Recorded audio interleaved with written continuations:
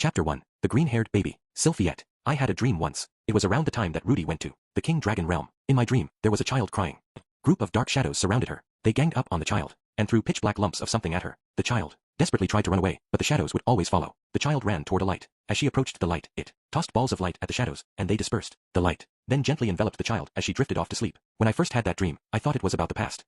Dream about the old days when the village kids would bully me. I believed I was dreaming about it after all this time as a sign of how much I loved Rudy. That was all I thought of as I lay back down and wriggled happily, like a little girl. Several months later, around the time when Rudy was off in the demon continent, I had another dream just like it. This time, it went differently. The green-haired child was here, but instead of having my face, the child now had Rudy's. The green-haired child with Rudy's face was being chased by dark shadows. There was no light where the child was headed. I panicked and dashed up to the child, desperate to protect him from the shadows. Without my magic, I could only try and swat the shadows away with my bare hands. The shadows were tenacious. They refused to stay away. I could feel the child shuddering in my arms. After this dream, I worried that some harm might have come to Rudy. Maybe he'd been injured or captured. No, of course not. He had Eris and Roxy with him. I thought long and hard about what to do to help, and in the end, I returned home that very day. It calmed my worries about my husband, but new worries sprung up in their place. My tummy had grown round and big. What if that dream was about the child inside it? I was fretting over nothing. I quickly told myself there was no way that Rudy wouldn't protect our child. There had to be a light awaiting them. I convinced myself that the pregnancy nerves were just getting to me. I put the dream out of my mind. Eventually, Rudy returned from the demon continent. I asked about a name for the baby. It had now been 6 months since he told me he'd think one up. I could have waited for it until after I gave birth, but I said I wanted to know in advance in case he left soon on another trip. I'm sorry, I still haven't thought about the name. That moment, the thought of that dream flitted across my mind. The vision of that child surrounded by dark shadows with nobody to help him. Then, a worse one. Did Rudy love this child? Of course he did. I was sure of it. That night, however, I had the dream again. The shadows gathered around the child, who was far beyond my reach. I ran as fast as I could to help, but I didn't make it. When I reached the child, I found that the shadows had gone, and that the child was dead. I woke up drenched in sweat. Just a dream. It was just pregnancy nerves. I wanted to believe that, but my mind kept racing. If the baby inherited my green hair, they'd almost certainly face discrimination because of it. The same way I had. While the most I ever had to deal with were neighborhood bullies, there was no guarantee that my child would be so fortunate. Something far, far worse could be waiting for them. I knew Rudy would protect them whether they had green hair or not. Eris would do the same, and so would Roxy. My head told me they would, but my heart still worried. It didn't take long to realize why. I knew about the Laplace factor. I knew why the color of my hair was green, and why Rudy had gotten a bit uneasy over the subject a while back. What if the child I gave birth to turned out to be Laplace? I wondered, what would Rudy do? It wasn't his priority now, but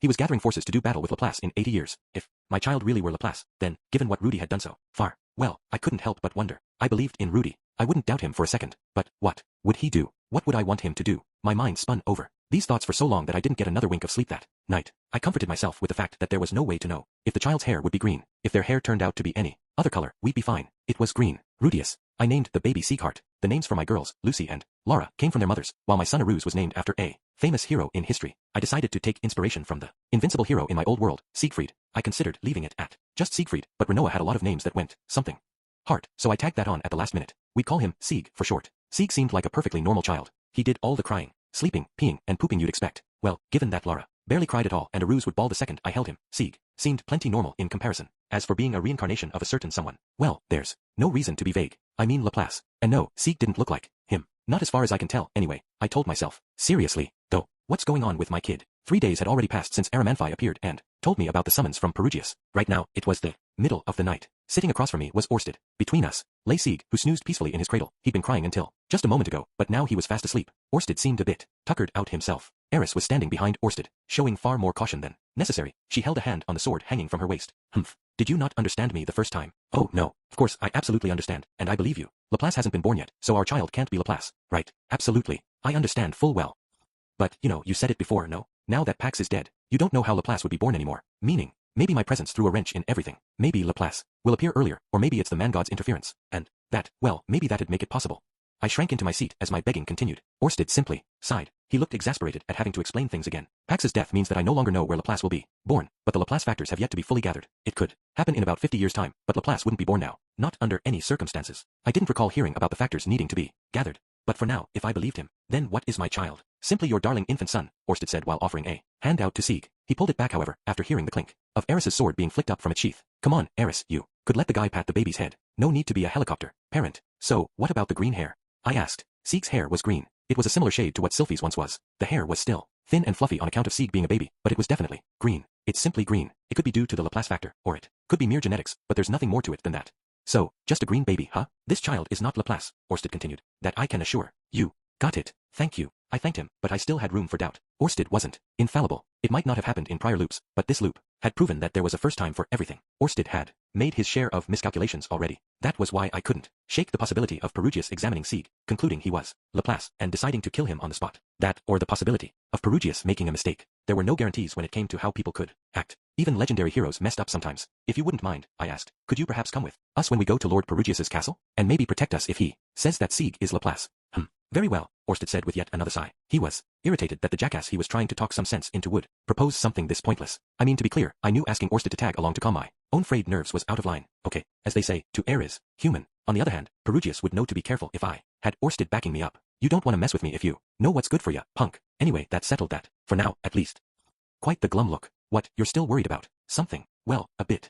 Ever since the birth, Sylphie was dejected. Nothing about how she acted changed, but she hung her head a little more often. Maybe she felt responsible for Sieg's green hair. Nobody in the family blamed her. The most I saw was Roxy, giving Sylphie some counseling. But Sylphie's gloom persisted. I tried to strike up a conversation with her plenty of times myself, but I had no idea how to bring her smile back. But that's a family matter, I admitted. I see. So, when will we be leaving to see Perugius? We'll go once Sylphie's recovered a bit more. I told Aramanfi to wait, that we couldn't go immediately after my child had been born. Aramanfi said he understood and left, without another word, but Perugius was probably getting impatient. He didn't waste any time in sending a messenger. After all, Orsted said that my son wasn't Laplace, but Perugius wouldn't be satisfied by our word alone. He'd want to see for himself to be sure. It wasn't going to be easy, but I'd have Sylphie come with us. I had a feeling that it'd be for the best. 20 days passed. For now, there didn't seem to be anything wrong with our child. He seemed perfectly healthy, if anything. Sylphie, on the other hand, while her health had recovered, her mood hadn't. She constantly had a glum look on her face, but during the day, she would hold the baby tightly in her arms. I saw many flashes of determination in her eyes as she did, as though to declare that she wouldn't hand this child over to anyone. Sylphie, I think we should let Lord Perugius look at Sieg, I suggested to her. Sylphie looked stunned, holding Sieg even closer. I don't want to. She pouted weakly in response, sounding as though she'd regressed to her childhood. The look on her face reverted as well, but not to one she'd ever shown to me. This must be the face she'd shown to her bullies. Why would you say that? Sylphie asked. Because we need Lord Perugius to understand that our child isn't Laplace. Sylphie hung her head. But if he is Laplace, what then? Ha, I already told you, Orsted said he isn't Laplace. But he could have made a mistake. Orsted wasn't perfect. He could have been blinded by Sieg's cuteness and claimed that he wasn't Laplace despite all the signs being there. Not that I think he'd do that. If that happens, then I'll protect Sieg, even if I have to bring the floating fortress crashing down to do it. Sylphie hung her head at this answer, too. Her voice lowered to a murmur as she said, okay. We set off for the floating fortress. Our group consisted of me, Sylphie, and our baby Sieg in her arms, in addition to Eris, Orsted, and Zenoba. I brought Zenoba because I figured it couldn't hurt to have more people who Perugius couldn't ignore. Greetings, come right in.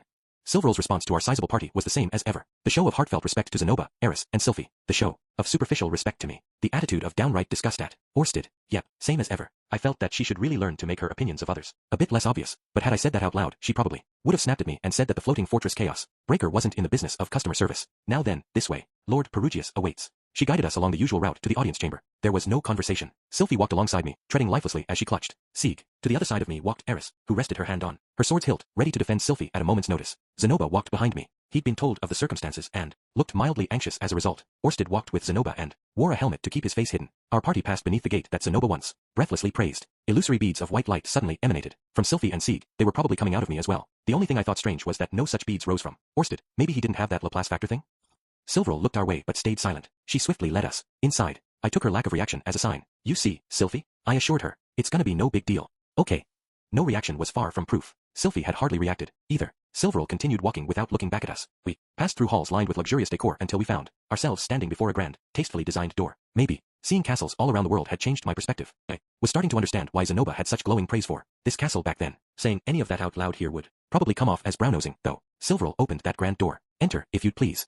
At Silveral's request, we entered the audience chamber. It was unchanged from when I saw it last. The pillars as wide as tree trunks, the giant chandeliers, the curtains emblazoned with the emblems of humanity and dragonfolk, and the 12 masked men and women, standing on both sides of the red velvet carpet. Sitting on the throne was the silver-haired Dragon King. The aesthetics of this place might be described as grand, glorious, or even divine. You could search the world over for an audience chamber that inspired half as much awe and never come close. The addition of Silveral would be the final piece in the poos. Wait, was there someone extra here? Ah, Nanahoshi was mixed in. What was she doing here? Did she have a side gig as one of the spirit aides? Rudius, you've arrived. I have. It's been some time, Lord Perugius. I bowed my head but remained standing. Sylphie, Eris, and Zenoba all took a knee. I normally would have kneeled as well, but I'd recently learned that, as Orsted's subordinate, I shouldn't be so quick to kneel before others. I checked their reactions to be sure. Silveral seemed a bit ticked off, but Perugius didn't say anything about it. I couldn't attribute this to his mood, however, which was foul. You certainly kept me waiting. Well, my son had just been born. I've heard as much from Aramanfi, hence my willingness to wait. I wouldn't be so forgiving had your reason been any more trifling than that. He might dismiss the birth of a child as trifling, but he wouldn't castigate me over my choice.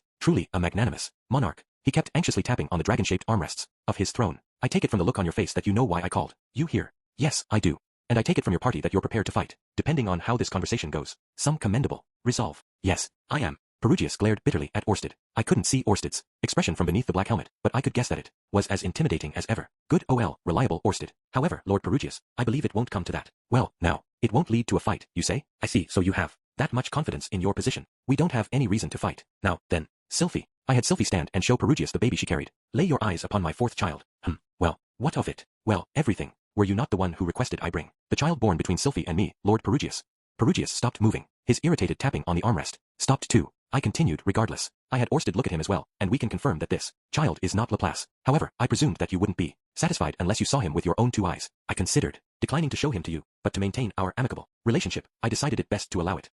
Perugius remained silent. However, if Orsted was perhaps wrong, and if this child really is Laplace, well, what then? Then I'll fight. Perugius's eyebrow twitched. Have you not been traveling the world for the sole purpose of defeating Laplace in battle 80 years from now? I have. Yet you would fight to defend that very same Laplace? Now that he mentioned it, I was contradicting myself. I would protect this child, despite knowing he was Laplace. It would completely waste everything I'd spent these past few years doing. If my child grows up, and if he truly does bring about a war against all of humanity, then I'll respond the way we've been preparing for all this time. You wouldn't consider nipping this problem in the bud?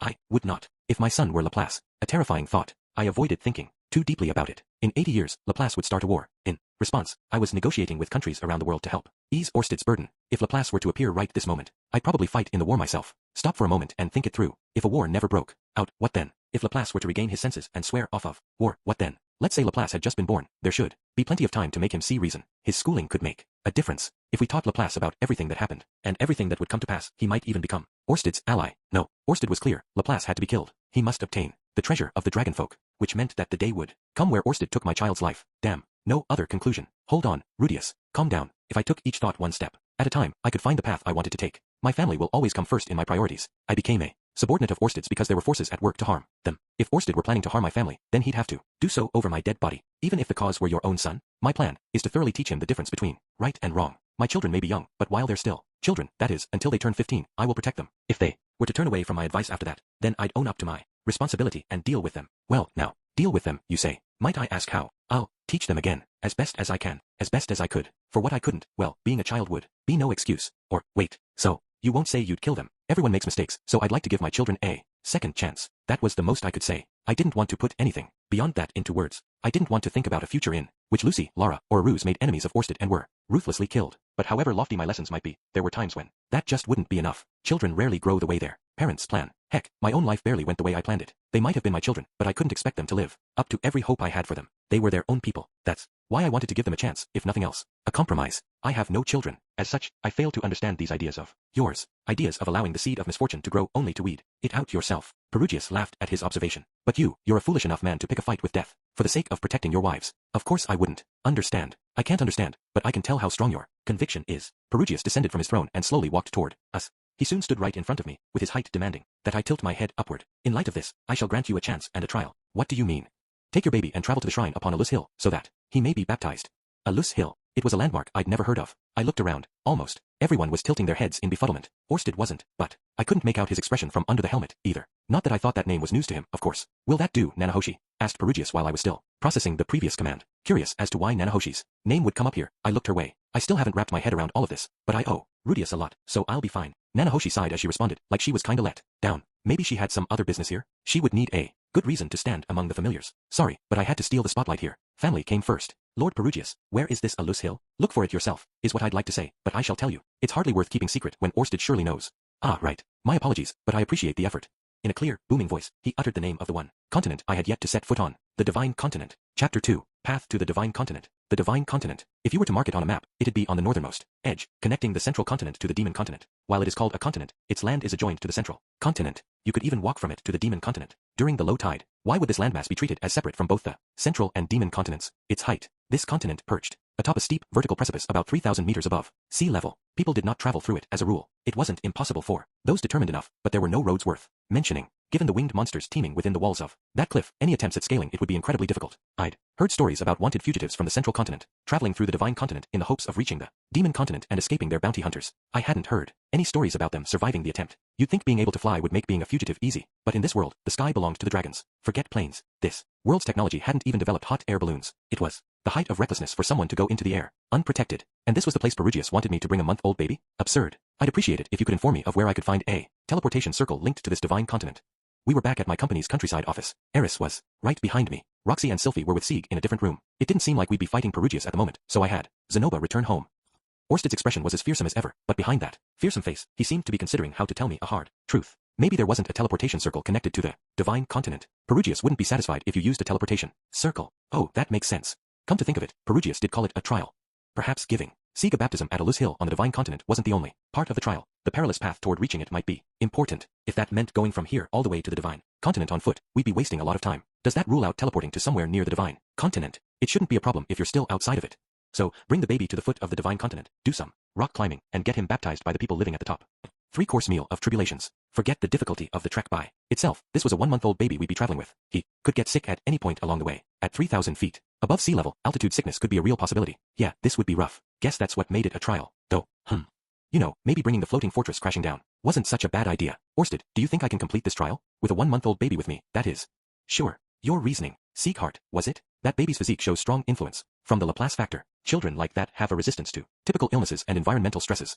Oh, I see. It's an effect they wove into the reincarnation magic to make sure that Laplace's future body would survive the harshest conditions. If a child has a strong factor, they can survive the trip to the divine continent. All right, if Orsted was that confident, then I guess Sieg would be fine. You know, as long as I didn't totally space out and let a rock swipe Sieg off my back and carry him away in its talons. Eris and Roxy should be coming with me, so they'd make up for any lapses in attention I could have. I feel a bit guilty about asking so much, especially right after what happened with Geese. I understand. I appreciate the generosity.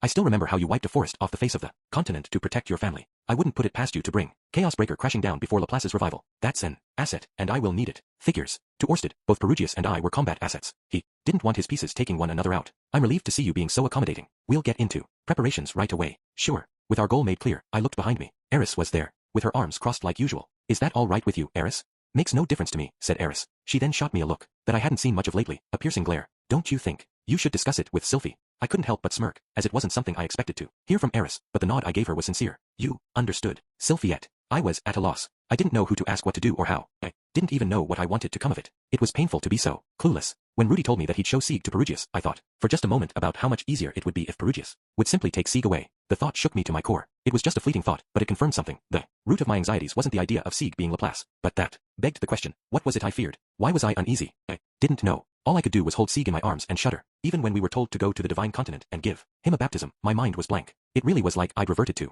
my old self, to the little girl who was bullied by all the kids in Buena Village. Rudy saved me back then. He chased off the bullies and taught me all there was to know. Things like magic and how to read and write. What about now? Would Rudy still save me? When I was a foolish little child, I had complete faith in Rudy and knew he would save me. Things were different now. I loved Rudy, and I had faith in him, but I knew he was still only human. He might have looked infallible, like he could do anything, but the truth was, plenty of things were beyond him. He was scared of all kinds of things, of course, and he was more than capable of making simple mistakes, like forgetting to come up with a name for our baby. That surprised me and even disappointed me, but it wasn't like I got angry over it. Rudy was hard at work as Orsted's subordinate. I knew how busy every single day was for him. I knew that he faced hardship in the Azura Kingdom, in Milis, on the Demon Continent. Everywhere he went, people had their limits. I wanted to be considerate of that. I couldn't expect someone to be a perfect family man while working under Orsted. That was why I swore to myself that I'd do it so that Rudy could be free to pursue his work. I mustn't beg Rudy for help. I had to make ends meet on my own. Rudy wouldn't come to save me. So, what was I supposed to do? How was I supposed to make it all work? Sylphie. While my head spun from the onslaught of questions that had no answer, I heard a voice. I was instantly snapped back to reality,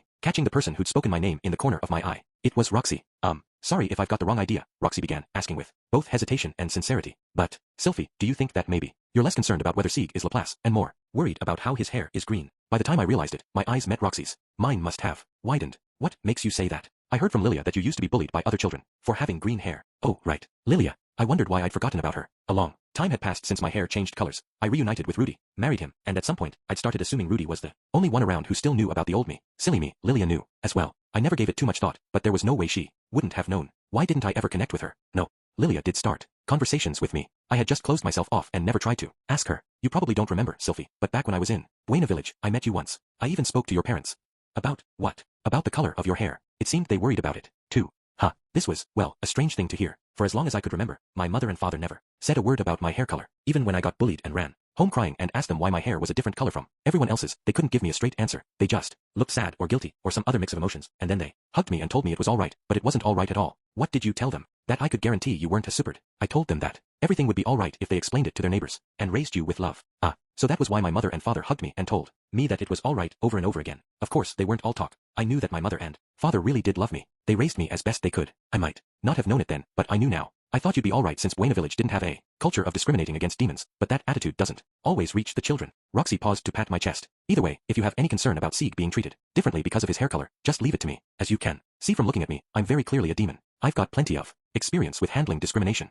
Hearing this from Roxy made her seem more reliable than ever. Rudy must have had a lot of respect for that side of her. Still, yeah, she was right. I wasn't alone anymore. I had Lilia and Roxy. Raising children might not have been Eris's specialty, but she gave it her all without giving up or pushing it on to someone else. Let's all travel to the Divine Continent together. I'm a bit concerned about leaving Lilia alone to watch the house, but there are plenty of people she can rely on.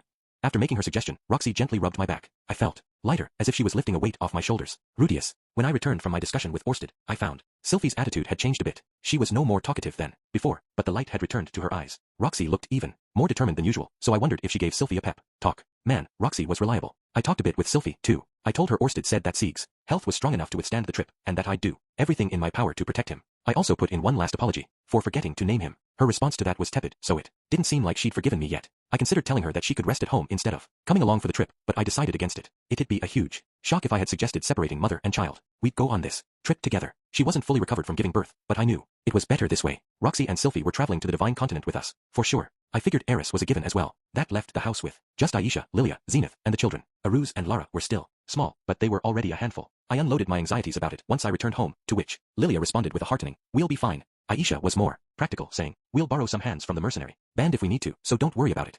It sounded like they could make it all work, so for now, I relaxed. We dedicated 3 days to preparing for the journey. On the first day, we confirmed our route and schedule with Orsted, learned about the peculiarities of the Divine Continent, put in our orders for equipment, and a few other things. Fortunately, the office was already connected to a series of ancient teleportation circles around the world. Our plan for the first day was to travel to an ancient circle from the office, soar from the ancient circle to the foot of the Divine Continent, and then scale the cliff face. Once that was cleared, traveling for around a half day to a full day would land us in Alus. Alus was the name of a skyfolk town, with Alus Hill referring to a hill nearby. After staying a night in the town, we would climb the nearby Alus Hill and have Sieg receive his baptism. After that, all we'd have to do is set up a teleportation circle somewhere and head home. At minimum, it'd take 3 to 4 days. With some leeway, I'd put it at around 6. Since we'd be climbing to a high altitude, we might need safety gear. The human body wasn't well adapted to survival in low oxygen areas. After I brought it up with Orsted, he provided a solution. Immediately, Orsted handed me a few necklace-shaped magical implements. Apparently, they'd nullify the harmful effects of thin air. They were originally invented by a race that traversed the miasma-filled valleys of the Demon Continent, so their primary effect was to nullify bodily harm that came from highly toxic areas. It seemed like they'd work for our climb to the Divine Continent as well. Man, Orsted could really pull anything out of that pocket of his. He might have secretly been a robot cat from the 22nd century. Nah, Orsted's face was too scary for kids' merch. 2 days before our departure, Lucy became depressed. When I asked her why, she said all her moms were going away and that she already felt lonely. She hadn't been getting much attention lately, given Sylphie's emotional state. I guess this was only natural. I felt guilty over making a child pay the price for her parents' problems, but parents were human too. We get depressed sometimes. For the rest of the day, I spent as much time with Lucy as I could afford. She talked about how dealing with the newly born Sieg was a bit tough. I couldn't tell her to be a big sister and suck it up at her age, and I certainly didn't want to, but I explained that the other kids would have tough times of their own. I hoped I could count on Lucy's help when those times came. I also said that if she ever needed help, her dear OL dad would do everything he could to provide it. Lucy pouted at the first half, but she looked like she was fully invested by the end. I'd like to think I reached her. That evening, I caught Lucy tending to Sieg from the side of the crib he slept in. Considering how often she just stared blankly at him early on, this took me by surprise. I'd figured she must wish he wasn't here. And yet, she fetched Lilia or Aisha whenever Sieg started crying, and if Lara or Aruz got cranky, she'd dash over to comfort them. She'd taken my words to heart. When I was her age, I mean, my previous life, of course, back then, I could never have acted the way she was now. I probably made a fuss over how unfair it was that my siblings got all the attention and gave my parents a headache. Lucy was still young, but she amazed me. Before I knew it, it was the day of our departure. Me, Eris, Roxy, Sylphie, and baby Sieg. The 4 parents of the family would all be on this journey. I was surprised we hadn't traveled together already. Well, I suppose it wasn't our first trip. We all went to see Ariel's coronation together. Anyway, while I knew it was a bit insensitive to Sylphie and Sieg, I felt a little excited. Well, we'll be off now, I said. Gotcha. Take care now. See you later. Lilia and Aisha nodded as usual. Only Lucy looked the slightest bit reluctant as she held on to Aisha's hand. She was doing her best to not let that emotion show on her face. I really ought to spend a bit more time with her once the situation with Geese settled down. A few hours after our departure, we arrived at the Divine Continent's border. We were on the furthest northeastern edge of the central continent, a vertical precipice that we strained to see the top of towered in front and over us. On either side, the ocean stretched into the distance. The cliff face was more than simple bare rock. A number of the local inhabitants believed that gods resided within this cliff, so its surface was dotted with ladders and footholds. According to Orsted, a shrine dedicated to the worship of these gods could be found around 200 meters up. Further above that, there were stakes driven into the cliff face to assist with climbing. They'd been installed by someone who'd tried to climb the precipice long ago. It wasn't clear whether he ever made it all the way in one piece, but most opined that he fell without reaching the top. There was a road on the right. Calling it a road was a bit generous, as it wasn't much more than the remains of a barely walkable series of footholds. But hey, if someone walked on it, then it counted as a road. It was patchy, but it continued all the way to the demon continent. While it was no doubt a harrowing path, it was apparently a safer bet than trying to climb upward. Quite a few people had traversed it from here to the demon continent and vice versa. That sure is high, said Eris as she looked up at the precipice. There was a hint of excitement in her voice. Her arms were crossed, as though declaring that this was no obstacle to a first-rate adventurer. She might have had the bravado of a port town kid, trying to live up to his ancestors, but sadly, this was the end of the central continent, not the end of the world. Sylphie had a look of incredible unease. Given her current mental state and a fear of heights, I couldn't blame her. Rudy, asked Roxy in a shaky voice as she looked up at the precipice. How are we going to climb this?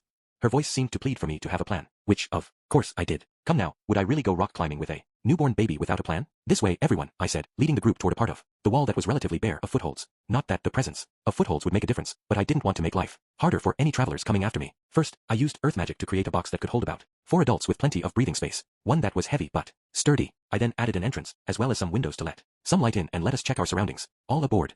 Once I confirmed that everyone was inside, I closed the door. The heck is this? Asked Eris, who tilted her head and looked at me out of the corner of her eye. Now, let the master do his work, I assured her. I placed a hand on the ground. The spell I'd readied was called Stone Pillar. I formed 4 pillars, fixed them firmly to the box, and pumped in some mana. Eep. The box slowly started moving upward. Oh, well, this does seem like a safe way to do it.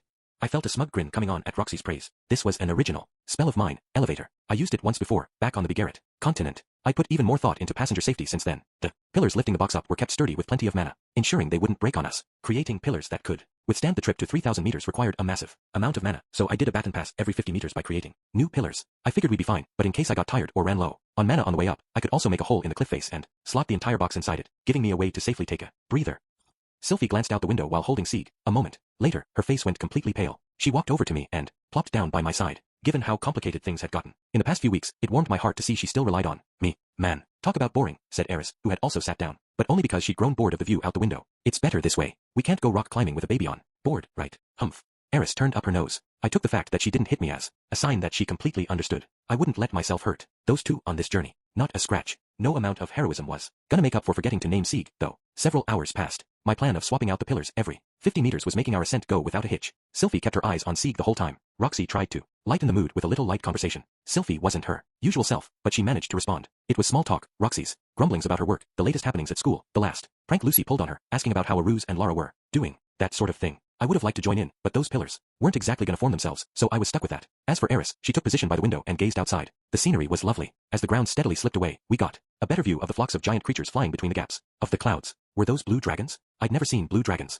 up close. By the time I replaced the pillars for the 20th time and put us above the 1,000-meter mark, avian monsters started to come into view. They were giant birds, probably around 3 meters long, with a wingspan exceeding 6 meters. They were also flying around our box and squawking at us. Their flock circled us, perched above us, pecked at the walls, generally harassed us. Hard to tell if they were scared of this new object or territorial and trying to destroy it. Our box was built to be incredibly tough. It wouldn't break from a few monsters' pokes. It did sway a little, though. Each time it did, the color drained from Sylphie's face. Sieg would start crying, and Roxy would reassure them that everything was fine and that we wouldn't fall. Not that Roxy knew enough to make that promise. I knew we wouldn't fall. If I ever thought we might, I'd have fixed the box to the cliff face and exterminated those monsters. With no reason to think they were a threat, I continued our ascent. The monsters managed to jam their necks through the window every now and then, but Eris would quickly lop them off, and that was the end of that. The soil of the box started to become stained with their blood, but hey, it wasn't like we'd spent all our lives in the lap of luxury, you know? We weren't sheltered and could all stand a bit of gore. Nobody complained. After a while, I slotted the box into the cliff face, rinsed the walls off with a bit of water, and took a break. My somewhat late lunch came in a box that Lilia and Aisha had prepared as we departed.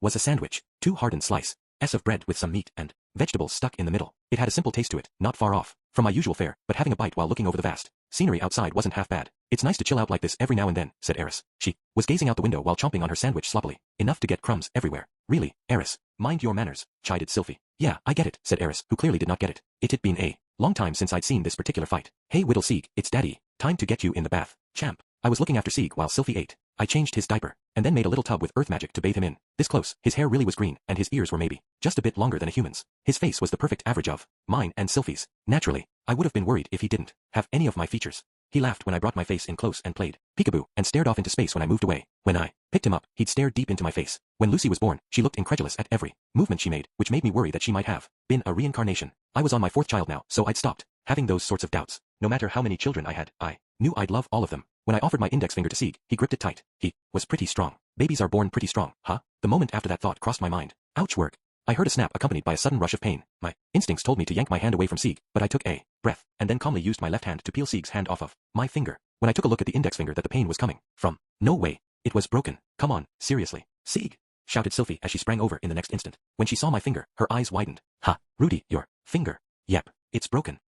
Sylphie was at a loss for words. Eventually, she lifted her hands to mine and wrapped them around my index finger. A faint light glowed from within her cupped hands and the pain disappeared. A silently cast healing spell. Bravo. Thank you, Sylphie. Don't mention it. He's a strong one. Yeah, he got me too.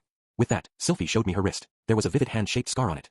Did this boy strangle any serpents while we weren't looking? I was pretty sure that he hadn't left our sight over the past month. If he's this strong as a kid, then he's got a bright future as a swordsman. He might even set out to slay a hydra or something. Wait, did his dad die in that story? I'd be another Paul. You never know, Sylphie chuckled. After seeing Zenoba, I feel like it's not a guarantee. Despite Zenoba being a little wild when he was young, he grew up to have a perfectly healthy obsession with dolls. That's probably what Sylphie was referring to. She might not have known, however, that he was a capable man on the battlefield. In raw force, sure, but also in courage and cunning. I can teach him to use a sword. Eris chimed in, having finished wolfing her sandwich down. There was once a time where I doubted if Eris could possibly be a teacher. I couldn't deny that Norn and the other University of Magic students were learning plenty about swordsmanship from her. I wouldn't refer to the things she taught as classes, but from what I heard, the expertise she passed on was valuable. Still, compared to Rudyard's, do you understand? Or Paul's onomatopoeic grunts, she was leagues more helpful. I'd say her teaching style was close to Ghislaine's common sense. Eris considered it her duty to teach swordsmanship to the children, so she even prepared kid-sized wooden swords for them. Lucy was already swinging a sword under her tutelage. My kids were getting their extracurricular education in early. Looks like our children will all know how to handle both swords and sorcery, said Roxy, who planned to teach them magic. Lucy had started practicing spell incantations little by little. When it came to learning magic, the sooner you started, the better. Kids that age had more mana than they knew what to do with. We wouldn't have any problems if I left the magic education to Roxy. The whole brood was bound to be Saint-tier magicians by the time they were adults. I can't wait to see how everyone grows up, I said to Sylphie. She broke out into a smile and agreed. It was a relief to see a smile on her face after so long. We resumed our long ascent. We stopped seeing the avian monsters at around 2,000 meters. In their place, we saw monsters that looked like winged goats and snake-necked lizards. The lizards lived in the crevices of the cliff face. They popped their heads in through the window that faced the cliff and startled us all. Their long necks allowed them to maneuver their heads with an alarming precision, and they were coming for us, or they would have been, had we not separated their heads from their bodies in 5 seconds flat. They must have evolved necks like that to drag prey into the crevices of the precipice. Excluding those guys, our trip was uneventful. We bagged one of the goats for dinner and ignored the rest as we continued our climb. I had now swapped the pillars over 60 times. The world outside was blanketed in a thick fog. We had to be poking into the clouds by now. It was already night. Our box was illuminated by my lamplight spirit, but I was fatigued and conflicted as to whether I should stop for a nap or if I should continue climbing. Given our elevation, we should be close to our destination. As that thought crossed my mind, the fog happened to clear, and with it, the view outside the window. Not just the one facing away from the precipice, but the one facing toward it as well. I stopped raising the pillars. Outside, a grassy field shimmered in the moonlight. It was the Divine Continent. Chapter 3. Alus, City of the Divine Continent. So there we were. As we got our bearings after stepping out of the box, a wide, open plain spread out before us. Maybe it was the cold, or maybe it was the thin air, but there wasn't so much as a single tree growing. The ground was covered in nothing but short grass and shrubbery. Well, we were 3,000 meters above sea level. Our breaths turned white in the chill. Fortunately, there wasn't any snow, and the land was smooth and flat. It wouldn't be too hard to travel.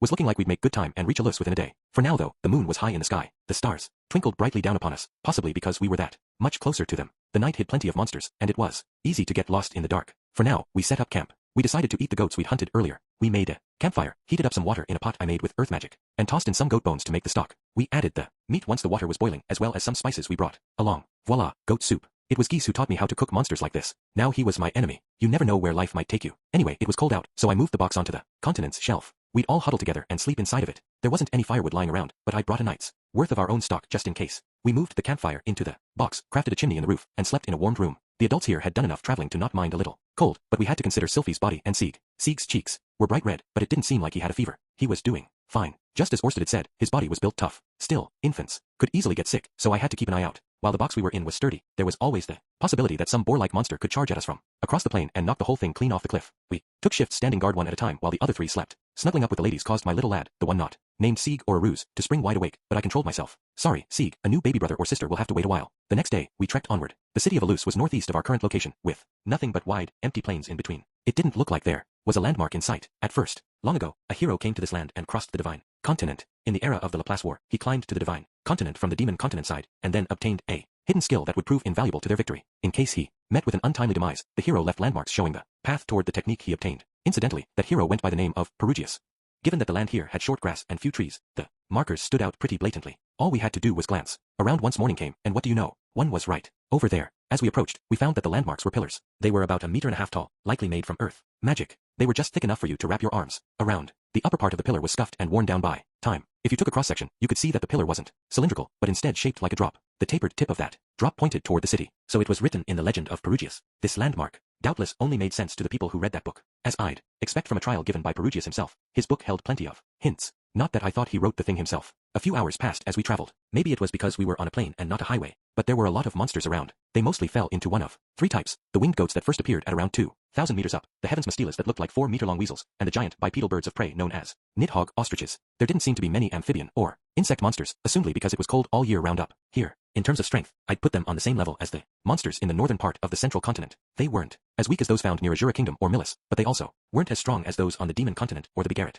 Continent. The only monsters that made flocks numbering in the double digits were the winged goats, with the heavens mastilas, and nidhogg ostriches roaming either alone or in the occasional pair. I'd put the winged goats at D rank, and the other 2 in the C range. They were all capable of flight however, so I'd have to bump them up a rank if they appeared in the central continent. People have a psychological weakness against things that can fly. For adventurers like us, it goes without saying they posed almost no threat. Eris diverted the winged goat's attention while Roxy hung back to launch a high-rank spell to wipe them out. Eris could finish the other 2 kinds by herself without thinking about it. They couldn't reach me, much less Sieg or Sylphie. I was so grateful to the man of the house for protecting us. We kept our guard up anyhow. The divine continent for sure held greater challenges than that. Even if we didn't pass through them on our trip, the forests, mountains, or at minimum the labyrinths would have stronger monsters than these. The divine continent labyrinth, known as hell, housed hordes of the world's nastiest monsters, with its innermost sanctum guarded by a vicious slime called Vita. The mention of a slime reminded me of the Demon King one back in the library labyrinth. According to Orsted, this one was on another level. We didn't want to go near it. I wasn't going to breathe a word of this to Eris. She'd want to go if she knew. Or, wait, Eris was a mature adult now. She was far more logical and accommodating than she was in her spoiled princess days. She might want to go deep down, but she wouldn't demand it,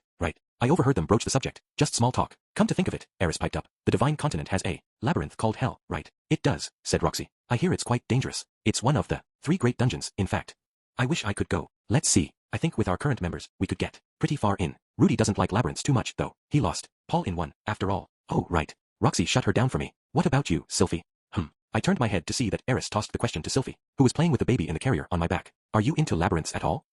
I suppose not. My children are more important to me right now. Sylphie reached a hand out and stroked Sieg's head as she answered. Her tone was nonchalant. It sounded like her mental health was starting to recover. No, that was a short-sighted way of thinking. I couldn't assume from the surface. I needed to rebuild her trust. Back when Paul had the affair that got Lilia pregnant, it took him forever to regain Zenith's trust. There was once a time when I didn't understand why Zenith stayed angry for so long, or why she didn't just forgive him. Now, I understood. It was because Paul only reacted to what he saw on the surface, and only groveled until he got what he wanted. I wasn't supposed to be looking for a smile. I had to do everything in my power to regain her trust. It wasn't going to get done in a day, but no matter how long it took, I had to show with my actions that I loved not just Sylphie, but my children as well. Thinking about how exactly to do that, well, that was the hard part. I'd have to seize any opportunities as I thought of them. With that on my mind, we continued our journey. It was evening when we saw the city. Is that a loose? It seems kind of humble. Roxy wasn't kidding. All we saw across the plain was a series of houses built from rock, soil, and bone, all surrounded by a rather low fence. There were no fortified ramparts, a rarity for towns in this world. But maybe they had the right idea. A wall of any height wouldn't do much to stop monsters that could fly. Still, was it wise to have no line of defense for your city? I had my doubts as I approached the fence, but as I did,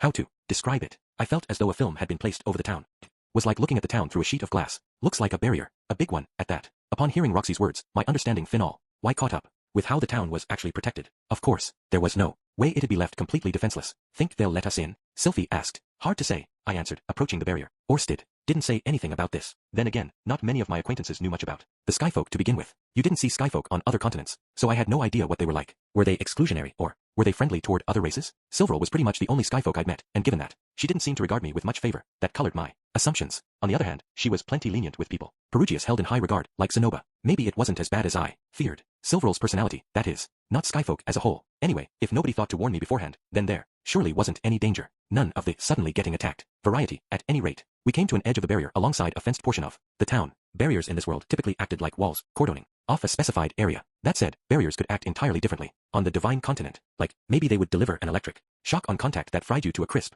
This one's pretty sturdy. I wonder if I could cut it. Eris, meanwhile, was knocking on the barrier. Wait, Eris, be careful about touching that. What if that thing zaps you? Huh.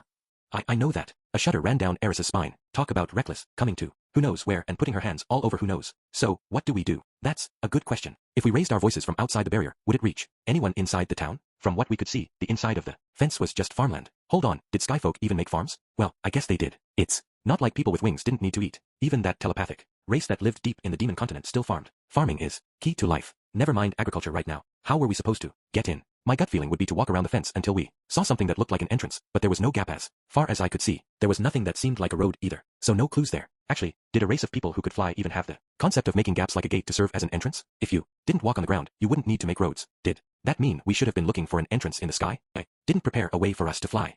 Destroying the barrier was starting to look like a better idea. We'd repair it later, of course, but we wouldn't get anywhere until we got in. Alright, let's break it. Thought you'd never ask. Actually, Eris, I was thinking of using my stone cannon too. Sorry to cut in, said Roxy, who was looking through the barrier, but it looks like we have company. We followed her gaze to see birds flying toward us from within the town. Even as far off in the distance as they were, I could tell. They were pretty large, probably about the size of people. Wait, those were people. People with wings. Skyfolk. Did they get suspicious because we knocked on their barrier? Sylphie asked. She might have been right. The best response to monsters appearing outside of your city was to exterminate them, even if they were still outside of a barrier. Well, whatever the case, first impressions were important. Time to brush off those customer service skills that work had been drilling into me.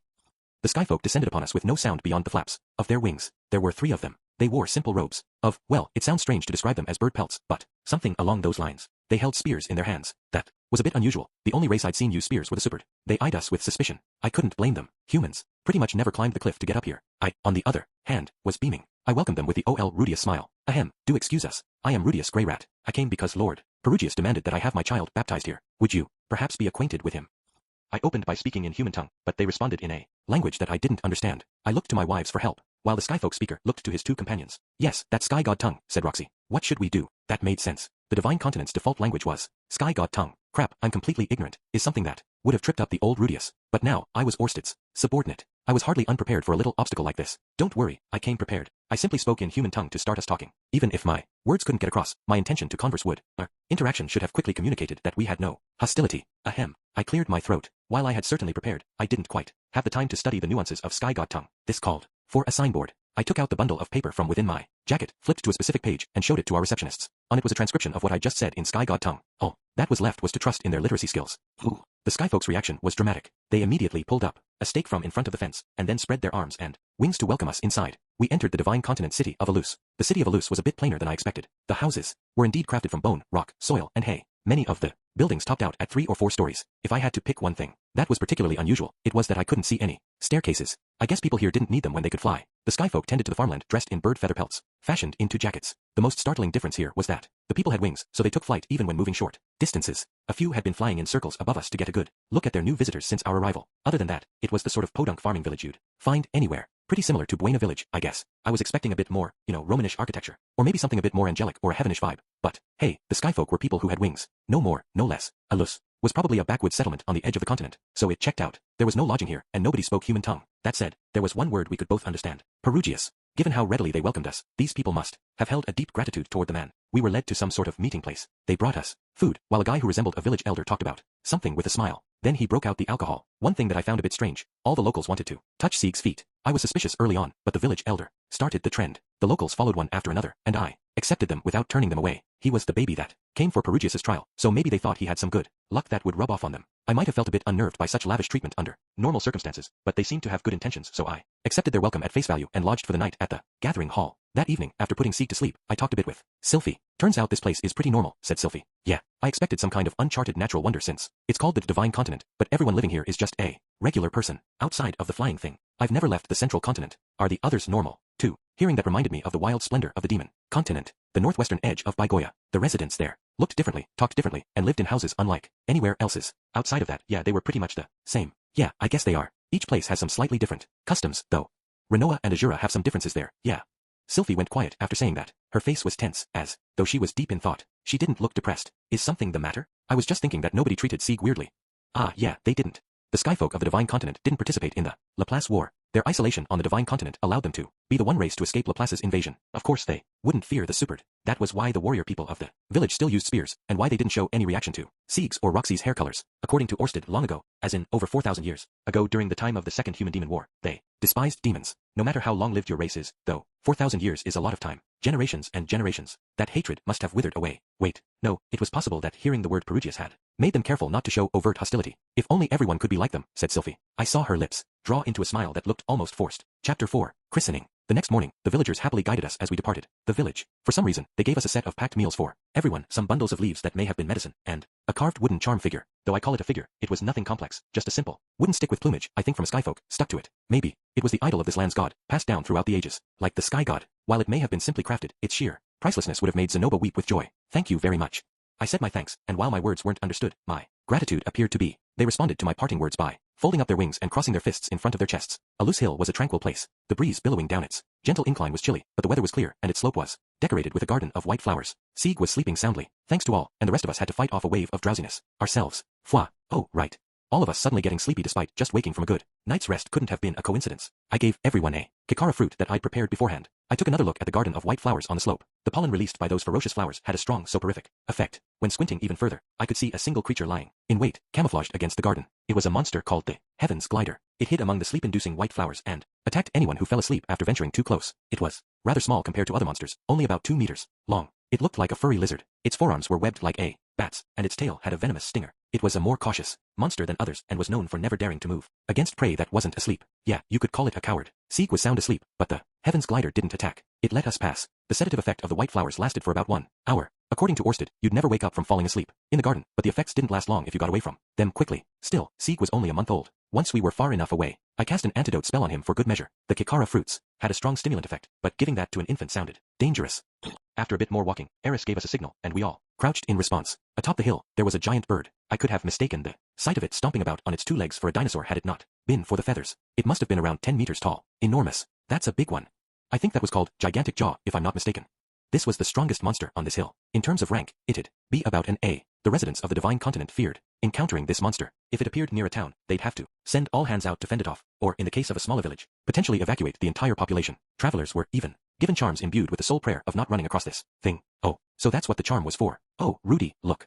At Sylphie's suggestion, I looked past the monster to see what appeared to be a stone shrine. Our destination, I assumed. What should we do? Fight it? Good question. For now, the monster hadn't spotted us, so sneaking past was still an option, but I had a hunch that this was its territory, given that it showed no signs of leaving. A-rank monsters included ones that could reflexively dodge my stone cannon, so it wouldn't be a pushover in a fight. I glanced at Eris and nodded. She looked like she heard me loud and clear, even though I still hadn't said a word. Guess we were taking it down. We still hadn't done anything trial-worthy up here, and I got the feeling we'd get a failing grade if we avoided it. Eris will draw its attention, I'll bind its feet, and once I do, Sylphie and Roxy will attack it together. I don't know if we can take it down in one hit, so aim for the wings first. If it looks like we can finish it off at that point, Eris will strike the final blow. If it looks like it can escape my quagmire, Eris will buy some time while I finish it off. Okay, got it, Eris confirmed as she leapt into the fray. She was like a dog who was sick of being told to stay put. I turned my eyes to the other two. Roxy and Sylphie both ran to take positions where they could support Eris from either flank. I'd almost forgotten, Sylphie was fast. I doubted she was fully recovered from giving birth. Maybe that sort of recovery was something that healing magic could speed along. Wait, the monster already noticed Eris. Ga-awa. Ku-uawara.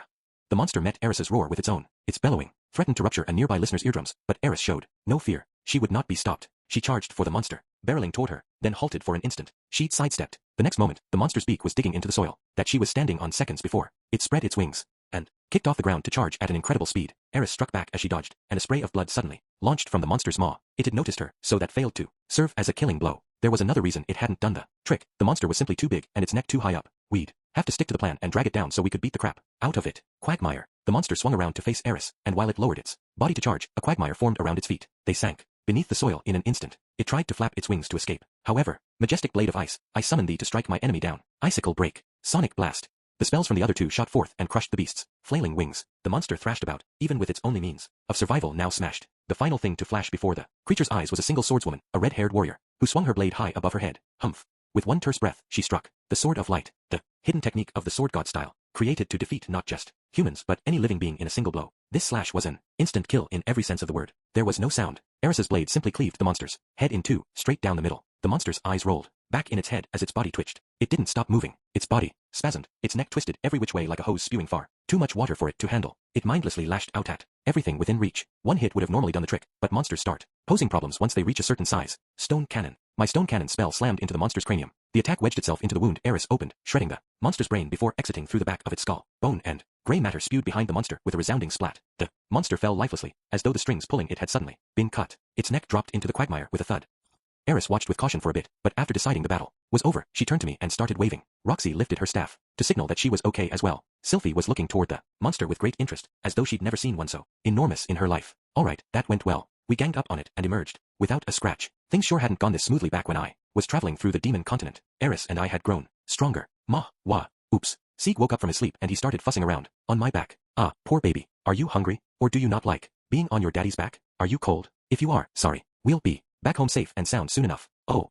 Just then, I realized that the look on my face had changed dramatically. My wives could tell as they approached me, too. I gritted my teeth as I spaced out in horror, my gaze fixed on the defeated monster. It was lying in the quagmire, lifeless. Oh. Sylphie noticed it. The problem wasn't the monster. It was something at my feet. There. Yes, a steaming puddle had formed. That steam was wafting from my back as well. Curiously warm. Whelp. Looks he got ya, Roxy said, lightening the mood. Yes, she was right. Seek got me. All over my back, in fact. Had to think my own son, right in the back. I let down my guard. Sylphie, when you get home, tell Lucy and the others that I love them. I wanted to see them all grow up. But now, they'll have to look out for each other as siblings to live on. Their old man will be having a cup of tea with Grandpa by the pearly gates.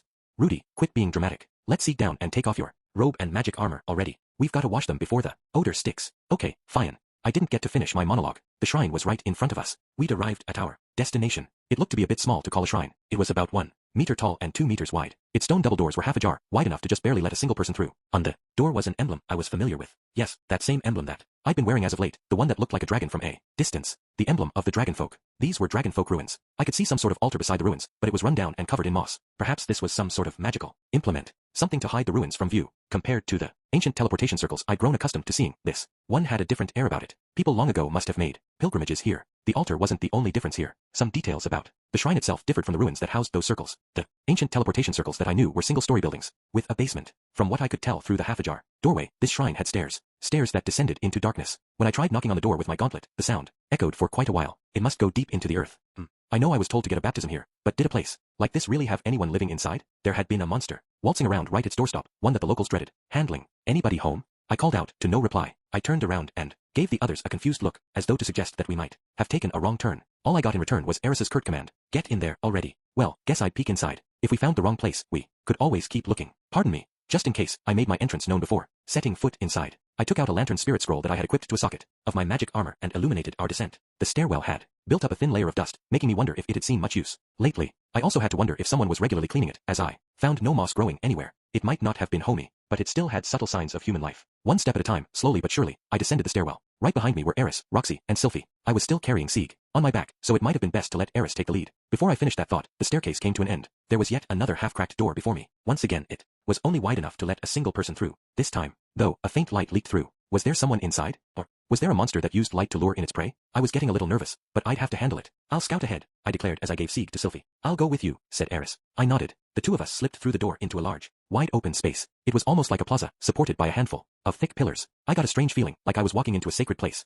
Second feeling, more like a hunch really. This place looked less like the previous dragonfolk ruins I'd seen and more like Perugius's floating fortress. The thickness and placement of the pillars seemed especially similar to the floating fortress's audience chamber. This place really must have drawn inspiration from Perugius. Candle stands adorned the walls, dim in the room's vastness. They weren't alone. At the opposite end of the room was some sort of fountain, and it cast a pale blue light that illuminated the entire place. If we approached, would a monster come out and attack us? Or would we inspect it to find that our HP and MP had been restored? Whichever was the case, a pathway that passed the fountain led even further into the shrine. I didn't sense any danger in this room, so I decided to call Sylphie and Roxy inside. But just as I thought to do that, I heard a tapping sound. Footsteps. Multiple sets of feet. They sounded like they came from that pathway next to the fountain. I took a stance to protect the door behind me. Eris followed by taking a step forward and readying her blade. I really did hope that those footsteps belonged to people who could be reasoned with, but if they looked like trouble, a temporary retreat was always an option. The owners of the footsteps revealed themselves. One look told me that these guys were trouble. It also told me that they might be reasoned with. Across from us was a group of 3 people in masks. Silverol, Aramanfi, and Nanahoshi. You arrived rather quickly, Rudius Grey Rat, and then Perugius appeared. I heard that a gigantic jaw was roaming the area, but I should have known that it would hardly be much of a trial to you. Was I on a hidden camera or something?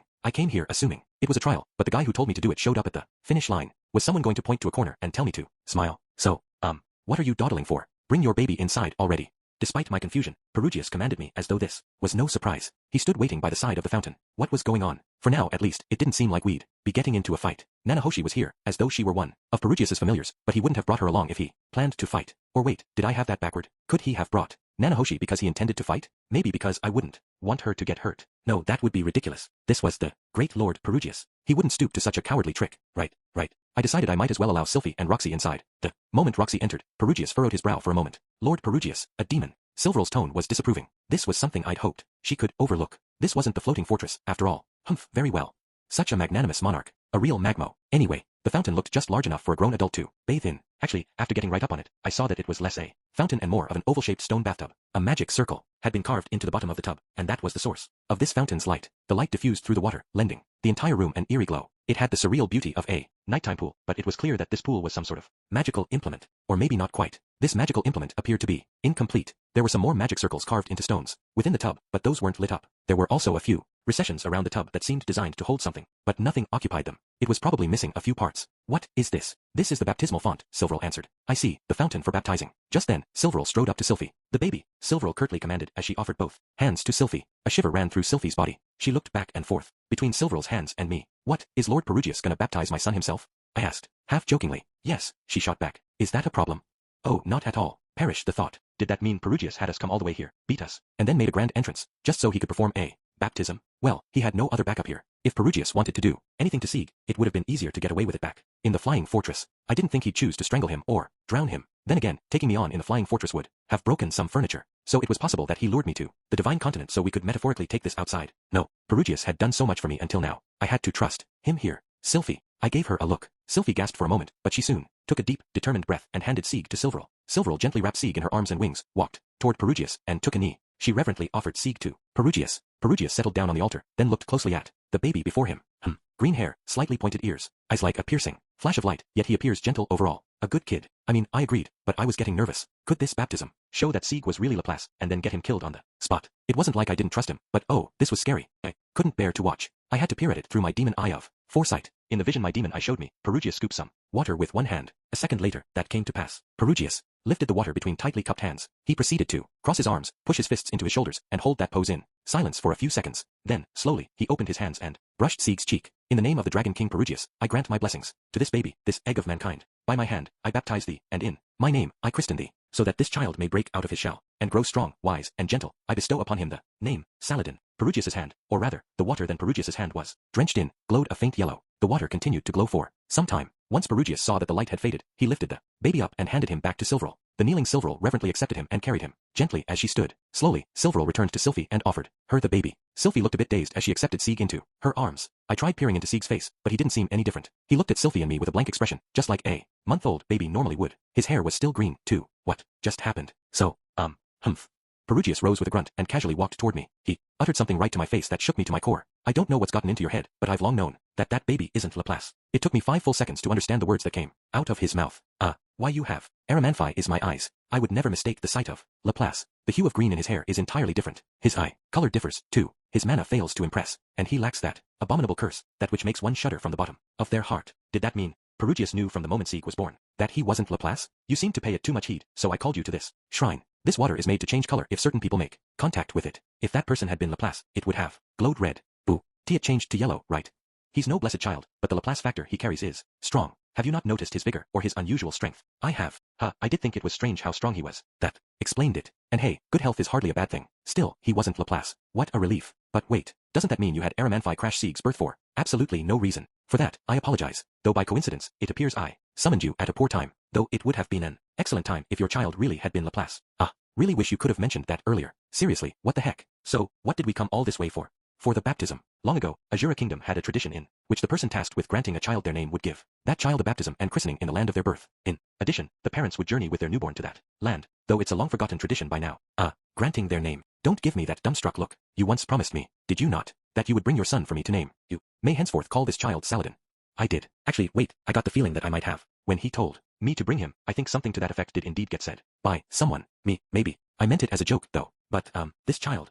No need to thank me, Perugius declared as he stood up. It is but a small gift that I grant you. But, this kid kind of already had a perfectly good name. Sieghart. I was at a loss. Talk about an offer I couldn't refuse. Oh, well, Sieghart Saladin Greyrat, then, kinda rolled off the tongue. Sounded tough, too. Knowing the name came from Perugius himself gave it a real punch. Yep, not bad. About as not bad as not bad got. That was about how I felt about it. Sieg gained a new name, and our baptism journey came to an end. Well, not quite. We returned to the floating fortress via teleportation magic. Just when we felt like we could finally relax and go home, Perugius commanded us to come to the throne room one last time. Roxy wasn't permitted due to being a demon, so she went home early. I considered sending Sylphie home as well, but she apparently had other ideas, so she stuck with me. Eris stood behind me with her arms crossed. She'd be there no matter what. We stood before the 12 spirits and Perugius. I believe we've gotten sidetracked enough. Let us broach the real issue. Perugius spoke while seated imperiously in the throne of the floating fortress. Real issue? We had a real issue? Ah, I see. Perugius must have had business beyond just my kid. Guess he wanted something else. Rudius, grey rat. He looked down on me with a stern glare, completely unlike what he'd shown before. What was the deal? What did I do? I hear you formed an alliance with a Toph. Oh, that. Yeah, Perugius wasn't on great terms with a Toph. Maybe I should have given him a heads up before asking her. Regardless of the forthcoming battle with Laplace, why would you speak to a woman such as her without so much as consulting me? Well, you see, but that I shall let pass. I can stomach the indignation in light of the determination you showed earlier. It is water under the bridge. After all, I always intended to fight Laplace on my own.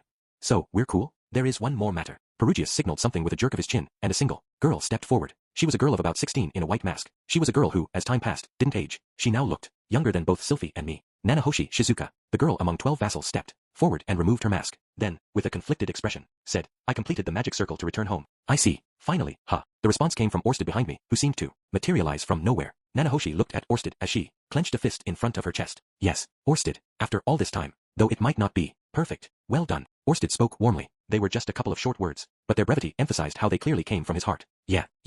Nanahoshi's voice wavered. Her face screwed up to stop the tears that were on the verge of flowing. She looked up ever so slightly to hold them back. Heck, she almost had me crying, too. The home teleportation circle, the thing that Nanahoshi had dreamed of for all this time. Returning home was the one thing she strove for. She was immensely homesick. She'd gone from an idea to a theory, to failure, and then yet another idea. Once she finally had the theory nailed, she had to make the technology a reality, sharpening her engineering skills with experiment after experiment. It was nearing 5 years since she first began her apprenticeship, under Perugius. A long time, indeed, and now, she finally completed it. Rudius, I'm sorry to bug you when you've got so much on your plate, Nanahoshi said. Oh, no. If anything, I should apologize for making you wait all that time. So, Nanahoshi was the one who called me here, and she waited this whole time without a single gripe, even though she'd just finished her life's work. It's fine. Also, congrats on the baby. Thank you very much.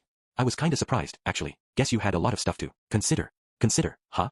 I wasn't so sure I was the considering type. Not much that ran through my head qualified as a thought. I'm gonna need a bunch of mana for the final experiment. I know you have plenty of stuff to do, but would you please lend a hand? With that, Nanahoshi bowed to me. There was a fire in her eyes. She knew that this was the last step, that the goal was within reach. Of course. This might take a month or two. Is that all right? It should be. A month, huh? I had reasons to refuse, but not a right to. I wanted to ask if it could wait until we defeated Geese, but I wasn't enough of a jerk to say that out loud. Nanahoshi had waited long enough. Thank you so much, Nanahoshi said, bowing yet again. Just then, she happened to look Sylphie's way. The mother, whose face was still clouded with unease. Nanahoshi hopped over to her and whispered something in her ear. A jolt ran through Sylphie's body, after which she turned to Nanahoshi with a stunned look on her face. Nanahoshi nodded. Sylphie glanced at me and then nodded back. All right then, let's move to the teleportation circle.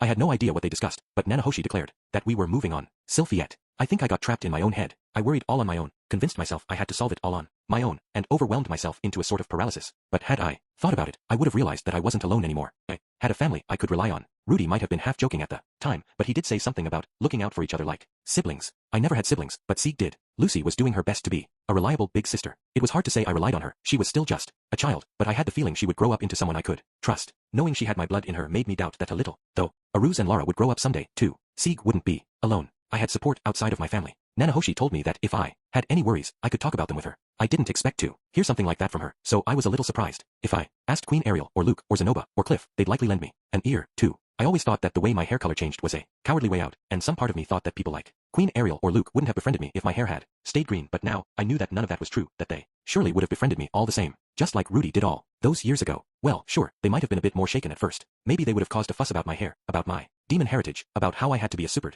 I felt that despite it all, we surely would have reached the same relationships we had. Now, surely, Sieg could make those same sorts of friends, the way I made friends when Rudy taught me how back in my childhood. That was why I had to stop letting myself get bogged down in those worries. I'd teach Sieg those things myself. As I had that thought, I looked up to see Rudy's back as he hiked in front of me.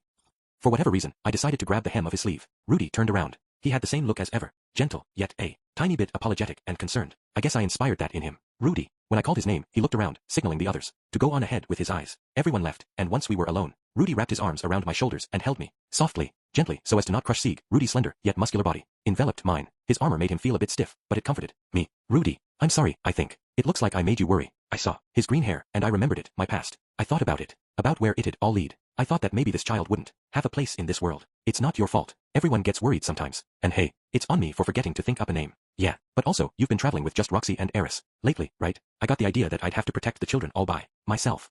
That's not true at all. The strength of his denial startled me a little, but I should have expected it. Rudy would say that, wouldn't he? Yeah, I know, I knew, but I forgot. Sorry, no, you don't have to apologize. I had a moment of weakness. I patted Sieg's head. He'd been asleep for a while now. When had he dozed off? This journey got me thinking. Sieg, he wasn't as fragile as I thought. Not in terms of his power or his health. More like, his spirit was so strong. It's okay now. I think looking at you on the journey, it comforted me. It made me remember that you really would protect us. Rudy chuckled. His face looked doubtful, as though in disbelief, that any aspect of him could be comforting. But Rudy took things as they came. When Sieg had green hair, he didn't lose his cool or anything. He'd even stared down Lord Perugius with courage. I was sure he'd have done the same if any other child faced that same kind of danger. Well, Sylphiette. Sometimes, Rudy would call me by my full name. He usually did. This for one of two reasons. Either he wanted to ask for something naughty, or he wanted to apologize. What is it, Rudius? You know, you can be mad at me for forgetting to name the baby. Okay, ha. But I wasn't really mad, though. If I had to say, I was more disappointed and unnerved. I started getting flustered as I responded. I mean, when I heard that Rudy had forgotten to think of a name, all I thought of it was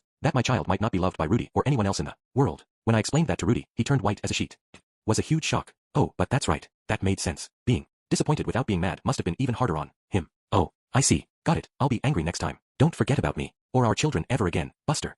Yes, ma'am. Rudius nodded. He looked a little sheepish. Rudy was so cute at times like these. He was also like this back when he took my clothes off while still thinking I was a boy. Ooh, remembering that made me feel so embarrassed. I know, we were kids back then, and we'd seen each other naked so many times since. But still, let's get going. You've got to help Nanahoshi out, right? Yeah. By the way, what was it she told you? It was nothing major. Just that she'd listen if I needed to talk. People say it to one another all the time. It's a secret. I keep it close to my heart. I felt happy that Nanahoshi chose my ear to whisper in, not Rudy's. I smiled. When I did, Rudy smiled back. Hey Rudy, I said, unable to contain my joy. I was kind of out of it for this trip, and I made everyone worry. When the kids are all grown up, and once things settle down for you, well, that's a pretty long time from now. But when it happens, let's all go on another trip. Together. Yeah, Rudy answered with a firm nod. We stayed together for a while, just gazing into each other's eyes. I closed my eyes on a whim, and Rudy took the opportunity to give me a gentle kiss. When I opened them again, I felt so embarrassed, yet also so happy, that my lips curled into an involuntary smile. Let's get going. Sure. I nodded, and I bounded along to catch up with the others. Right beside Rudy. Chapter 5. Teleportation device to another world. Floating fortress, basement floor 50. Immediately after exiting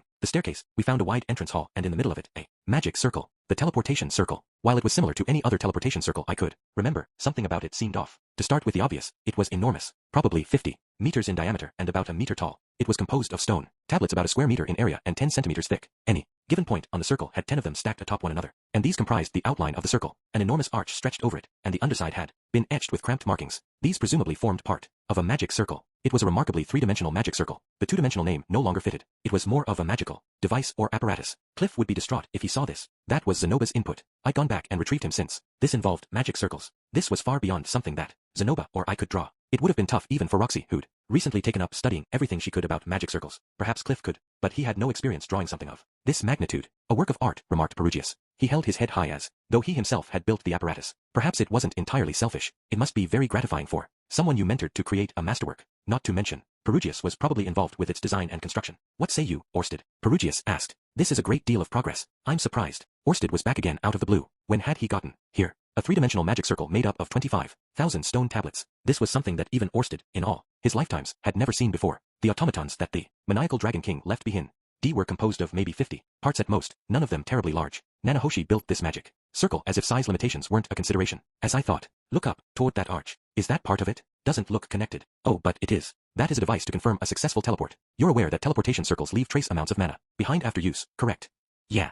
Well, that changes based on the type of teleportation circle. By measuring that mana, we can judge whether or not the teleportation to another world was a success. You can do that. Humph, to think that the day would come where I would have something to teach such a scholar. You overestimate me. I've learned as much from you as I've offered. Humph. Platitudes. You knew it all from the moment I met you. Perugius and Orsted were having a friendly chat. Perugius sounded like he was smug over finally one-upping Orsted, but Orsted sounded like he was reminiscing over old times, perhaps with just a hint of pain behind his voice. Rudius. Nanahoshi turned around and came to me. We're gonna start off by sending simple stuff. Then we'll look at the mana traces from the teleportation circle to check for teleportation to the other world. If that works, we'll move on to teleporting live animals, and finally, me. Got it. Sure, but I don't want to cause another displacement incident. Okay, it'll be fine. Trust me, we'll be fine. Nanahoshi repeated that things would be fine twice, which was not comforting. She did hand me a detailed report earlier, but the count was so massive that I couldn't even skim it. It was a comfort that Nanahoshi had run experiment after experiment to ensure another displacement incident wouldn't happen. Sylphie and I had even helped with a few. Are you sure? Very sure. Well, her resolve seemed firm enough. All right, let's do this. Right. First, we'll start with an apple.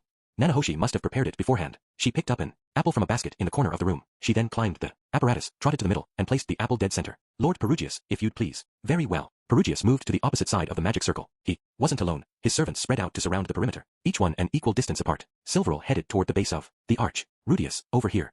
I followed Nanohoshi's directions and stood at a point just opposite of Perugia's. There, I saw 2 hand-shaped slots I supposed were meant for me. When I give the signal, start pumping in mana, as much as you can. Got it. I did as I was told and placed my hands inside. Something about all of this was strangely exciting. I looked back at Sylphie to find her, staring in awe at the huge apparatus and talking about something. With Zenoba, she had a passing knowledge of magic circles, so she must have been interested. Eris wasn't joining in on their conversation. Instead, she was confidently looking up at the arch in her usual pose. I think she liked big things. Behind her, Orsted stood stock still. Lord Perugius, please assume your position. Very well. Oh, oops, gotta concentrate. I mean, not like I was doing much, beyond pumping mana in, but still. Now, begin. Perugius and his servants all placed their hands on the magic circle at once. The edge of the magic circle immediately began to flicker. Just the edge, however. The fine details of the edge of the magic circle lit up brightly, but the area near the center stayed dark. Was this a failure? Rudius. Right. After hearing that, I started pouring in mana from my hands. Suddenly, my right hand felt like it was glued to the apparatus. I felt it sucking up a massive amount of mana. What I didn't understand was why it only came from my right hand. It was flowing from my left hand as well, but it was a much weaker sensation.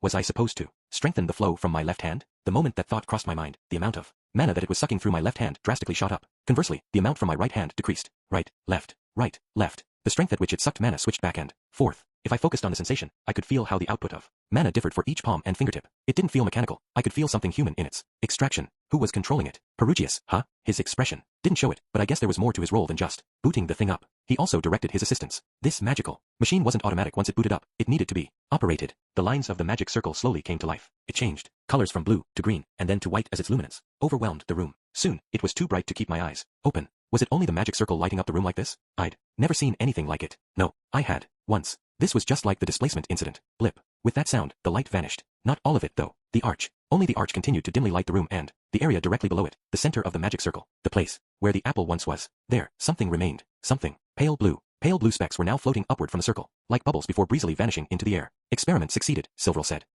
Nobody responded. She continued her work as if this were entirely normal. She wrote something down on a nearby piece of paper. We'll now begin analyzing the residual mana in order to refine our accuracy toward the other world. We already have data on this subject though, so I doubt it will take too long. As I listened to Nanohoshi's explanation, I lifted my hands from the magic device. Rudius, are you alright? The question made me recall the sensation of my mana being sucked away. That much, it was just one activation. It exhausted that amount of mana in a mere minute or two. A few more bouts like that would drain me entirely. I'm fine, but I can't handle many repeat performances. I see. Well, good job. We're planning to go at a pace of 1 activation every day or 2, so you can take a rest for today. Nanohoshi thanked me with a bow and ran over to Perugius. She took notes as she consulted with the research team. She was probably going to compile the data into a report and apply them to the next experiment. The interworld teleportation system itself was functional. All that was left was to complete the arch, analyze these mana traces, and to slowly but surely move toward objects that were more physically like Nanohoshi. These final stages were supposed to take around a month. Losing that much time while Geese was on the loose wasn't ideal, but it was what it was. I thought of it as starting from scratch, to make up for failing to make a firmer ally of Perugius before. 2 weeks passed. I commuted between my home and the floating fortress to assist with the experiments. I exhausted a lot of my mana for those experiments, enough that I doubted if I could recover it all by the next day. I decided to limit my daily mana use as much as possible, conserving it for the experiments in case we were attacked unexpectedly. With my decision to take it easy, things got a lot more laid back. That's not to say I had nothing to do. I spoke with Zenoba about management of the doll sales. I talked to Roxy about potential improvements to the magic armor. I exchanged information with collaborators around the world via tablet. I strategized with Orsted about plans we'd yet to firm up. All kinds of things. I was not idle. Compared to the non-stop sprint of the last year and a half, however, it was a walk in the park. I had several requests for my input on the management of the mercenary band or the doll sales, what have you, come my way via the contact tablet, but here I had more experts I could consult. I didn't have to decide on my own. What was more, I wasn't wasting time traveling, so I could see my kids before we all went to bed. I would talk about my day with Zenith as she read my mind, talk about Cliff with Elinalize whenever she dropped by, help teach Lara to talk, help Lucy with her studies, have a ruse cry at me, and change Sieg's diapers. This must have been what it felt like to be a chronic workaholic. Taking his first extended vacation in years, I was starting to understand why Orsted had been staying close to Sharia lately. There were times I worried that I wasn't doing enough, but everyone needs a break. Maybe the best way for me to prepare for the challenges ahead was to take a breather. The only thing that would have made these days better would have been partaking in a little bedtime delight, but I was a good boy. I had a goal that required resisting those urges, so I pulled through. A full month of this passed, and the experiments came to an end. Before I knew it, they all went as smoothly as could be. As the experiments progressed, we switched from sending fruits to the other world to sending live animals. We sent progressively larger animals, with each one requiring readjustment after readjustment. For the magic circle, eventually, we sent a horse, easily 3 times Nanohoshi's size, to the other world. We checked the results registered by the arch.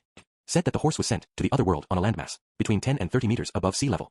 A landmass 10 to 30 meters above sea level. That was a target we were setting from our side. It wasn't like we could tell what nation's borders we sent the horse to from the residual mana. The only settings from this world's magic circles that we could apply to the other world were whether the destination was sea or land and how high up the destination was. Still, those settings alone really shrank the odds that you'd die the instant you made it over. While we called it the other world, we didn't know if it was the same world Nanohoshi and I knew. Of course, we'd been summoning stuff like plastic bottles from there, so the probability was quite high. But that wasn't a guarantee. It was still possible that this other world was a completely different one that simply resembled the one we knew. Even if it were our world, the vague setting of landmass 10 to 30 meters above sea level still made it more likely than not the destination would be another country. What was more, the journey home would be on foot. If someone were teleported along with plenty of food, water, cold weather gear, and things they could exchange for money, then it was possible for them to reach Japan. But it'd be a brutal journey, and yet, Nanahoshi seemed willing to try. Her mind had long since been made up. Up next was the real deal. We were sending Nanahoshi herself. To give me time to rest up, we set the final date to 3 days from now. 2 days after the final experiment concluded, Nanahoshi came to my house. I want to take a bath at your place one last time, she said. I figured that was just an excuse. Well, how about we have a going-away party while you're over? No, I'm fine. With that, Nanahoshi disappeared into the bathroom, alone. I didn't know what Nanahoshi wanted. Did she want a change of pace before the big day, or did she just want to say goodbye? Did she want one final night of passion to remember this world by? If so, perhaps I should barge into the bathroom. No, it definitely wasn't. That was just a fantasy provoked by my current abstinence. Sylphie would get pissed if I actually did it, too. Mara, be gone. I'd heard she'd said her goodbyes to all the people staying in Sharia, so it made sense for her to come here for the same reason. Was her final night in this world. She was choosing to spend it saying farewell to my family. The least I could do was say a quiet word to Aisha and Lilia so they could whip up a feast worthy of this last night. Something potato heavy. Norn was coming home today as well, so as small a gesture as it might be, we were going to send her off with a smile on her face. Hey now, get back here. I done wanna. That snapped me back to reality. While looking after Sieg with Sylphie, Lucy had hopped into the living room, naked, and now she had hopped on top of my lap. Daddy, help me. Guess I had a side quest on my hands. A naked young lady, begging for rescue. To think my little Lucy had become such a wicked girl. Still, a man who'd refuse her would be no man at all. Stand behind me, miss. Be it a dragon god or a demon god, I'll beat the crap out of whatever dares threaten you. Rudius. The monster appeared, a demon god with red hair. She was topless, too. Oh, no. Abstinent Rudius's weakness. Critical hit. My hopes of victory grow dim. Rudius, catch Lucy for me. She's being fussy about taking a bath. Lucy, you were just saying you needed one after working up a sweat from sword practice. I caught Lucy. My apologies, Lucy. You do have to take a bath after exercise. I done wanna. Red mommy's too rough. Rough? Eris, I know I can take it, but you shouldn't be hitting the children. Rude. Of course I wasn't hitting them. Washing hair isn't my strong suit, that's all. Aha. I looked back at Lucy. She was puffing her cheeks, complaining that Red Mama made her eyes hurt when she washed her hair. It all made perfect sense now. Sorry, Eris. I should have known that not even you would hit children. Alright, Lucy. How about we finally teach you how to wash your hair all by yourself? Daddy won't. Okay. Lucy started to say something, but she stopped midway. She followed Eris back to the bathroom. Maybe she just wanted you to wash her, Rudy. Yeah, maybe.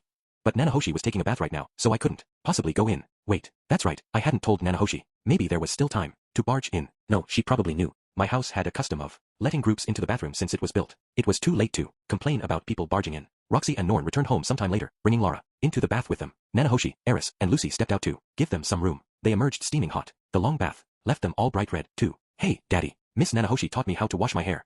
Did she now? Thank you, Nanahoshi. You're very welcome. Nanahoshi had taken care of Lucy. She must have been able to talk to Eris in there too. They seemed pretty relaxed around one another. Ah, baths truly are magnificent. Getting naked together is the first step to world peace. Finally, Sylphie and I took a ruse into the bath, and after washing up, it was time for dinner. Tonight's menu was beef, vegetables, and rice. Also, potatoes, potato chips, and fries. The best kind of junk food. Nanahoshi was a bit of a wallflower as compared to the chaos of my family, but she didn't hesitate to chow down on the spuds, even though she could have all the potatoes she wanted when she got home. Potato Girl had an appetite to be reckoned with. This food sure is delicious, she remarked. She didn't stop at potatoes. She also eagerly helped herself to the rice. They have rice in the Flying Fortress, don't they?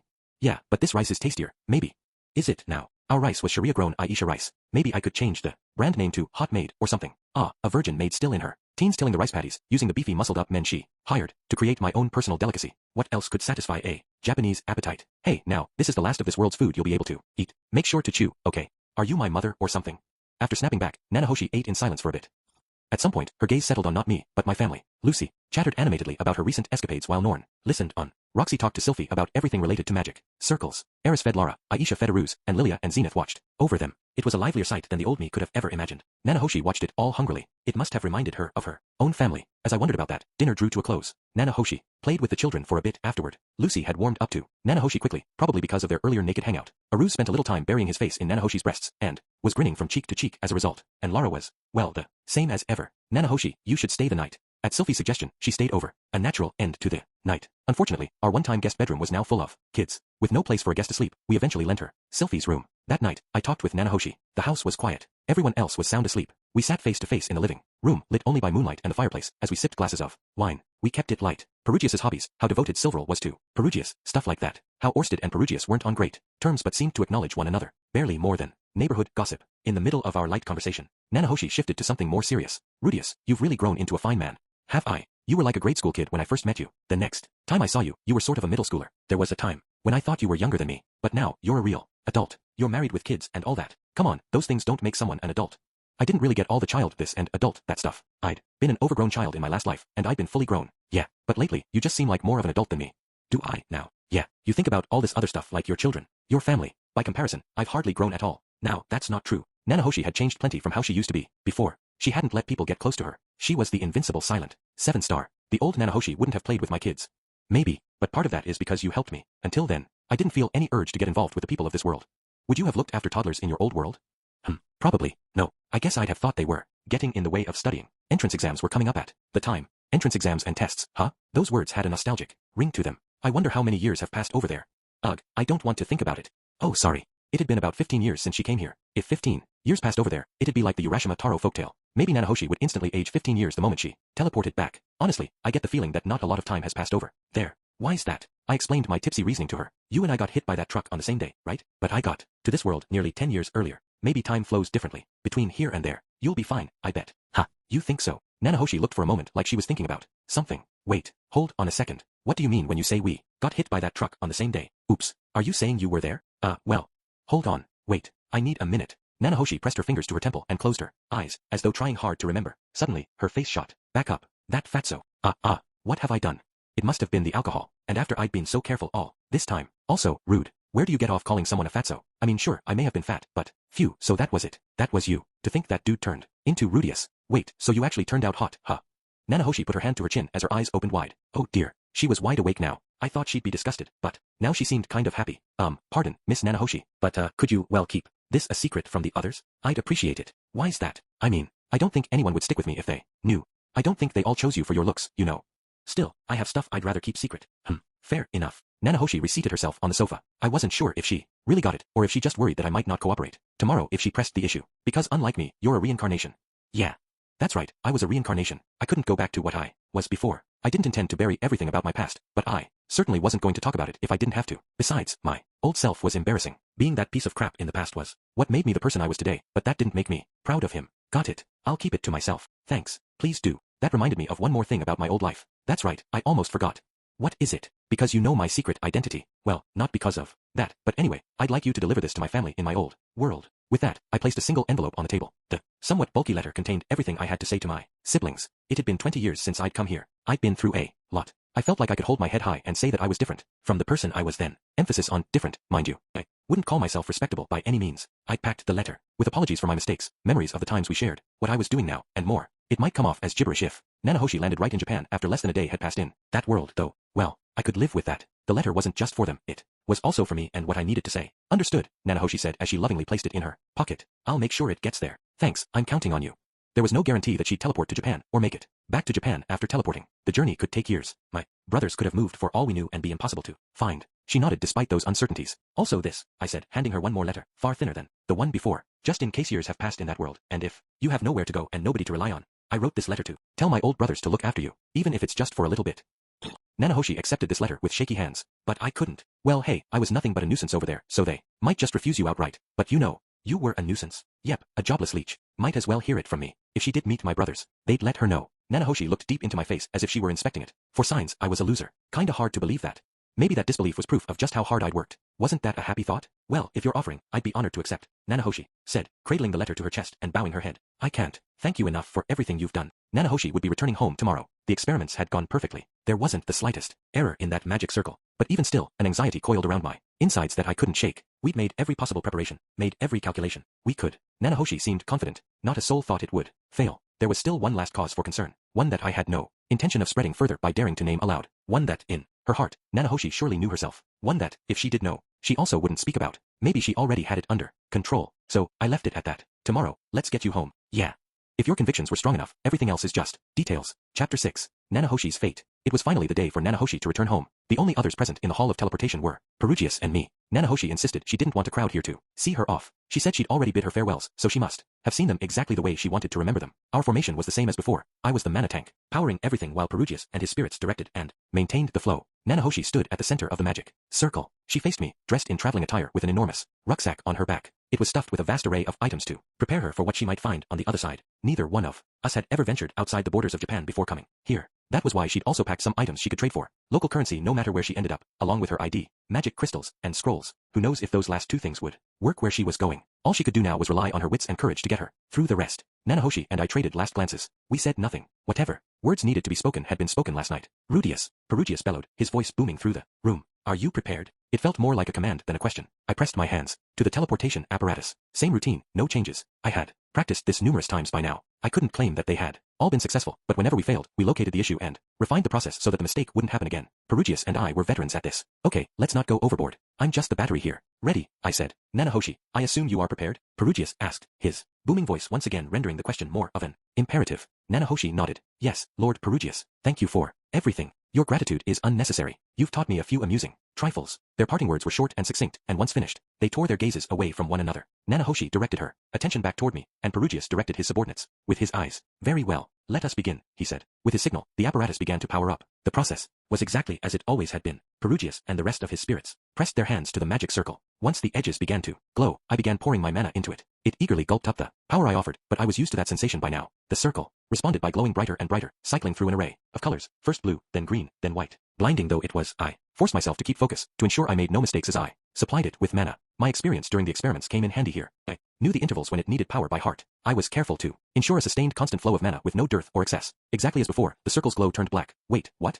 Hold up just a sec. Did we ever have it turn black before? I've got a real bad feeling about this. Rudius, Perugius barked at me. The black glow was growing more pronounced by the second. I was worried whether we should continue this or not. But since I wasn't in control of this thing, I had no way of making that call. Lord Perugius, your orders. I demanded. More mana. I obeyed his command and forced even more power through hands. It was no longer a flow, it was a flood. Strength fled my legs. My vision blurred. In spite of my best efforts, the blackness refused to fade. Instead, I felt something threatening to spill out, the sensation crawling up through my fingers, hands, and arms. It was a dreadful, entirely new sensation. This can't be good, I thought. Could I make the call to shut this thing down? After all, Perugius had ordered me to give it more power. I needed to have faith in him and snap. A sound echoed around us. The light from the magic circle faded immediately, as if a breaker had popped and the power had gone out. It was so instantaneous that it struck me as odd. Normally, if something went wrong, it was a gradual ebb as the circle lost power. This was different. It was almost like something had sucked out all the mana from it before extinguishing. My lips thinned. Not all the light in the room had faded. The candle stands, positioned at each corner of the room, still had a flame dancing on each of their wicks. A deafening silence that enveloped the room reminded me of a computer with its power suddenly cut. And sadly, plain as anything, Nanahoshi stood inert at the center of the circle. Everyone was flabbergasted, me included.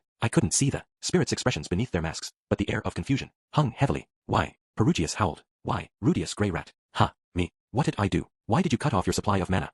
Cut off? What's he talking about? I blinked at him. I gave it power just like I was supposed to. But then why would? His voice trailed off, but I could guess what he was trying to ask. Why would the magic powering it suddenly disappear? Emphatically, I hadn't cut off the supply of mana. I had increased it, in fact. I was as confused as they were. Had something gone haywire with me, and the power stopped flowing from my hands like it was supposed to? It was hard to believe that could be possible, considering the immense fatigue I was now fighting. The same kind that I always dealt with when I used a vast amount of mana. If the supply of mana had been cut off, then the circle should have lost power the moment that happened. I reasoned aloud. Perugius nodded thoughtfully. Yes, true. It did have mana. Why? Was it not fed to us? It was almost as though someone else interfered and harnessed the circle. I inspected the circle. There was a small fissure in the pattern. Had some sort of insect managed to disrupt the structure, causing it to short-circuit? Gur! Perugius growled under his breath. He cupped his chin as he contemplated the meaning of it all. Nanahoshi silently stepped out of the circle, peeling the straps of her backpack from her shoulder. She laid the heavy load on the floor. Then she walked stiffly toward the door, leaving the hall of teleportation entirely. I glanced at Perugius. He was still lost in thought. His servants were listless. What now? I also wanted to know the cause of this failure, but, nah, leave this to Perugius. I hurried after Nanahoshi.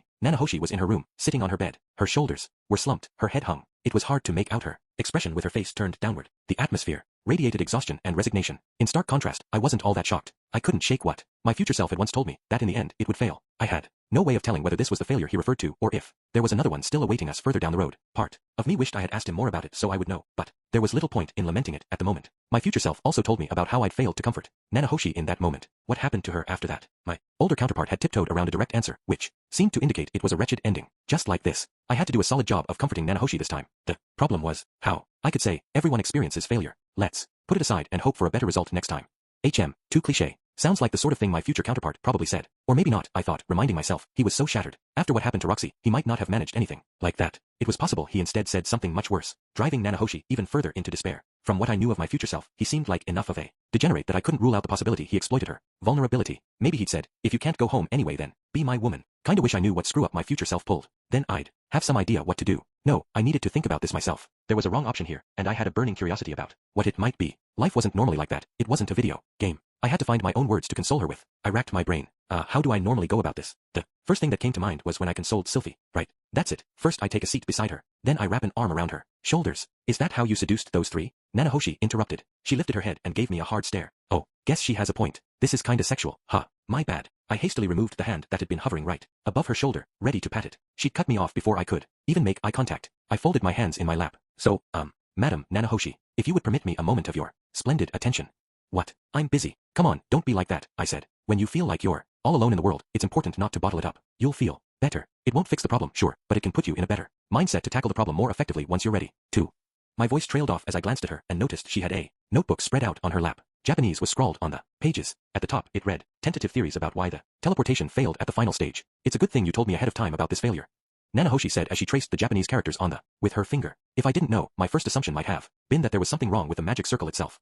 She lifted her gaze from the book. There was no trace of despair in her expression. Maybe I was wrong about the exhaustion and resignation. She had already mentally prepared herself for the possibility of failure. So, I guess that means I don't need to console her? I mean, I'm sure she's still gotta be crushed that it didn't work out. While I was lost in thought, she glanced down at her notebook again. Hey, do you remember when I talked to you before about my theory on how all of this happened? Theory.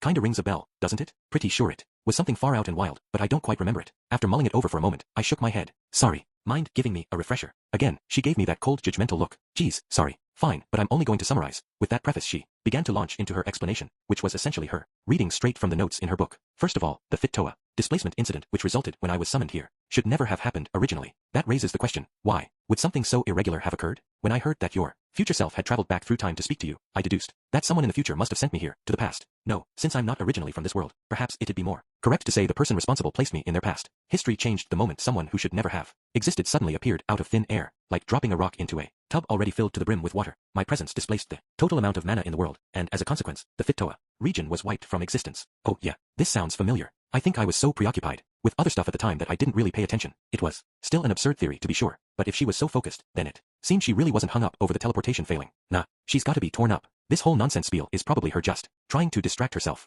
Guess I should humor her. Do you follow me so far? Nanahoshi asked. Yeah. She flipped in her notebook. This time, the line at the top. Read, who would do this and why? This is the crux of the issue here, she said, tapping the page. I theorized someone from the future wanted to change the past. Right. You might be wondering why I suspect it is someone from the future. Orsted himself is the clue. He was sent from the past to the present, where he keeps reliving the same period over and over in a loop. At present, there isn't a soul who can interfere with him, which makes him the most powerful of all, able to continue the same loop again and again until at last he achieves victory. Orsted was sent by his father, the first dragon god, who also cast a secret art on him that causes him to relive the exact same span of time, just as Nanahoshi described. According to Orsted's own prediction, there was only one way to escape this loop, to defeat the man god. He had yet to bring down the man god, but he would someday. Nanahoshi wasn't exaggerating when she called him the most powerful. She continued, it is my belief that the reason we were both sent here has something to do with the battle between the dragon god and the man god. How come? Because the first person I met after I found myself in this world was Orsted. I met you after that, and you greatly changed the course of Orsted's fate. Unlike the other people here, you and I can and are interfering with his loop. Right, let me make sure I've got this straight. Orsted was stuck in these loops so that he could defeat the man god. I had no idea which of the two would come out on top, but for argument's sake, let's assume the losing side found some way to alter the past. If we were to also hypothesize that they had sent Nanahoshi and myself as a strategic move to skip the scale so that they would achieve victory, then which one lost originally? It has to be Orsted, I reasoned to myself. He's the one still caught in these loops. That meant there was a possibility that the Orsted of the future had called us here. But it's not Orsted, Nanahoshi said, as if reading where my thoughts were going. He couldn't do something like this. She had a point. Orsted's intention was to win without making any changes to the past. Even if he were to make alterations to the past, he'd be more likely to choose a period further back in history. For instance, the Second Great Human-Demon War, when Laplace was split into two. It was also possible that an Orsted who'd experienced many more loops would interfere with a version of himself in a past loop, but I couldn't think of a reason why he'd bother to do that. Nanahoshi went on, the man god couldn't either. As Orsted said himself, the man god was already supposed to win this loop. Orsted had never known about Gisa's existence until now. Thus, he thought victory was close at hand. He had no way of knowing that he would stumble over a seemingly insignificant pebble along the way. If not for our presence in this loop, his defeat would have been assured already. That was further proof that the man god had no incentive to change the past. Then who would do this, and why? I asked. That's the question, isn't it? I have to preface what I am about to say next by admitting this is only conjecture on my part, but...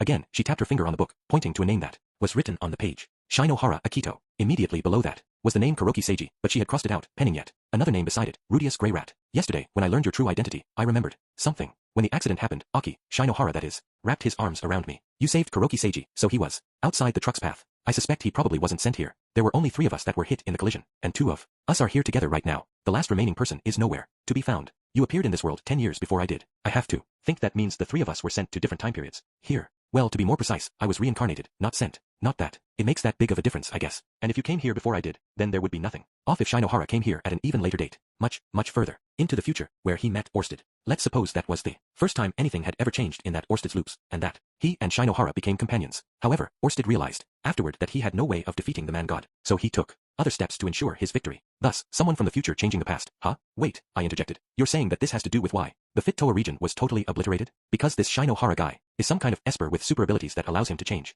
the past. No, nothing like that. But I do think he would have met a number of different people, just as I have. It wouldn't be strange for him to have found someone who can alter the course of history. Her voice trailed off. A blessed child. The words immediately popped into my head.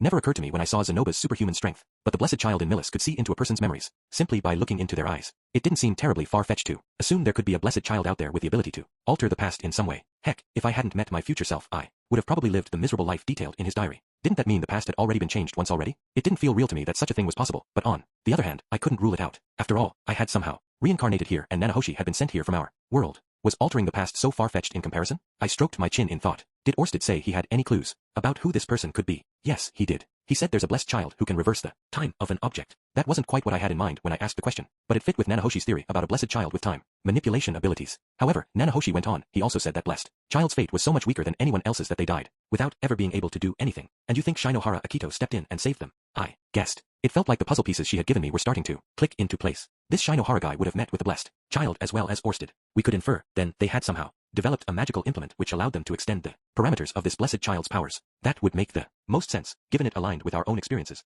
Nanahoshi had collaborated with Perugius to create an even more powerful teleportation apparatus. Likewise, I had met Cliff and Zenoba, and we had created my magic armor. We could then assume that, with the aid of this magical implement, they'd managed to alter the past. None of this answered the real question. So, I had to ask, what's that got to do with your teleportation failing?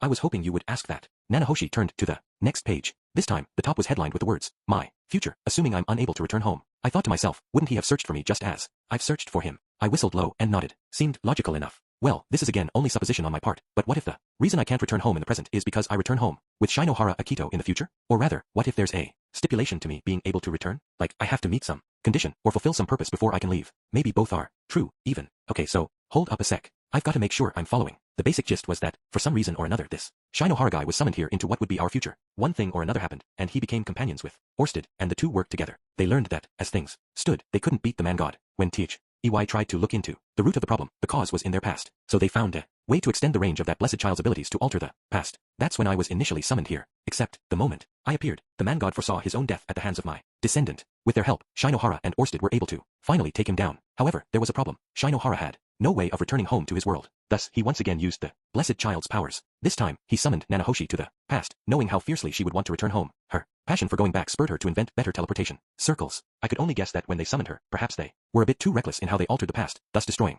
the Fit Toa region. That thought alone made me furious with this Shinohara guy. If everything Nanahoshi supposed was true, he had destroyed that land and countless lives out of his own selfishness. Of course, this was all speculation. Still, I guess I can't blame the guy, can I? Perhaps Shinohara was so out of options that he had no other choice than to alter the past like that. Or maybe he had no way of knowing how dire the repercussions would be. The most terrifying possibility was that circumstances were so drastic that he made the call in spite of the cost. I could relate to that. Since coming here, I had made so many precious connections to other people, to my wives, to my children, even to my little sisters. I was willing to become Orsted's underling, just to protect them. Fortunately for me, Orsted turned out to be a surprisingly good guy. What if he had been rotten? What if he'd ordered me to carry out the most heinous acts? I knew in my heart I would have followed his commands regardless. I would do anything to protect my family. Maybe Shinohara and I were no different on that front. Everyone had something that was precious to them. I get it, I said, after organizing my thoughts. So then, Nanahoshi, let's assume all of your suppositions are correct. What are you going to do? Good question. She paused for a moment and then said, assuming that the condition is for me to make something before I can return home, I think I have already fulfilled my role. I created the teleportation apparatus. I have no intention of creating anything else. If Nanahoshi's role was to create the teleportation apparatus, then what was my role supposed to be? To lead Orsted to victory? Maybe everything hinged on me killing Geese? Could be I'm only thinking that because he's weighing so heavily on my mind in the first place. Geese might not be the only hidden disciple. Nanahoshi continued, having said that, the fact that I couldn't go home must mean there's still something left for me to do. Right. And while I realize this is hopeful thinking on my part, I wonder if my final task is to send the Shinohara in the future back home. Wait, what? She lost me there. I mean, that has to be it, right? Nanahoshi insisted. I made the apparatus, but if he doesn't know how to use it, then he won't be able to return. Okay, yeah, I think I follow. Even if we do assume he has some kind of mana tank like me in the future to help, just having the installation itself won't be enough to actually get it to work. There's a good chance Perugius won't be alive anymore by then. I could see what she was getting at, but this whole hypothetical scenario seemed a little too neat. The problem could be easily solved by Nanahoshi penning and leaving a manual which he could then use in the future. Or maybe, I'm already in the future, Nanahoshi said. Aha, that makes more sense. She couldn't return home because it would create a time paradox. If she returned now, then her future self wouldn't be able to exist. And if her future self had helped perpetuate the change in the past, then her future self's actions and existence would take priority over whatever her past self attempted to do. That would explain why the teleportation installation just abruptly ceased working with no real cause or reason. Nanahoshi shook her head. But at the rate things are going, I won't live another 80 years to see that future. I have this disease I am dealing with, after all. Her eyes fixed on the corner of the room. As she spoke, I had a bad habit of letting it slip my mind, but her words were a grim reminder of the fact that she was still afflicted by Drine syndrome. It was almost like the AIDS of this world. Nanahoshi managed her symptoms by drinking Sokka's grass daily. There was no telling when the disease might progress to something more unmanageable. The chances of her surviving for 8 more years were quite slim. What are you going to do? I asked, not for the first time in this conversation. Nanahoshi sucked in a breath and said, I'm going to ask Perugius to freeze me in time. She was referring to one of Perugius's spirits, Scarecoat of Time, whose touch was capable of freezing someone in time. If she used Scarecoat's power, she could survive those long years. Wouldn't be indefinite. At some point, Laplace would revive and Perugius would launch a full-scale assault to take him down. He wouldn't have the luxury of wasting a precious resource like Scarecoat when that happened. If everything lined up, it would be 8 years from now, 50 at the most. Orsted would need to take Laplace down as well if he was going to make it to the man god. Shinohara would be there to assist with that, which would mean Nanahoshi would wake up at just the right point in time. I've made up my mind, Rudius. I have one last request to make. Of you. I tilted my head. A request, huh? Wonder what it could be. I want you to take some kind of measure to ensure my existence doesn't escape Shinohara Akito's attention. Write about me in a book or erect a monument to me, whatever works. Also, while I know teleportation circles have been forbidden in this world, I would like you to make them public if possible. Continue to research them. Is that really necessary? There's no guarantee all of the suppositions I've made are correct. In fact, it'd be odd if all of them were. Best to assume 80% of what I said is nothing but fantasy and take out insurance. That way if everything I've said is wrong, I'll still be able to find a way back home when I wake up. She'd worn away my skepticism with her rock-solid logic. I wouldn't sweat about it being totally accurate, but it made perfect sense. Now, once again using perfect reasoning, she was swaying me toward acting as if none of it were certain. We didn't even know if Shinohara had been sent to this world like us. Maybe she was wrong, and the magic circle just had some flaw in the design. We had reached the highest level of perfection we could manage at this current point in time, but it was perfectly conceivable that there was still something missing, something we wouldn't be able to overcome without a breakthrough. Of course, I still intend to wake several times each year to get an update on present circumstances, Nanahoshi said. I am sure things will change while I am asleep, for lack of a better word, and I may ask you to change tactics at that point. Situations did tend to change, after all. Some new information might refute the premise of her thesis entirely. Besides, I thought, as long as I still draw breath, I want to do whatever I can to see her home. There's nobody else I trust with that letter to my family. All right, I said. After our conversation, we carefully scrutinized the teleportation apparatus to be absolutely sure there were no issues with it and made one more attempt to send Nanahoshi back to her world. We confirmed everything was as it should be. There were no issues with the apparatus. Everything went beautifully, but we failed. Nevertheless, it was as though someone was shutting off my mana supply to the apparatus to interfere with our attempt. I could at least confirm that there were no issues on my end. Assuming Perugius was being entirely honest, the only guess I could make was that the interference was coming from someone in the future. I couldn't imagine how it could be the man god's doing. Whatever the underlying cause, our mission to send Nanahoshi back ended in failure, and that was that. It was then that Nanahoshi informed Perugius of her plan. I thought he would oppose her decision, but he accepted it quite readily. When she implored him to lend her Scarecoat of Time so she could fall into a deep sleep, there was a momentary flicker of sorrow on his face that smoothed over so quickly it almost made me sad. Once it was gone, he merely muttered, if that is what you wish. It occurred to me that she may have already discussed this possibility with him and made arrangements. Well then, Rudius, Lord Perugius, I leave everything in your capable hands, Nanahoshi announced before disappearing to her room. Her plan was to only awaken when Scarecoat's mana ran out, which would be about once a month. Considering how estranged we had grown over the past few years, no terrible sorrow gripped me at the thought of her absence. For me, it was more like a friend moving far away. I did feel something else though. What is this? It makes me feel kind of uneasy. Rudius Grey Rat, Perugius called out, stopping me as I was about to leave the floating fortress, still struggling with my own inner turmoil over this outcome. I detest the word fate. That seemed sudden and out of nowhere. I soon nodded and said, me too. I didn't want to think that everything we had accomplished was simply us following someone else's plan. It's detestable to think that the future clenches its fists around the past. I can scarcely stomach it. He shot a spiteful look at the door that Nanahoshi had disappeared through moments earlier. That belief shows scorn for the past and contempt for the present. I refuse to accept it. For having such a strong opinion on the matter, you sure didn't throw a fit about lending Nanahoshi one of your subordinates. I said, humph, he grunted. The lines of his face hardened as he scrutinized me. It is my belief that there was something lacking with the circle itself. I pursed my lips and refused to comment. Nanahoshi seems to have abandoned hope, but I shall not. While she is trapped in a deep sleep, I shall see this magic circle completed. This I swear on my name as the Armored Dragon King. A fiery determination shone through his dark eyes. Unfortunately, I lack the substantial mana pool you possess. Thus, Rudius Greyrat, I shall have you lend me your assistance in this endeavor. I don't mind helping out. I have to ask, though, why do you go to such great lengths to support Nanahoshi? My question seemed to bring him back to his senses. His expression shifted, and his eyes unfocused, gazing into the far distance. It was as if he himself didn't know why he was doing this. After a few moments, his brows drew together, indicating that he had some notion as to his own motivations after all. To the past, our present is the future. Our past selves brought us to where we are today, and our current selves will continue to build our future. I desire to enlighten my apprentice by showing her the error in her foolish thinking. That is all. I am only idling my time. Until Laplace's revival, Perugius said. Foolish, huh? Perhaps, from his perspective, Nanahoshi looked like a petulant child sulking because she didn't get her way. Maybe, he thought she was under the illusion that if she just went into deep sleep and woke up later on, something might magically change and solve all her problems for her. He wanted to refute that. All right, I said. I'll help out then. You have my gratitude. No need for that. I flashed a smile at him, pleased at this little interaction. Nanahoshi probably wouldn't return to Japan in my lifetime. However, even if she was never able to go back, at least she had someone to look after her. That warmed my heart. And thus, Nanahoshi went into a deep and dreamless sleep to await the future. I was left with an uncomfortable tangle of emotions that was hard to tease out. Part of me was relieved that we'd reached an ending. Another part grieved for the same reason. I wondered if Nanahoshi would have reached this conclusion, with or without my involvement. Thinking back on it, my future self had never told me what her fate was. He only danced around the topic with a sorrowful look on his face. I suspected, based on what information I had, that Nanahoshi had never shared her conjecture with him. Perhaps Perugius later told him that she committed suicide, but it was possible that was a front, that she had actually gone into slumber to await the future, just as she had this time. Regardless, this brought one matter to a close at least. Perugius seemed intent on continuing his research, and Nanahoshi seemed equally intent to continue her journey home in the future. For the moment, this was over. Nanahoshi had given the matter consideration and chosen her own path. It was time for me to shift gears and go back to focusing on my role in this. All right, with that settled, it's time to head off to see the sword god, Galfalion. Eris and I can go together, just the two of us. Best to keep things simple. It did make me a little uneasy to think we would have no backup, but from what I'd heard, no one in the sword sanctum was particularly bright. Taking someone who was an expert at speaking with her fists was the safest option. Before I took off, I needed to give Orsted my regular report. I wanted to tell him about Nanahoshi's choice. She'd already told him her theory, but I still needed to give him the final wrap-up. I made my way straight to Orsted's office. Oh, Chairman Rudius. A pleasure to see you, sir. Greeted the cheerful receptionist with a bow of the head as soon as I entered the lobby. The CEO is waiting inside. All right, I said, not missing a beat as I strolled past her and headed for his office. When I entered, I made sure to politely close the door behind me before turning back to face him. I had my legs perfectly positioned, a shoulders width apart, and my arms folded behind me as I stood in front of Orsted, who was seated at his desk. I lowered my head as a show of respect. I have a report to give you, sir. Very well. Nanahoshi's attempt to return to her world ended in failure. She believes the cause lies in the future. She has employed the power of Perugius' subordinate, Scarecoat of Time, to fall into suspended animation. I see. Orsted slowly pulled his helmet off, then pressed his hand to his temple, breathing out a long sigh. And what did Perugius say? He insisted that the failure had to be due to some inadequacy in the circle itself. He is determined to continue improving it so that he can see Nanahoshi home. He stared at me. Is that all? Perugius also said that it was absurd for the past to be determined by what takes place in the future.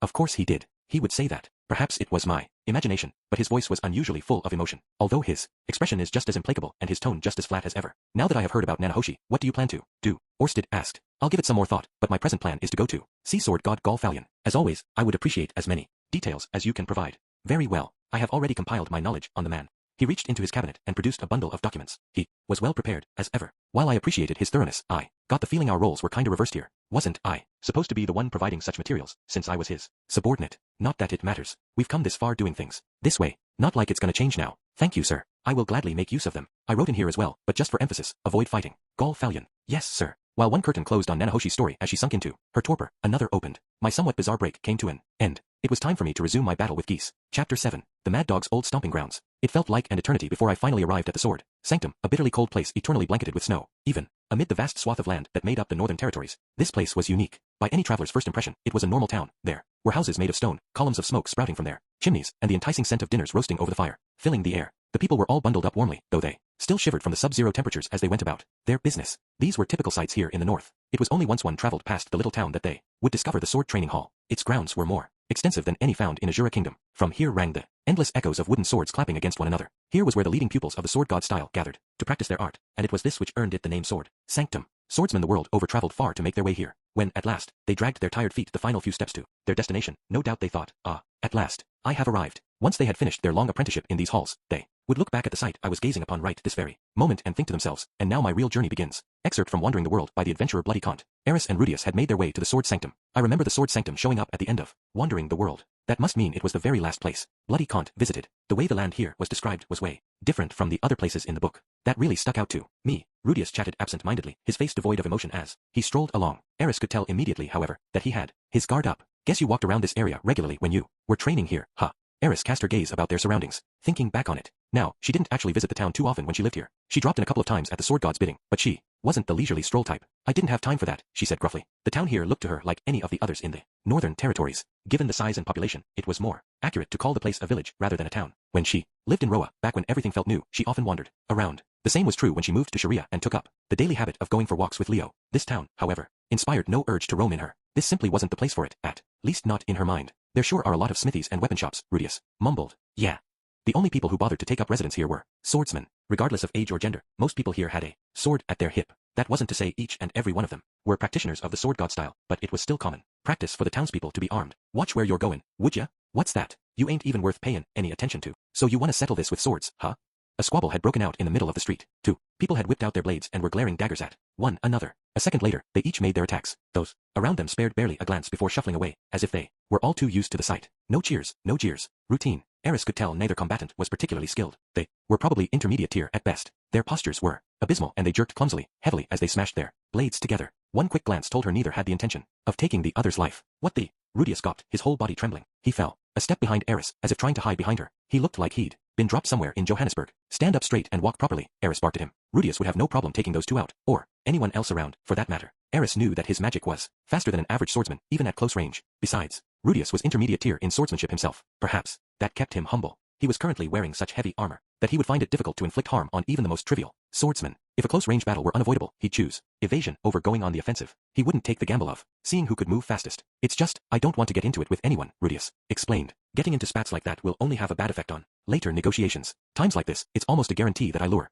in unsavory sorts who want to pick a fight. I want to avoid a mess like that as much as possible. You will be fine. He glanced at her. You think these guys are chumps, Eris said. You can take them. That's not what I meant. It was at that moment that Eris sensed ill intent in the area. She jerked her head around to face the direction it was coming from. Rudius followed her gaze. Oh crap, he squeaked out, averting his eyes. See, people overhear you and then this happens. A man was standing there, glowering murderously at Eris. The veins on his forehead protruded with his anger. Hey there, girlie. Those are fighting words. As he spoke, he started toward her. It was only once Eris fixed him with a death glare that he froze and sucked in a breath. The color rapidly drained from his face. He tore his gaze away from her, and the rest of his body soon followed. Humph. Eris sniffed at him. The man surely heard her, but he must have been awash with relief. One step further and she would have taken off his head. He could sense it. See, Eris said. I think your intimidating presence drove him off. His eyes sparkled like an awestruck maiden swooning over her husband's manly display of strength. In the past, Eris would have grunted triumphantly, but she knew, now that there was no pride to be felt in terrifying small fries like that. He was insignificant. Rudius could have easily taken him. Hey, look over there. That red hair. That's the Berserker Sword King, right? So, she's back. Whatever you do, don't meet her eyes. Keep your voice down too. Try to keep as quiet as possible. You'll set her off if you don't. Yeah, she doesn't need a reason. She'll go after you for nothing. Murmurs filled the air. Eris, Rudius said in a whisper. What did you do? Nothing, Eris said firmly. She was telling the truth. She hadn't done anything to these people. It was possible she simply didn't remember, but the majority of people here were too talentless to enter the training hall. Not all of them, of course. Some of the sword god style's top practitioners would occasionally visit the town for supplies, mingling with the townspeople. Eris herself had rarely ventured outside the training hall, so there was no opportunity for her to ever do anything to these people. All right then, Rudius said, somehow convinced. He kept himself glued to her back as they made their way through the town. Seriously, why are you hiding?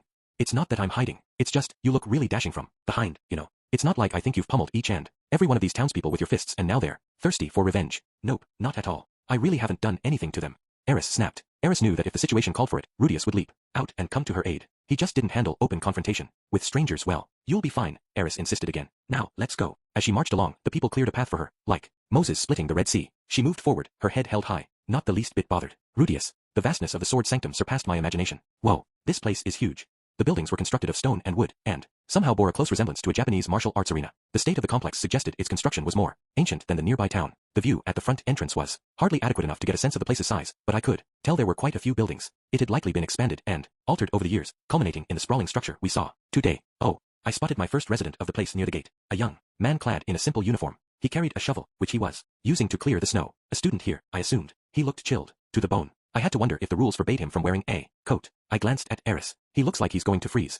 He does. Seems normal to me. Her answer confirmed my fears that there really was such a rule. Here, this place was practically the athletic capital of the world. If someone complained, they'd probably say, it only feels cold, because you lack the necessary willpower. Excuse me, I called over to the man. Yes, what is it? He glanced up, and the moment his eyes landed on Eris, he gasped. The shovel fell from his hand, and he scrambled inside of the training hall. I gave Eris a look. Are you sure you didn't do anything? I trained with him a number of times. Oof, poor guy. I bet he's still traumatized. I could empathize. Back when we lived in the citadel of Roa, I trained with Eris daily, and she beat me to a bloody pulp each time. Back then she hadn't known the meaning of holding back. I could only imagine how much fiercer she was now. Dauntless about improving her skills, she was more powerful than ever. The guy was lucky to still have all of his teeth. I knew it wasn't right to apologize since whatever had happened between them was during training, but I still worried for him. While I was lost in thought, Eris started making her way inside the training hall. Hey, hold up a sec, I said. Why? Is it really okay for us to just waltz right in? Yes, she shot back, exasperated, as she briskly strode in. I had no choice but to follow close at her heel if I didn't want to be left behind. Besides, I had to remind myself that she was one of the sword god's apprentices. Surely that gave her a free pass to enter, right? Though personally, I'd hoped a guide would escort us to a reception room, where I'd fidget anxiously until the sword god came to receive us. I'd put on my best salesman smile and launch into diplomatic conversation. That would have been way preferable to this. We were barging in like we owned the place. A flurry of footsteps came echoing down the corridor toward us. Several men in training uniforms were headed our way, and what they held in their hands were not wooden swords. They were the real deal. Oh crap, oh crap, oh crap. I knew it. They think we're intruders. Eris. One of them gasped in surprise. Oops, that's no man. The threatening atmosphere around her had thrown me off, but one of them was indeed a woman. She had slightly dark skin, navy blue hair, and sharp, menacing eyes. There was no mistaking it. She was a swordsman, or a swordswoman. Her movements were sharp and well practiced, leaving not a single opening. I was a real amateur at swordplay, but even I could tell she was tough. Those thugs we glimpsed in the town couldn't begin to compare to her. Hold up a sec. I've met this girl before. Pretty sure she showed up for Ariel's coronation. It was then that her name finally came back to me. Nina. She was indeed a formidable fighter who could go toe-to-toe with Eris. From what I remembered back then, she had promised to aid us whenever we needed. Talk is cheap though. There's no guarantee she'll follow through. Nina. It's been a while. Eris greeted her. Yes, it has. Why are you here? Eris jerked her shoulder in my direction. Rudius wants to talk to him. I flashed my best businessman smile and said, a pleasure to make your acquaintance. My name is Rudius Greyrat. I have come to him. Nina didn't so much as spare me a glance. Apparently, my salesman charms weren't working on her. The sword god, Eris said. Nina's face hardened. No, worse than that. A sudden aura of venomous hostility came pouring out of her. That did little to cow Eris. She stood firm. My legs were like jelly beneath me, quivering and shaking, but it was less fear than confusion that overcame me. We're just here to meet with him. There's no reason for you to act like you're ready to murder us. Galfalion, Eris reiterated. Is he not here? Nina's expression softened into a look of guarded suspicion, before she finally relaxed. You should at least call him master. No way. Ghislaine is the only master I have, Eris said, obstinately. Yeah, well, whatever.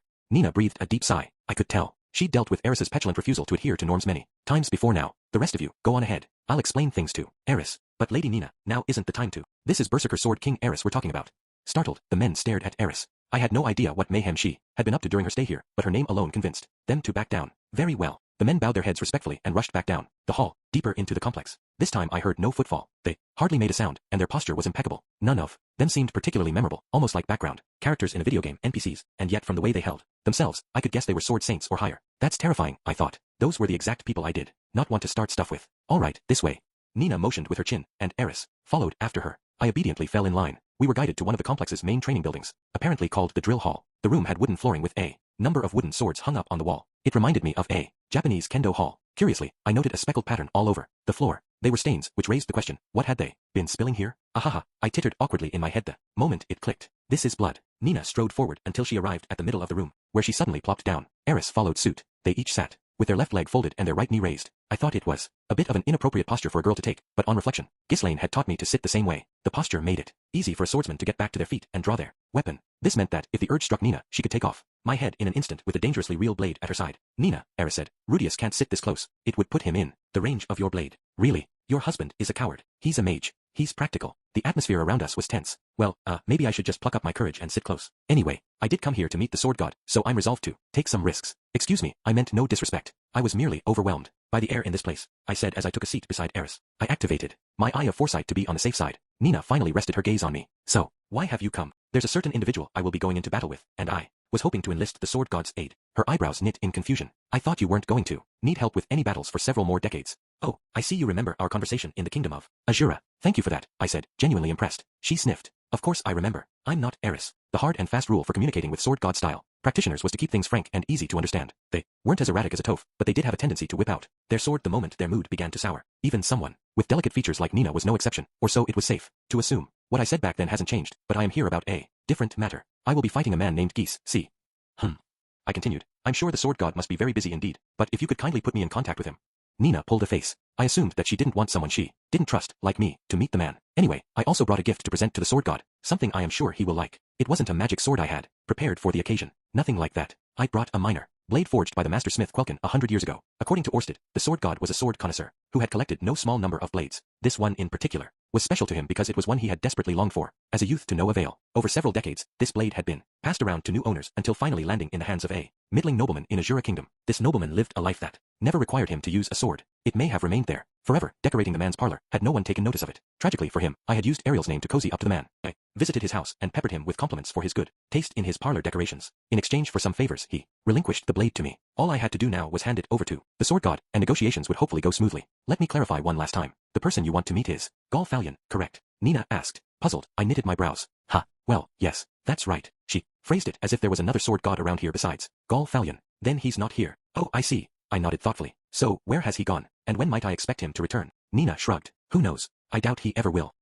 My voice hitched in surprise. Something was definitely off. I glanced at Eris, who narrowed her eyes in suspicion. What do you mean? She demanded. Nina's expression sobered as she returned Eris's stare. She opened her mouth to speak, but her brow furrowed and no words would come out. Whatever was going on, she found it difficult to speak about it. What, is he off to Azura to get hemorrhoid surgery or something? Sword god Gall Fallion, lost in combat, Nina said. Eris's lips thinned. Against who? Gino Britz. Eris's eyes shot wide open. Gino Britz, as far as I could remember, was a sword saint whose strength paled in comparison to Eris and Nina. According to Orsted, the man had talent, but whether anything ever came of it was highly contingent on factors that had little to do with the man himself. Hold up a sec. Gino Britz actually beat sword god Gall Fallion? But that would mean... What you mean, I said, trying to clarify, is that the current sword god is Mr. Gino Britz? Yes. My father. No, I mean, sword god Gall Fallion left the sword sanctum the day he lost. Nina added that she had no idea of his current whereabouts. I was at a loss. Moreover, I felt sorry for making her discuss something that had to be so difficult for her. Nina was bound to hold her father in high regard, so his loss to a much younger swordsman had to have come as a shock. This wasn't merely a change in leadership. Nina herself had been surpassed by someone who was supposed to be inferior to her. He fled in embarrassment, Eris muttered under her breath. Yes, thanks, Eris. Let's antagonize the scary sword lady. A chill ran down my spine, and all the hair on my body stood on end as I contemplated the possible repercussions of her thoughtless statement. I pictured it. Any second now, Nina would leap to her feet and draw her blade on Eris. Fortunately, that was just my imagination. My eye of foresight informed me that Nina would remain calmly seated. Yeah, Nina agreed. I figure that's true. Gino always was inexperienced and unskilled compared to the rest of us.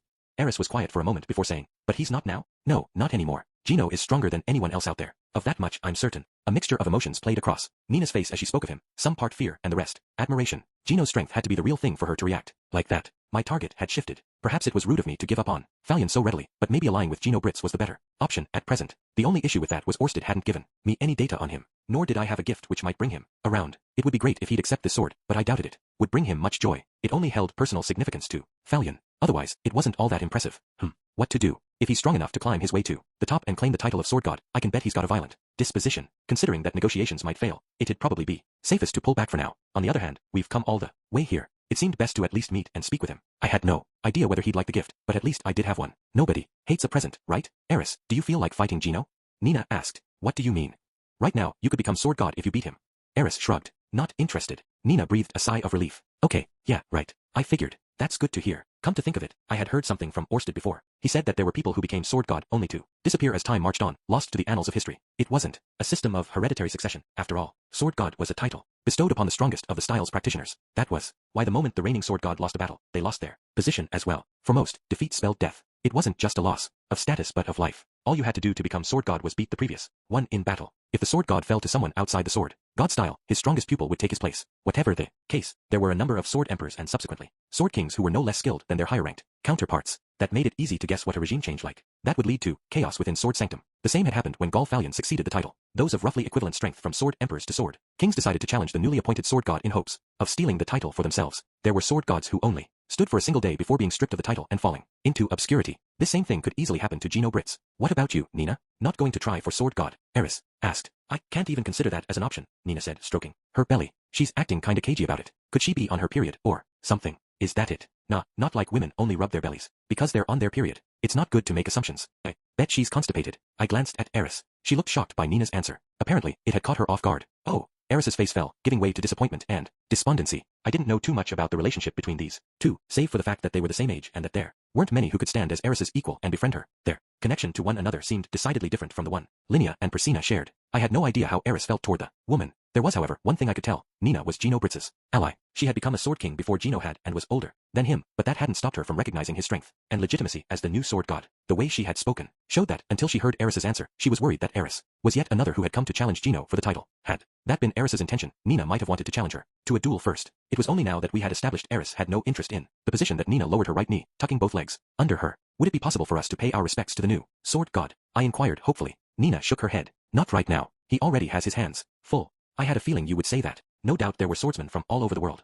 flooding into the sword sanctum right now. I had no idea how many were sword emperors and sword kings, but on top of that, there were likely those from other denominations who made the trip under the impression that they had a shot at taking him down. Nina, and the rest of those here who had accepted Gino as sword god, were playing the role of weeding out the unworthy. Eris seems a little advanced for Nina to be weeding out, I thought, but I figured that probably wasn't the reason for this private meeting. She just wanted to lay out the situation privately, although she seemed to know Eris pretty well. Perhaps she Thought that if she left Eris to her own devices, our berserker sword, King might well charge right into the depths of the sanctum and pick a fight with Gino. Still, Miss Nina, I will have you know that our Eris is far more mature than she once was. If you want to talk to Gino, Nina paused, contemplating. Things should calm down here in a little while. You can come back. Then. I nodded. All right then. Oh, but just in case, I'd like to ask something. A man named Geese hasn't come by here, has he? He's a demon with a face like a monkey. Demon folk? Here. Most likely not, no. Have you had any dreams about a man who insists he is a god, and tries to pass on a divine message? She quirked a brow at me, confused. No, she shot Eris a look, silently demanding to know what this was all about. Eris glared back, annoyed that Nina would expect her to explain. Yeah, sorry for the weird question there. If not, then nothing to worry about. The two I mentioned are infamous scammers, so if they ever do show up, be very careful. Got it. Guess the sword sanctum is a big flop then. I planned to look into Golfalion's whereabouts later, but for the moment, we could do nothing but excuse ourselves. In that case, I've done all I came here to do. I glanced at Eris. What about you? Would you like to look around some more? This place must bring back memories for you. No need. Oof, that's cold. Nina seemed relieved. The atmosphere around the sanctum was grim already. Imagine Eris taking a little stroll, whipping out her sword at passers-by. She had matured, but not enough that she was willing to back down if someone picked a fight. Well, we'll come here again later then, Nina, said Eris. Sounds good, Eris. Come back once things have settled down a little more. Their voices grew gentle as they bid their brief farewells. We left the training hall to hear a cacophony of noises from deeper within the complex. Either Gino was battling other practitioners of the sword god style, or his sympathizers were doing their best to take down any would-be challengers. Eris paused for a moment and glanced back over her shoulder. She folded her arms. Her legs were spread at shoulder width as always, and her lips were pursed. Did I do something to upset her? I wondered. She wasn't even looking at me, though. Her eyes were glued to the training hall. What's the matter? I asked finally. It's like I don't even know this place anymore. Her expression clouded with indescribable sorrow. It was rare to see this much emotion from her. Even when she gazed upon the desolated Fit-Toa region, she'd remained undaunted. Yeah, but she was prepared to see that, I reminded myself. This time she had returned to her old, familiar stomping grounds, certain that nothing would be different than before. And it was. It had to be like graduating from high school only to return later on as an alumnus. You pop in to see your old club and of course the members and the advisor are different, but the atmosphere and the goals they're striving toward have all changed, too. It's then you get hit with the feeling that there's no place here for you anymore. Admittedly, I never took part in any clubs, so my knowledge about them comes from manga. When I looked up, I noticed a man carrying two wooden swords hurrying toward us from the inside of the training hall. A challenger fleeing with his tail tucked between his legs, I presume. I soon realized he was wearing a uniform. He was a student here. Closer inspection further revealed that he was the same person I had called out to earlier, the guy who was shoveling the snow at the entrance. Miss Eris. He tossed one of the wooden swords at her. It came zooming toward her at an incredible speed, but she snatched it out of the air easily. A loud clap echoed as it smacked against her palm. He was back to settle a score. I knew it. She did do something here, didn't she? Would you mind having a practice round with me? He asked, instantly proving I'd been way off the mark. Without missing a beat, Eris answered, sure, come get some. I backed off of them so I could observe their match. I was honestly having a little trouble following what was going on. Conversation between sword god style practitioners were barely a series of grunts, and the actions that followed them were physical and abrupt. Silence fell between the two as they each took up a stance with their wooden swords. Eris held her sword high while the student held his sword close to his center. I prayed that Eris wouldn't go overboard. SHHK. In the next moment, a sharp inhale broke through the still air. The student's form blurred. Eris chose that simultaneous instant to make her move. A metallic clang echoed. Before I knew what was happening, the student was on one knee, his wooden sword spinning through the air.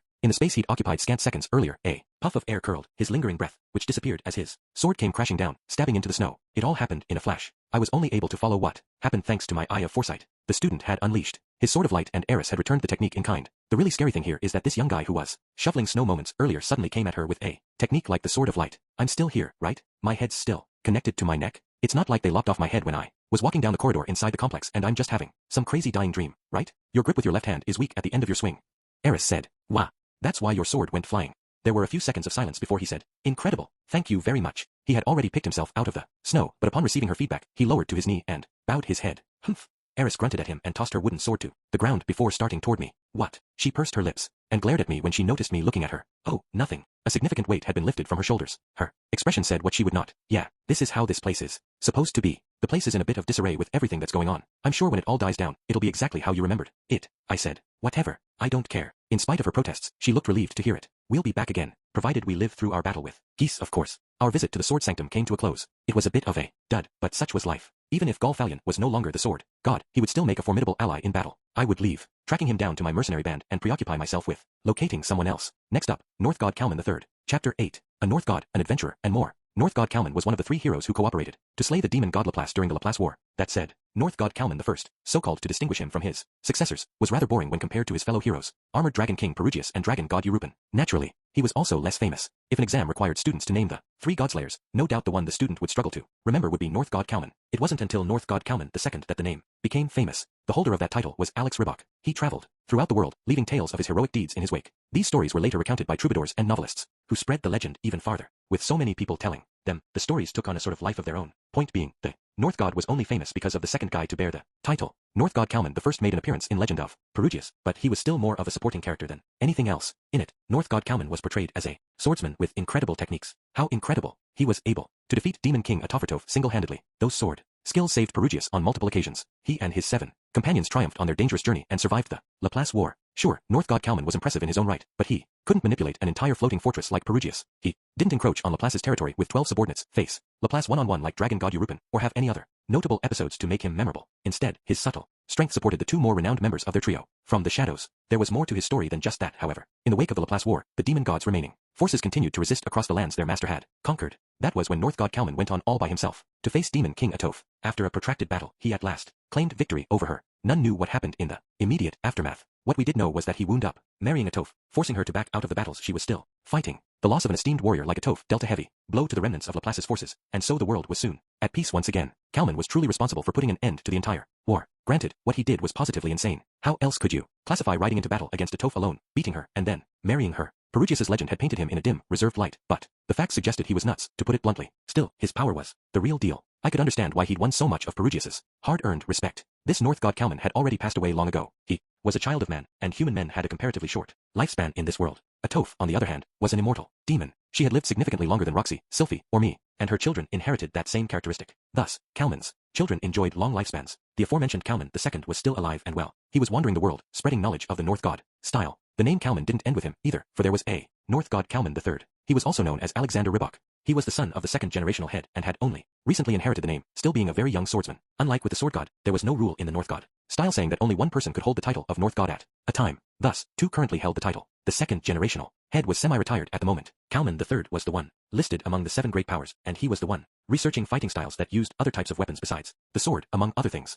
North God Kalman III seemed the most likely candidate for becoming another of the man god's disciples. According to Orsted, the chances were quite high, if not certain, and so he was the next on my list to locate. I was hoping to add the man to our roster of allies before he joined the man god. If he already had, then it was my duty to dispose of him. Judging by what Orsted had told me, Kalman III was likely on the central continent in the conflict zone. He was also, without a doubt, more powerful than me. I would need to carefully assess the situation to confirm whether he was an enemy and discover a foolproof plan for defeating him if that was the case. Gonna have to really brace myself for this one. Anyway, that was how I wound up bringing Eris with me once more. We set out for the southern part of the central continent, where the conflict zone was located. The name of this region by itself was unsettling. The place was dotted with countries, settlements, and tribes that couldn't quite be classified as sovereign nations, and all of them were locked in never-ending warfare with one another. It was like this world's version of Japan's Warring States period. Take a history book, turn the pages back 400 years, and you'd find this place caught in the final throes of the Laplace War. The Azura Kingdom, located in the western part of the continent where the soil was most fertile, was the only realm that managed to escape destruction and retain its grip over its territories. The central and southern regions, where the soil wasn't quite so rich, hadn't belonged to anyone at the time. The hopefuls who had survived the war and now wanted to rest flooded to these unclaimed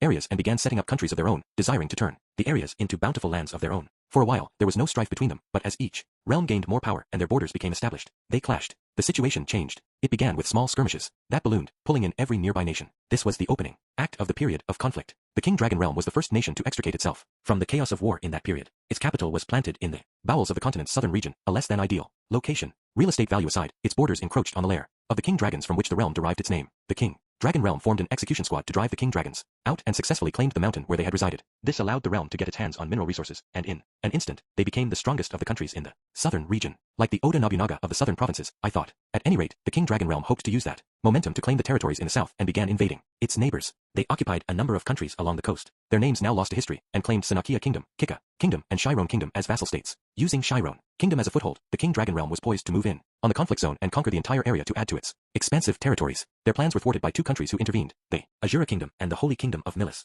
They pressured the King Dragon Realm, warning them that if they invaded the conflict zone, Azura and Milis would not stand by and watch it happen. All 3 signed a pact, agreeing they would not interfere with the conflict zone. Each of these 3 powers desperately wanted the land in the center of the central continent, of course. Each independently came up with the same idea. They would pull the strings of a chosen ruler within the region. Someday, one of the countries would unite the conflict zone, and if their chosen champion sat at the helm, they'd make that country their vassal state. What followed was chaos and war. Each kingdom sent their own spies into the conflict zone, where they would infiltrate the ranks of whichever nation was gaining power and making a move to unify the region. Their attempts to hamstring one another would inevitably catapult the promising nation into civil war, causing it to collapse. The territory would either fracture or be invaded and destroyed by its neighbors, sending the dream of a unified region up in smoke. None of the 3 nations involved from the outside really minded this. The conflict zone provided an import and export industry for military equipment, so even if they couldn't unify the region and bring it under their control, it was no great loss. It was just one more place with a potentially promising future for them to send their spies. The conflict zone was the site of a great Cold War. While publicly all three puppeteer nations kept their hands clean, during the displacement incident, Philip and Hilda had found themselves transported here. They were mistaken for spies and died after being tortured.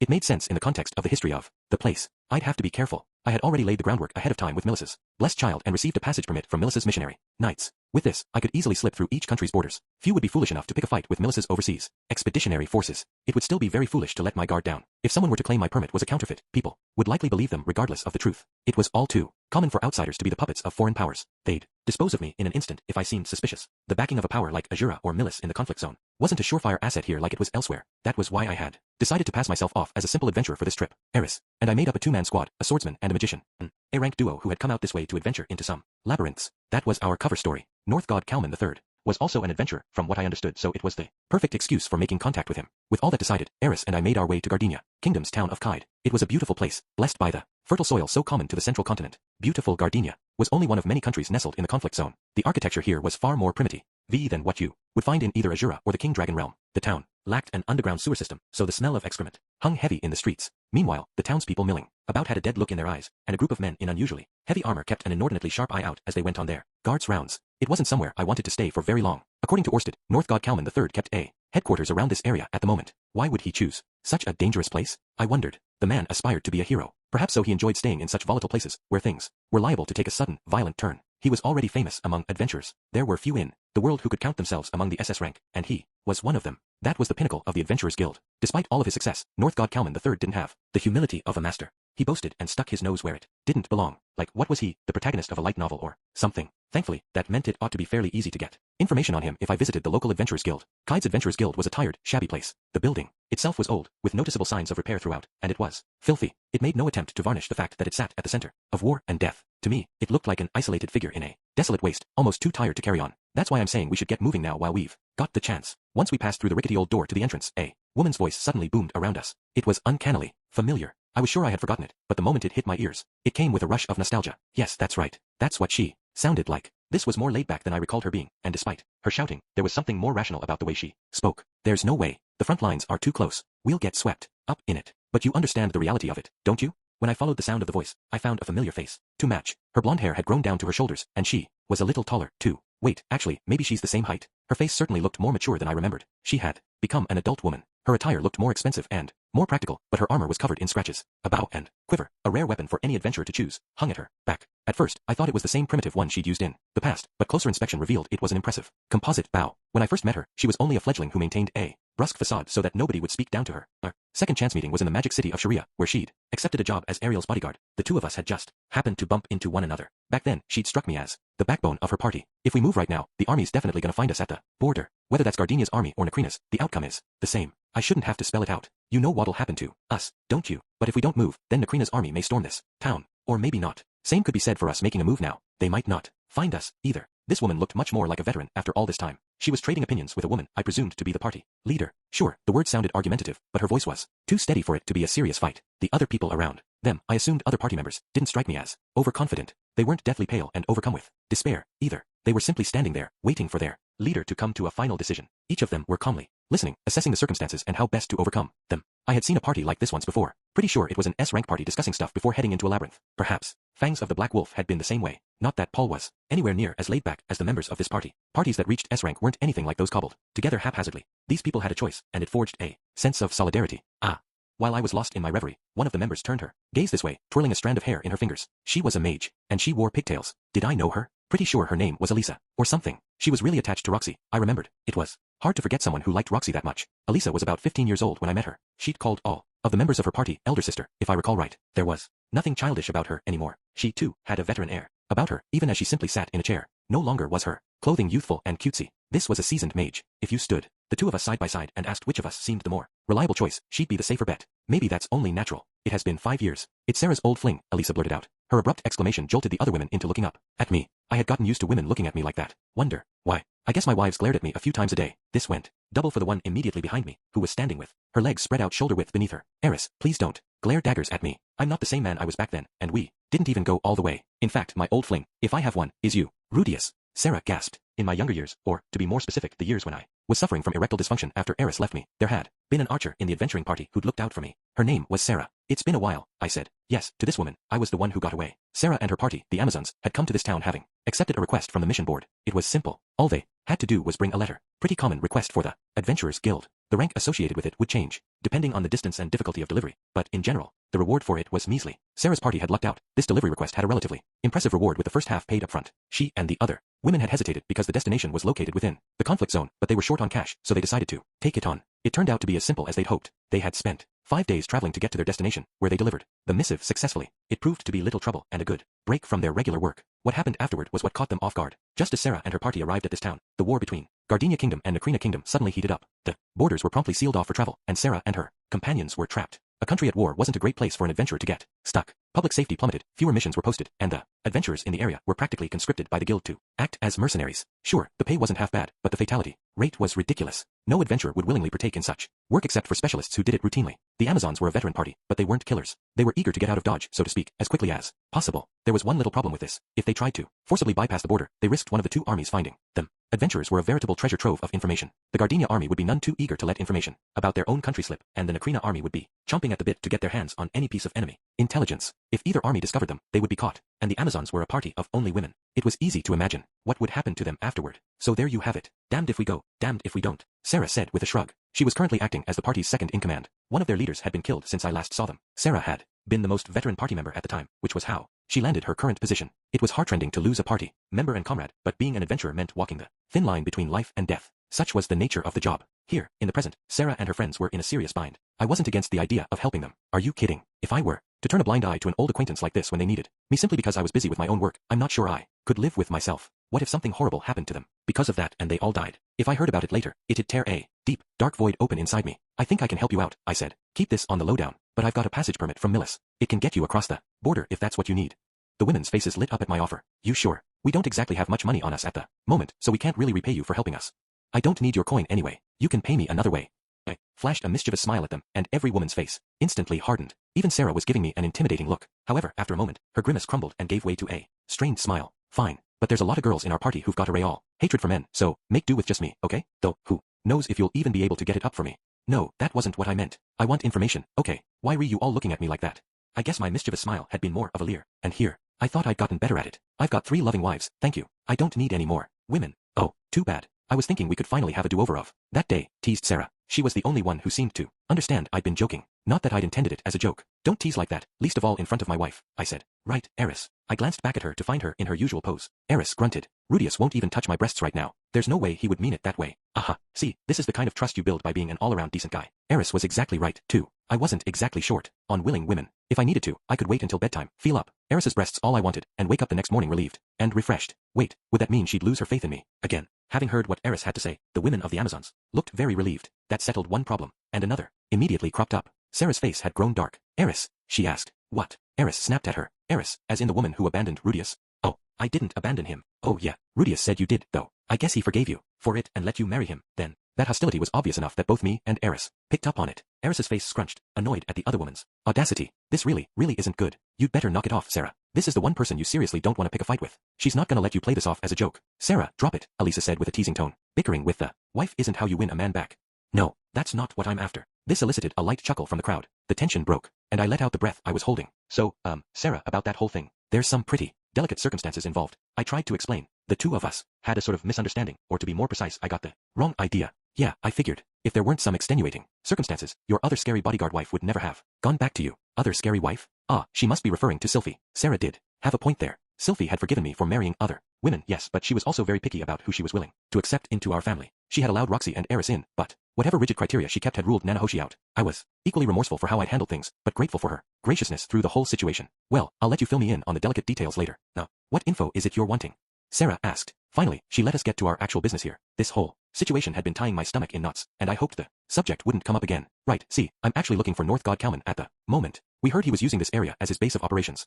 North God Kalman, cried an unfamiliar girl as she leapt to her feet. She looked about 18 years old, with chestnut brown hair, and an energetic air about her. There was a sword hanging at her hip, suggesting she was either a swordsman or warrior. A frontline fighter, certainly. She wasn't part of the Amazons the last time I saw them. Oh, I know about him. I'm a big fan.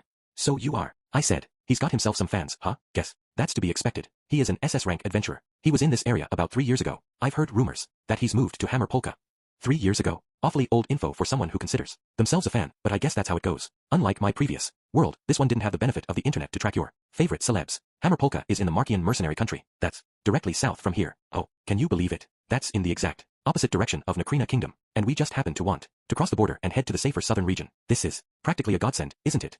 Don't you think, Mr. Subleader's old fling? She was awfully glib, not that I minded. She reminded me of Aisha, actually. I worried she wasn't a fan of North God Kalman at all, and was telling me this to help them get out of their jam. Whatever. I'll just keep an eye out for info to verify what she's telling me. Even if he were in the complete opposite direction of where you guys want to go, I still plan to see you off, I said. Really? I guess I should have expected such compassion from the Subleader's former fling. You're a real peach. Ish we could swap you with Sarah. She's just got a real tummy pooch. My eyes wandered instinctively to Sarah's stomach, which she promptly hid with her arms. It is not a pooch. Her voice was the most menacing I'd heard all day. I almost ducked behind Eris in fear. I mean, she was a little thicker, but I was not in a position to judge considering how I'd looked in a previous life. That was for certain. Anyway, how about we start heading for Hammer Polka then? I offered. With that, the Amazons joined up with Eris and me, and our little party set out to bypass the country's border. We got through the border uneventfully. I thought perhaps we'd be grilled about how regular adventurers like us came to possess a passage permit from Millis's missionary knights. I'd even cooked up a plausible excuse in case that happened, but the men at the border merely glanced at our pass and, faces drawn in displeasure, let us through. Same face the Amazons had pulled at me earlier, strangely. You didn't steal that or anything, did you? You sure we won't get in trouble for this? It's fine. We won't get in trouble, I said. For the past to prompt such skepticism meant it was a bigger deal than I'd realized. Everyone knew what consequences would await someone who claimed a fraudulent association with Millis's missionary knights. It'd bring the entire church of Millis down on you. My future self had left diary entries detailing how the church had killed off Zenoba and Aisha, so I had an idea of what fearsome enemies they could be. I had obtained it through the blessed child in Millis though, so I wasn't worried. You adventurers there, stop. As we made our way along the road, a voice boomed around us. When I glanced over my shoulder, I spotted 3 horses headed straight for us from the direction of the border. Don't worry, the horses weren't the ones who spoke. They weren't no cabra. One of the knights riding them had bellowed at us. When the knights caught up to us, they glared down at us from atop their mounts. They were clad in silver armor inscribed with the holy country of Millis's national flag. These were the missionary knights. The moment the Amazons realized who these people were, they all went deathly pale. In hushed whispers, they asked, "What do we do? What do we do?" Sarah's hand crept to the short sword at her waist. I glanced at Eris. She'd already dropped into a battle stance. I threw up a hand to stop them and stepped out in front. Is there a problem? I asked. We received a report of a group of people holding a passage permit from Millis. Are we correct in assuming you are that party? I nodded. Yes, that would be us. We have received no contact from the top informing us about you and your party. We will need to inspect your permit. Holy crap. It's only been an hour or so since we used that passage permit and crossed the border. Isn't this a little fast? Are you telling me the missionary knights are everywhere? Scary. Perfectly understandable. Please have a look. I quickly showed the permit to them. One of the knights snatched it out of my hand and began carefully scrutinizing it. He quickly lifted the visor on his helmet as if shocked, then glanced between my face and the permit in his hand, and whispered to one of his comrades. His compatriot produced a mage's beginner wand, which he used to prod the permit. The jewel, capping the wand, gave off a pale glow. The men traded glances between each other, nodded, and dismounted from their horses. Soon after their feet hit the ground, they knelt in front of us. The man who'd taken my permit reverently offered the permit back to me, cupping it in his hands. Our sincere apologies for such impertinence. We had no idea. You were the Lady Blessed Child's envoy. Thank goodness. Looks like we're cleared of suspicion. Not at all. Thank you men for your diligent work, I said, politely, retrieving my permit. To my eyes, all I could see were a number of Millis emblems stamped across the front of the permit, but apparently something about it indicated that it came from the Blessed Child. I guess they'd done more than a routine counterfeit check. It was a strange feeling, having a group of highly distinguished knights take a knee in front of me like this, like something out of a period drama. I must ask, however, what brings Her Holiness's envoy out to these parts? I'm searching for someone, I explained. Might we ask who? North God Kalman. Do you know of him? The knight nodded. Yes, but the North God is no longer in this area. We have heard rumors that he left quite a while ago for Hammer Polka. It seems he has recently left that area as well, so his current whereabouts are unknown. Crap, really. If he'd already left this area 3 years ago, it did kind of make sense for him to have already moved on from the new town he'd taken lodgings in. I'm also searching for a demon with the face of a monkey guy named Geese. A demon folk? To what end? The knight's eyes gleamed with enmity, sending a chill down my spine. Well, he's my enemy. I want to know where he is so I can defeat him, I said. Aha, so that is your aim. I am unaware of the man's name, but a demon with a monkey face has been spotted recently in Hammer Polka. Hey, that is some helpful information. Then again, I didn't think Geese would be that easy to locate. It could easily be someone else. There was still a possibility that we might bump into him here by sheer coincidence. He was probably moving his pieces on the board, same as I was. Should you require it, we could send our fastest rider there to apprehend the man, offered the knight. Should I take him up on it? If it was Geese and he realized I was the one having him captured, he'd probably try to escape, wouldn't he? How many missionary knights do you have at your disposal?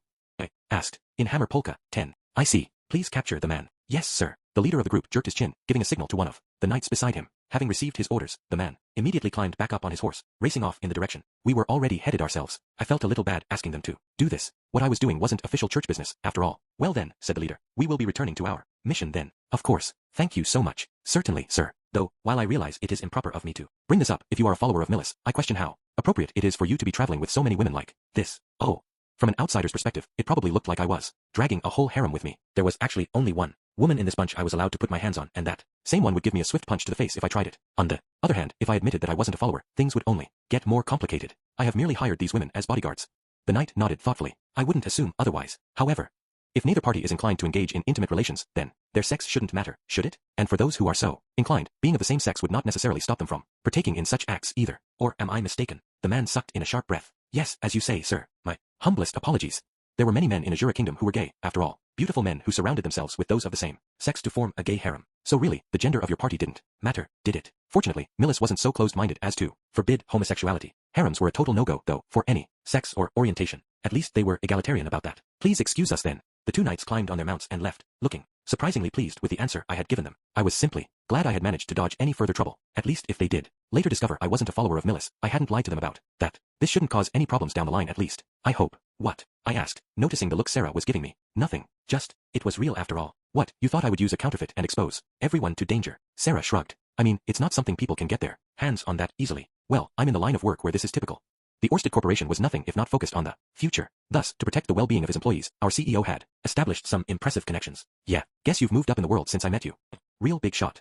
I don't think I'm a big shot, honestly. That evening, we made camp by the roadside. We started 2 bonfires and assigned someone to guard each one. That wasn't a suggestion anyone made either. It was something the Amazons did habitually. I figured, given Sarah's mention that some of the girls really hated men, it was an attempt to get what distance from me they could when they slept. I wasn't bothered by it. I wasn't like those old men who frequented hostess bars and got huffy when the girl they had there Ion wouldn't stop by their seats. Eris slept beside me, and that was more than enough. If I got truly desperate, I had a little memento from Roxy tucked in my pocket as well. It wasn't as though I trusted all the members of Amazons, either. There was a possibility one of the man god's disciples could be hidden among them. For that reason, I decided Eris and I would take turns on our own lookout duty rather than leave it entirely to the Amazons. Eris planted herself on the ground, back against a tree, her sword cradled in her arms as she drifted off to sleep. Rudyard used to sleep like that, in that same cool heroic pose. I wondered when she'd picked up that habit. Her face was surprisingly relaxed as she slept. I was used to seeing her disciplined expression even when she was fast asleep, but for some reason she was all smiles tonight. Maybe she's having a really good dream. The Eris I knew now was standoffish and didn't really share her emotions, but at her core, she was no different from before. As heartening as it was to see her mature, it was a bit sad too. It was about time for me to tap out and let her stand watch. I almost didn't have the heart to wake her. You're doing a good job staying awake, Sarah commented as she plopped down beside me. She had 2 mugs in her hands with towers of steam rising from them. She held one of them out toward me, grunting as if that would be enough for me to understand that I should take it. Thanks, I said, deciding to oblige her. Inside the mug was a relatively opaque red liquid. I'd never seen anything like it before. It didn't look like tomato soup. When I took a whiff, the smell nearly burned my nostrils. Whatever it was, I suspected it was spicy. What is this exactly? Elisa's special soup to ward off drowsiness. Aha, some kinda anti-sleep tonic. There's no poison in this, is there? Well, I said, I'll gladly have some then. I couldn't very well perform detoxification magic right in front of her. She'd really be disgusted with me if I did. Instead, I decided to sip gingerly and test it. I let only the smallest amount drip over my tongue, which was just enough for the savory flavor to spread through my mouth. It was only after I had swallowed it down that a belated tingling sensation lingered. I had imagined something fiery hot, but surprisingly, it wasn't all that spicy. Several seconds later, I felt a warm sensation in my stomach and throat, like the gentle burn of ginger tea. It's delicious. Sarah grinned. Right. She began sipping on her soup as well. Yes, ma'am. But don't you think you're sitting a mite close? If either of us were to lean ever so slightly closer, our shoulders might brush against one another. Nah, I was probably being too self-conscious. Say, Rudius, Sarah began. What are you doing right now? What do you mean?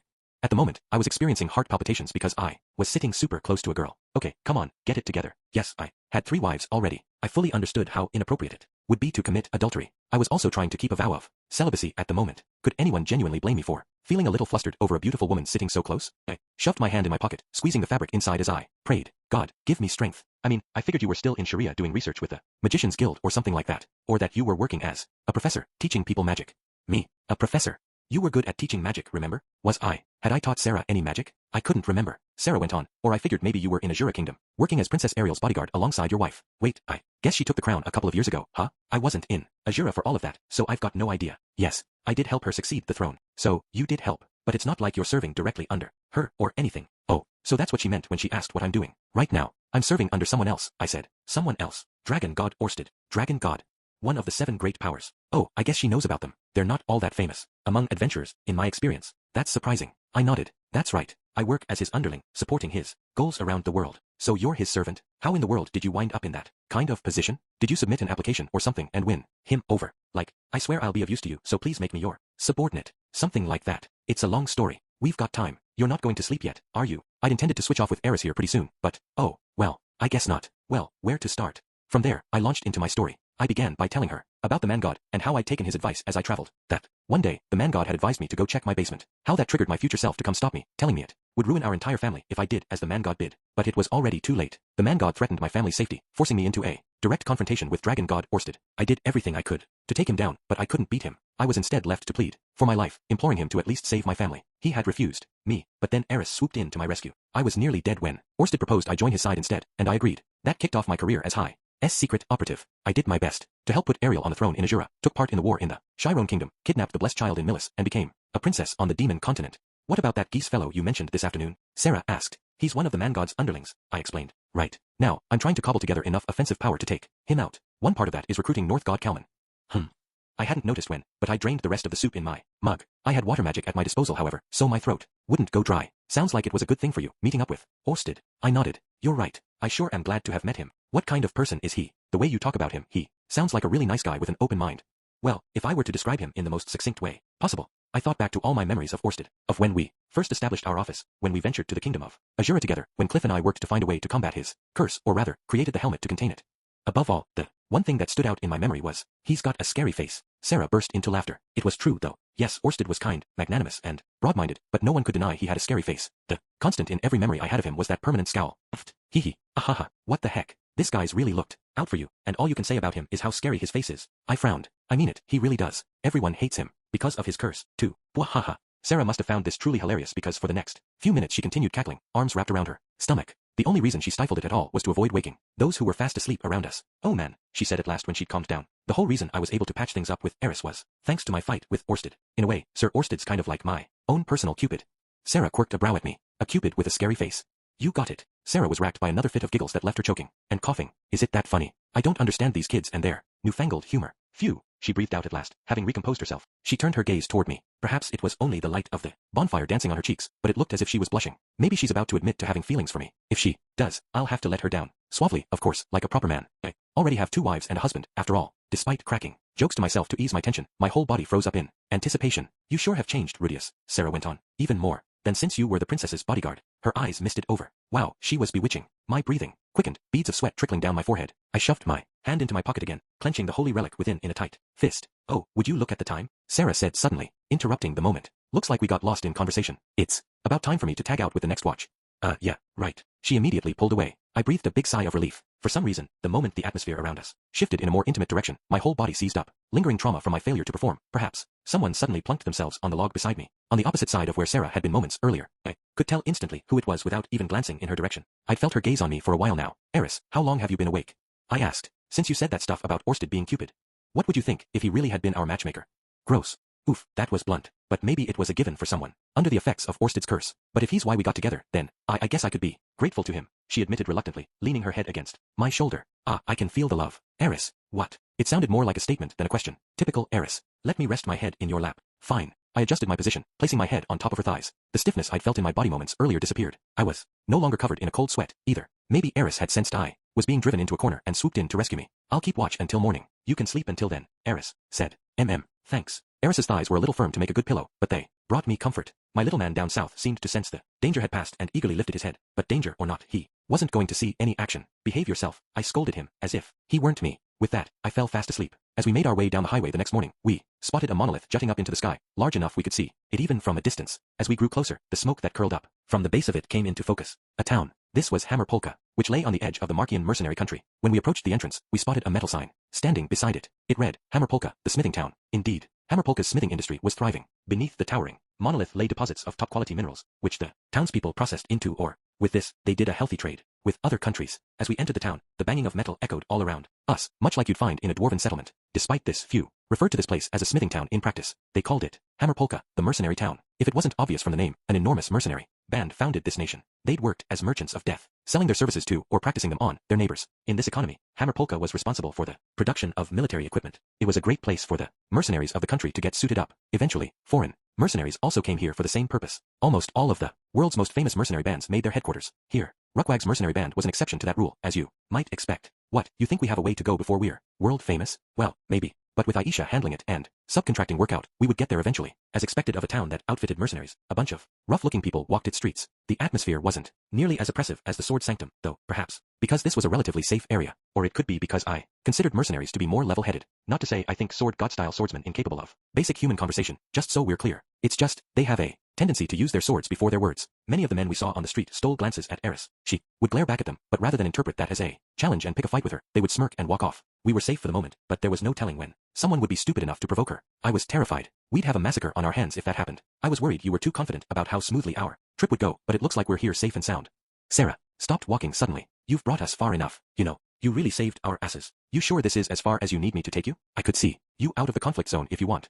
She scoffed. Even though we can't pay you? Don't joke. Come on. It's not like we're strangers. You could always pay me with your body if it bothers you that much. I flashed a smarmy grin, hoping to get a rise out of her. I even made a groping gesture with my hands. All of the Amazons blanched and grimaced at me. Eris snatched my wrist and glowered at me. I was only kidding, I squeaked at her. Yeah, I know, said Sarah. You already had your chance last night. Seriously, Sarah, could you stop? She's gonna shatter the bones in my hand at this rate. I gently wrapped a hand around Eris's, coaxing her to stop crushing my wrist, and she finally pulled away. We're not children. We can take it from here, Sarah assured me. All right. Besides, seems like you've got your own stuff to worry about. We'll excuse ourselves here, so we don't get in your way. Get in my way, huh? True, if geese were in this town, there'd be a battle. I couldn't risk getting Sarah and the rest of her party wrapped up in that. Even if I did want to hire you as a bodyguard, my body wouldn't be enough for you anyway, Sarah said. I wanted to reassure her that wasn't true, but judging by what happened last night, she was probably right. Her body wouldn't work as payment. Then this is it, I said. Sarah nodded. Yep. I was glad to see you again after all this time. Me too. You sure have changed a lot. I don't know how to put it. You seem more distinguished than before. I tilted my head. I don't really see how. No, like, I mean, you know, remember back when the two of us almost got involved? I've been an adventurer ever since, always, doing the same thing, never changing. I don't think that's true, I muttered. As much as she downplayed it, she seemed far more mature than I remembered, more of an adult. The more I talked to her, the more I realized the subtle differences. We had only spent a couple of days together, but I was sure if I spent a whole month with her, I'd notice even more. Everyone changes, even if they find it hard to see in themselves. For a little bit, Sarah just stared at the ground. I wondered if I should say something to her, and if so, what? While I was busy waffling back and forth, she seemed to resolve herself, suddenly, lifting her head. Okay, I've made up my mind. I'm gonna retire from being an adventurer. Wah. Sarah's sudden declaration prompted the other Amazons to let out an almost hysterical cry. She didn't deign to look back at them, but I kind of thought she should. They were her party members, you know? She should be saying this to their faces. What are you going to do if you quit adventuring? I asked. Do you have some other job you want to do or something? Nope, no plans. Figure I'll find myself a man somewhere, settle down, have kids, and live out my days hunting or something. Sounded like kind of a detailed plan, actually, but I wasn't going to contradict her. Well, you are beautiful. I only worry some awful guy will take advantage of you, I said. Heh, don't worry. I'm gonna find me a guy who won't go off to a brothel, get totally hammered, and then badmouth the crap outta me. Ouch. That reference should have stung, but to my surprise, we each smiled, sharing the same moment of nostalgia. It was a misunderstanding spurred on by my own crappy actions following my erectile dysfunction, so perhaps I had no business laughing. But if Sarah forgave me enough to laugh about it, I'd laugh along with her. Well, I said, if you ever find yourself in trouble, send for me, and I'll come. Sarah nodded. Yep, and I will, if I need to. Then, see ya. Yep. Goodbye, Rudius. Sarah gave me a brief wave before setting off toward the center of the town. The rest of the Amazons chased after her. I heard the echo of their voices as they demanded she explain what she meant by retiring. They'd soon settle at an inn and have a good squabble over her leaving. Despite appearances, Sarah was very single-minded, or bullheaded, if you wanted to be a little less charitable, so I doubted anyone could dissuade her from retiring if she'd made up her mind. Once she and the others made it out of the conflict zone, they'd either disband or find a way to stick together without her. Either way, Sarah'd soon begin her new life. My only hope was that, unlike a certain someone I knew, she wouldn't try to go venturing into a labyrinth by herself to find a man. I didn't know when I would next see Sarah again, or if I ever would. If I did, I hoped we'd be able to talk again like this. I also swore that next time, I would ask her about herself too, rather than ramble on and on about my life. That's where we left it. Chapter 9. A North God, a mercenary, and more. After parting with Sarah and her party, we decided to look for the missionary knight we had encountered earlier in our trip north. God Kalman may no longer be in this town, but we did have information indicating that someone resembling Geese was. I doubted it was him. Nonetheless, following up on the lead could nab us some valuable information. There was also the possibility it was a trap to lure me in. Though I gotta say, I don't see Geese laying a trap like this. It was a total coincidence we came across this information, so it'd be pretty tenuous to build a plan around that.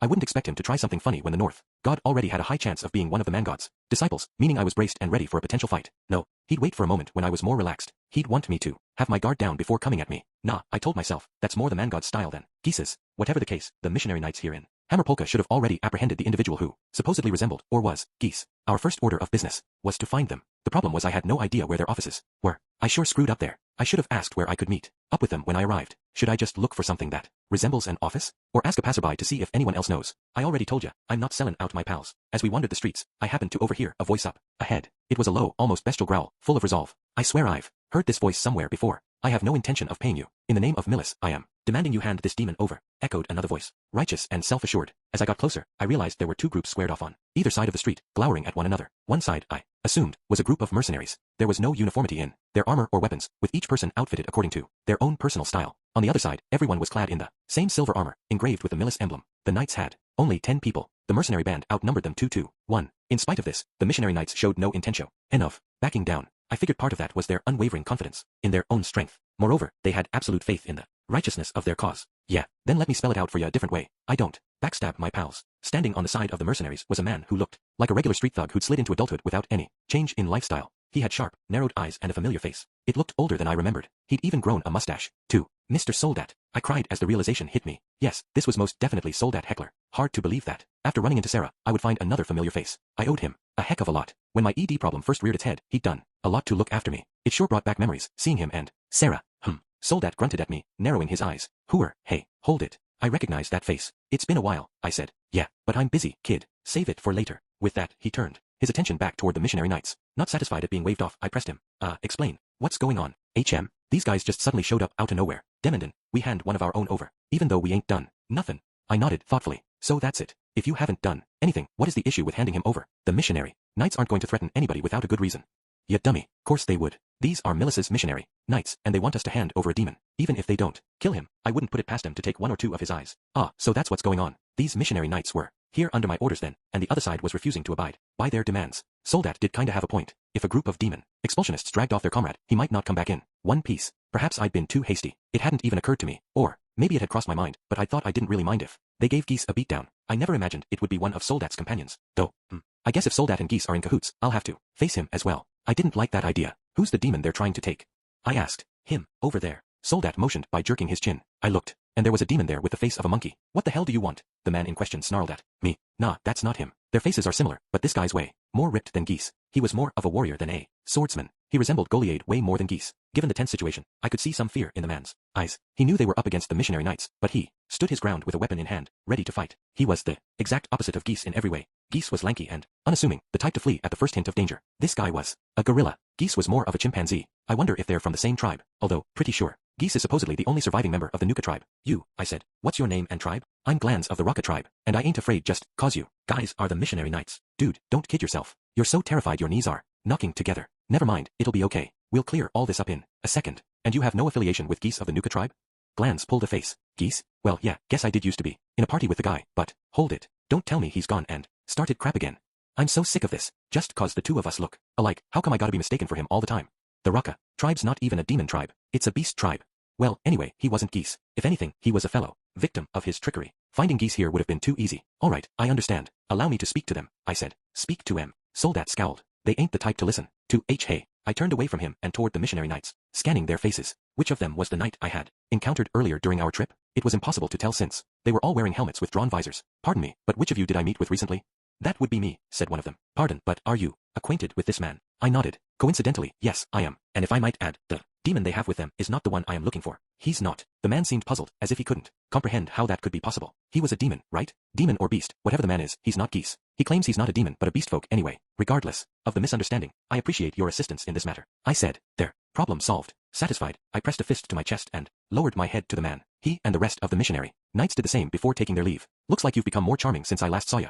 Soldat commented, looking a little exasperated in the wake of it all. Charming. All I had really done was clean up the mess I'd gotten them into. Regardless, we had confirmed my suspicions. The man spotted in Hammer Polka was not Geese. Soldat was the leader of an adventurer party called Stepped Leader, which operated under the clan Thunderbolt. Clan Thunderbolt happened to be one of the biggest adventure clans in the entire world. It had recently ordered all of its members to gather here in Hammer Polka. Anyone would wonder why an enormous clan like Thunderbolt was gathering here. Before going into it, however, we must first consider why such enormous clans are formed in the first place.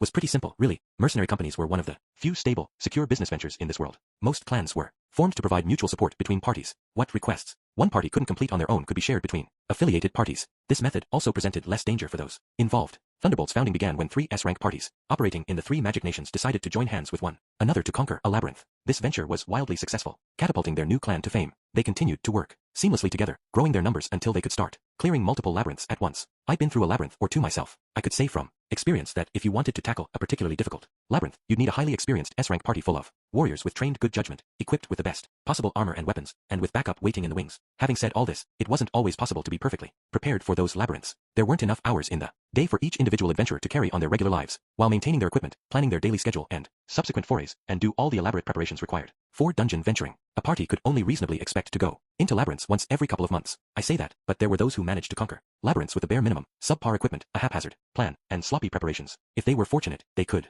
even find some magic items that'd go for a good price once they returned. More frequently, however, failure meant death. So, a question, what could a group of adventurers do to stay in optimal condition so that they could explore these difficult labyrinths and guarantee they'd make it to the depths? If you guessed form a large clan, bingo, you're right. Many hands lighten the load. A clan would have one party specialized in battle that would head to the lower recesses of the labyrinth. Using the information they brought back, another party would conduct a more thorough search of the upper levels, slaying any monsters they found on their path. Finally, there would be a support party in charge of planning, organizing information, money management, and maintaining the other party's equipment. By breaking down the task into smaller chunks, these parties could work with machine-like efficiency to clean out an entire labyrinth. Clans made all this coordination possible. That was why S-rank adventurers formed or joined these enormous clans. However, it should be said that clans weren't all sunshine and roses. Large-scale clans had their downsides. The larger a clan's family became, as it gained more and more members with specialized abilities, the higher their expenses grew. This could be defrayed by the profit of cleaning out a labyrinth, assuming they were always successful. The money earned from selling a single magic crystal found in the deepest parts of a labyrinth could, in some situations, net you enough to afford a lavish mansion. In the Azura Kingdom, if they were really fortunate, they might even find some magic items along the way. A good haul could feed hundreds for an entire year. It wasn't a sure thing though. They couldn't completely clear out a labyrinth each and every time. Other clans might beat them to it, or their S-rank vanguard team might get wiped out, or they might run out of funding midway through. There were any number of reasons, really, but all of them resulted in a clan going into the red. These were the issues that plagued any clan leader. As eager as they were to explore labyrinths, they eventually ran out of funds, and without funding, they couldn't send their people in. A clan's whole purpose was to provide a stable environment to earn money, and yet they would wind up plagued with financial problems themselves. An ironic problem to have, really, but that's life. Nothing ever goes according to plan. So, how does a large-scale clan solve this cash flow problem? The most reliable method was to have each party under their command take on requests and extract a certain percentage of the earnings for the clan's coffers. Alternatively, they could take on other requests that required numerous parties to complete. Slaying straggler WYRMS, for instance. There was one final option for these large-scale clans, exclusive requests from national governments or big-time merchants. The trading boats that ventured between the Demon Continent and the Milis Continent were a great example. They always had bodyguards on board with them, adventurers who'd signed exclusive contracts with the shipyards. One large-scale clan had taken all those positions. In Westport and Eastport themselves, the clan would rotate out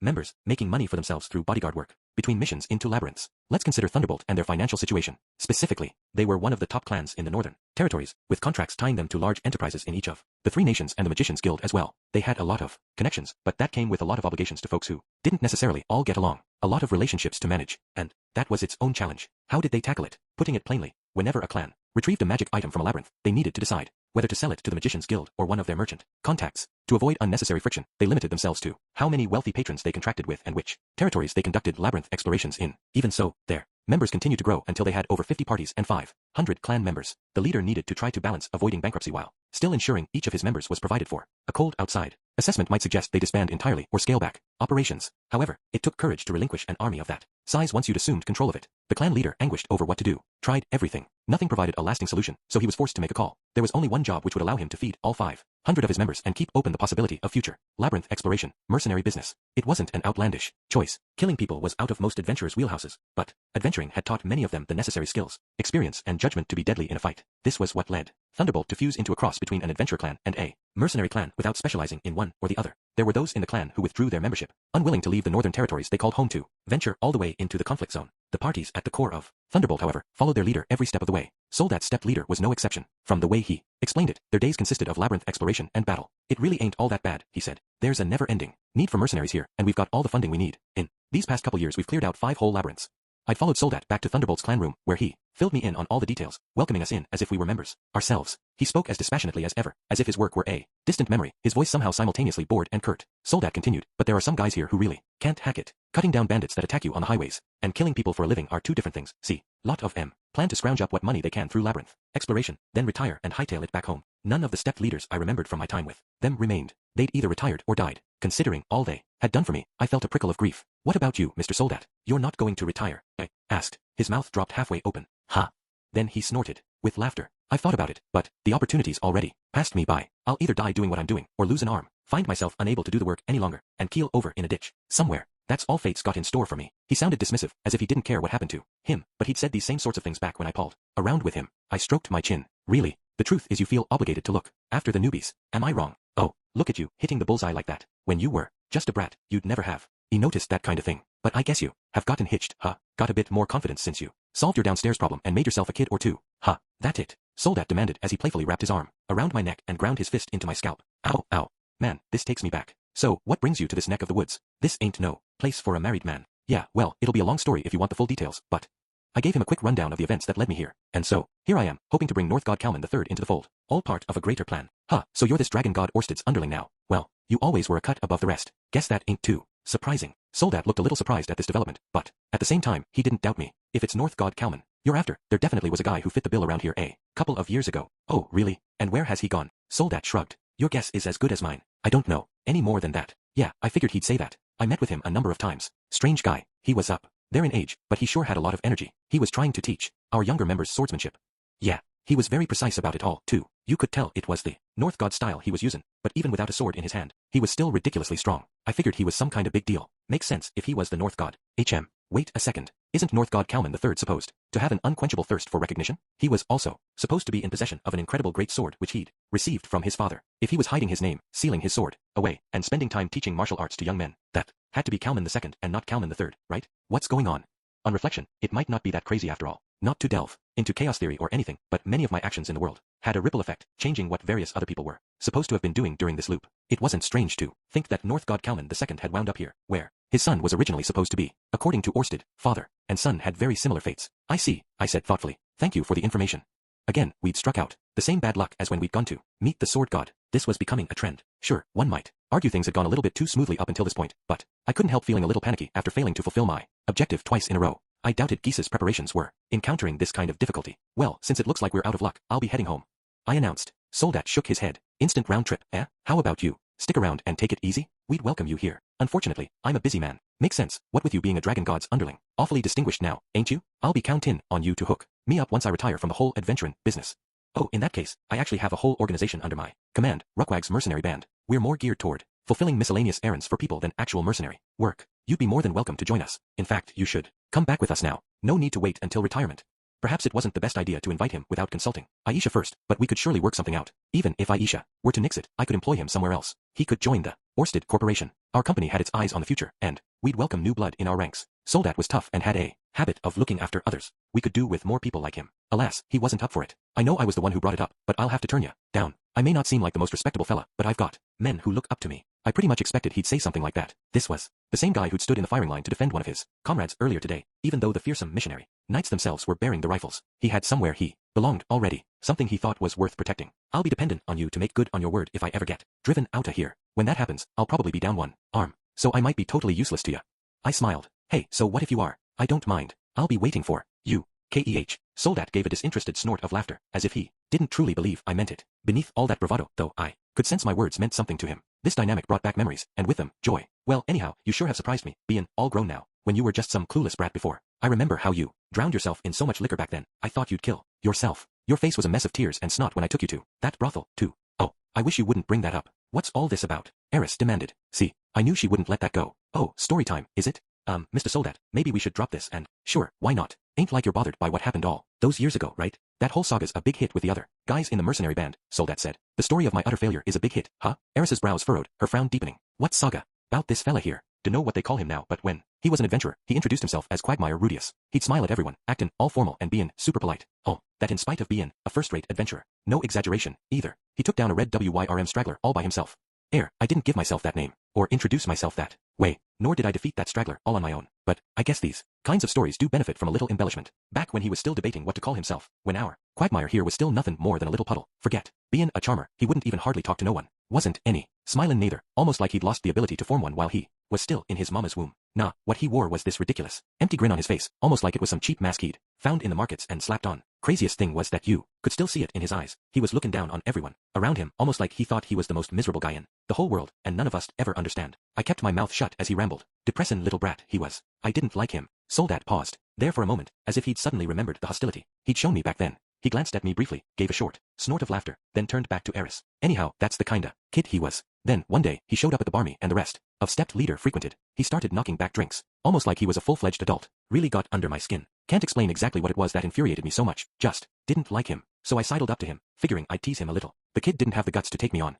I shot a worried glance at Eris. She was listening silently, but there was a dangerous gleam in her eyes. It wasn't like I was expecting her to suddenly whip out her blade and cut the man down, or anything, but I wouldn't put it past her to take a swing at Soldat. Out of nowhere, the kid socked me in the face. He was drunk. Sure, but on top of that, we're talking about a mage clocking a swordsman. I didn't strike him back though, cause Quagmire here was ballin' like a baby. How could a respected, upstanding fella like me raise my hands against a brat who was crying and taking a wild swing? Ain't no way. Right, Eris said, her voice a low growl. Oh, she's angry, isn't she? I sure wish Soldat would leave well enough alone and stop there. On the other hand, this story wasn't entirely meant to mock me. By the end, Soldat was looking me in the eye. That's why I was hopeful I could follow Soldat's tale with a little clarification on his intent to pacify her. Assuming, of course, she didn't clobber him midway through, which she might. When I asked him what it was all about, he told me this was the girl he'd been getting chummy with. Right as the two of them were about to do the deed together, he found he couldn't get it up. Girl before this one had abandoned him and left him traumatized. Pretty rich, ain't it? Here's the guy who'd taken down a straggler all on his own and he couldn't perform in the bedroom. Eris said nothing to that, and nor did I. Still, I'm a big softy. I wanted to do something for Quagmire too. Help him recover. Oh, but just so we're clear, I ain't saying I touched him, okay? I don't go for other dudes. Hey, that's a joke. Your suppository ta laugh at that part. Ahaha, don't worry. You're not my type either. I forced a laugh and responded to him on Eris's behalf. Meanwhile, the atmosphere around Eris herself had grown tense and oppressive. I imagined I could hear static crackling in the air. Moving on, then. So I decided I'd get him fixed up, and the two of us took off to visit a brothel. See, I figured this kind of stuff is better left up to the pros. I tossed him into a high-quality brothel and retreated to a pub, waiting for the good news. I've got no idea what he got up to in the brothel, or rather, what he tried to get up. Whatever happened, didn't work. He was a broken man who'd never be able to stand again, or at least parts of him wouldn't. Ah, another punchline. You're supposed to laugh here, Miss Eris. Come on, give us a smile. No more of that murderous glaring. If even the pros couldn't fix him, I knew there was nothing I could do. We spent the night knocking back more ale, but we haven't even gotten to the best part yet. Just wait. See, as we were headed back, he was groping one of the ladies from the brothel, saying, "Lady with some bounce in her breasts is way better than some flat-chested chick."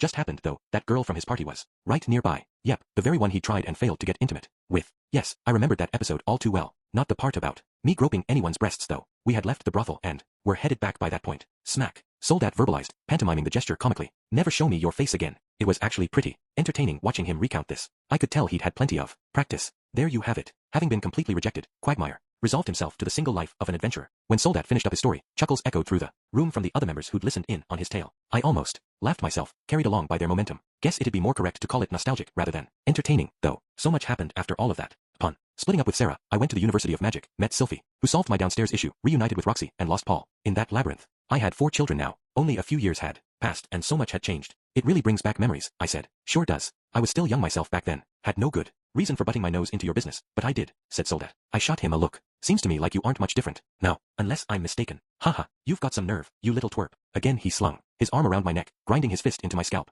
It didn't take long for him to come back to his senses and glance in Eris's direction. Come to think of it, I guess this ain't really a tale for this red-headed beauty you got with you. Who exactly is she? Pretty sure you had a thing against redheads in the past.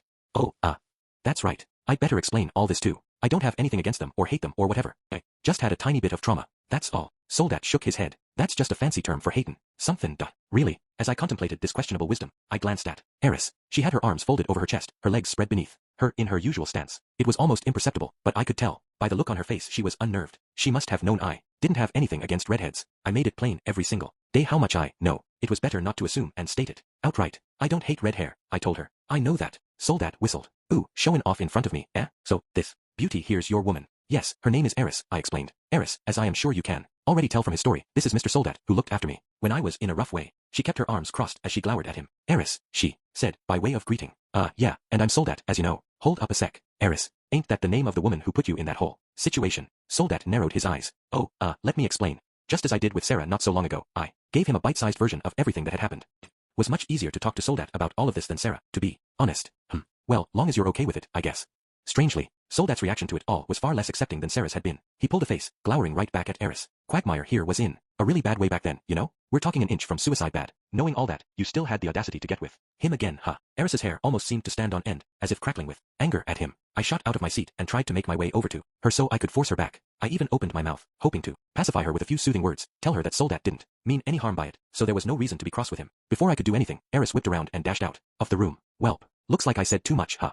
Soldat slapped a hand over his forehead, pushing his hair back. He glanced at me. You didn't tell her about any of that, huh? I mean, you didn't tell her how bad off you were back then?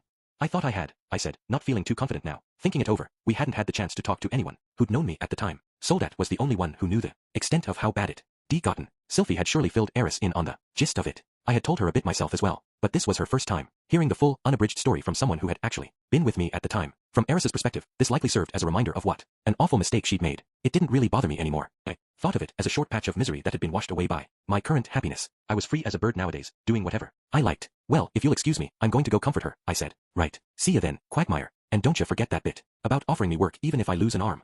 I won't, I promised with a nod. Just don't lose your life along with it. The hell I ever would. Don't you know who you're talking to? I hoped we'd keep the same rapport whenever we saw each other again. With that wish in mind, I headed for the door. It was right as I rested my hand on the handle that Soldat called out again. Hey, that's right. I don't know where that Kalman fella went off to, but there's a place I went a couple of years ago on mercenary work you ought to know about. The information he passed on had nothing to do with my search for geese or my designs on taking down the man god. However, it was extremely pertinent to Eris and me. Meeting my old friends Soldat and Sarah had been pure coincidence. Come to think of it, it had been 10 whole years since Eris left me behind in the Fit-Toa region. There was no way of knowing where life would take me back then. I'd been too self-involved to even contemplate it. Even if I had, I could never have predicted returning here with Eris in search of the North God. I had a home, wives and children to go back to. I wouldn't have foreseen that in my wildest dreams. It wasn't like my life was pure perfection. I had an enemy in the man god. It turned out that Geese was against me too. Geese had been my friend, a subordinate, during my time in prison anyway, and a savior. And right now, Eris was distraught. When I found her, she was on the edge of the town on the gentle slope of a hill, having thrown herself onto the ground. Her eyes were fixed on the sky above. I wondered what was going through her head and remembered our time in Roa. She would often plop herself down on a stack of hay behind the stables and stare up at the sky like this whenever things didn't go the way she wanted. I slunk up beside her and took a seat. As soon as I did, she reached over and grabbed my hand. I did something awful to you, she said. I wouldn't go that far. I never knew you tried to kill yourself before. Well, I was just really hammered and not in my right mind. Her eyes darted over to me. Does Sylphie know? I shrugged. I doubt it. The whole suicide thing was spur of the moment, and Soldat immediately put a stop to it. I never thought about it again. Afterward, I didn't really think it was worth bringing up. The more important question right now was how to comfort Eris. I didn't get the feeling she would be satisfied if I simply said, what happened between us back then didn't bother me anymore. It was a little light for the heaviness of the topic. What? Eris demanded sullenly. Nothing, I guess. I was just thinking I'd never have met Soldat or Sarah if things hadn't gone down the way they did between us when we were in the Fit-Toa region. Yeah, well, sorry. It's not like I was fishing for an apology, I told her. Sarah and Mr. Soldat were fine people, weren't they? What I'm trying to say is that since I met people like them, it really wasn't all bad. Eris squeezed my hand tightly. She'd changed so much. Eris wouldn't have been so transparent in the past, letting me see her weakness like this. Granted, I was the main reason she felt so vulnerable at the moment. As you know, Eris, I'm doing great now. We've had a kid. What's in the past is in the past. I massaged her hand, hoping it would reassure her. I guess. She suddenly yanked me toward her. The next I knew, Eris had pulled herself up and grabbed me by the shoulder, planting her lips firmly against mine. Oh my goodness, what is this? I realize I'm all yours, but, my good sir, we're out in the open, and the sun is still high in the sky. Yet, you would kiss me without warning? At this rate, I'd go from Rudius the abstinent to Rudius the amorous. I'll never disappear without saying anything, ever again. Eris swore. Right. Sylphie was mad at me, too. True. I'll stay at your side forevermore, my handsome prince. No, wait. This was no time to be a love-struck maiden. I'll be more careful in the future too, I said. Yeah. Now then, how about we get going? We came up empty this time around, but next time we'll find North God Kalman for sure. I paused, suddenly realizing something. There were a number of men watching us from afar. They appeared to be mercenaries judging by their rugged faces, and their stares were directed entirely at Eris. I didn't sense any enmity from them, nor did I sense they were here to challenge her, having worked out she was a sword king. Maybe they're here to ask her for training, like what happened at the sword sanctum. Do you need something? I asked, a bit worried they might be here to chastise us for such open displays of affection in a public place. Oh, it's not like we're here to pick a fight or nothing.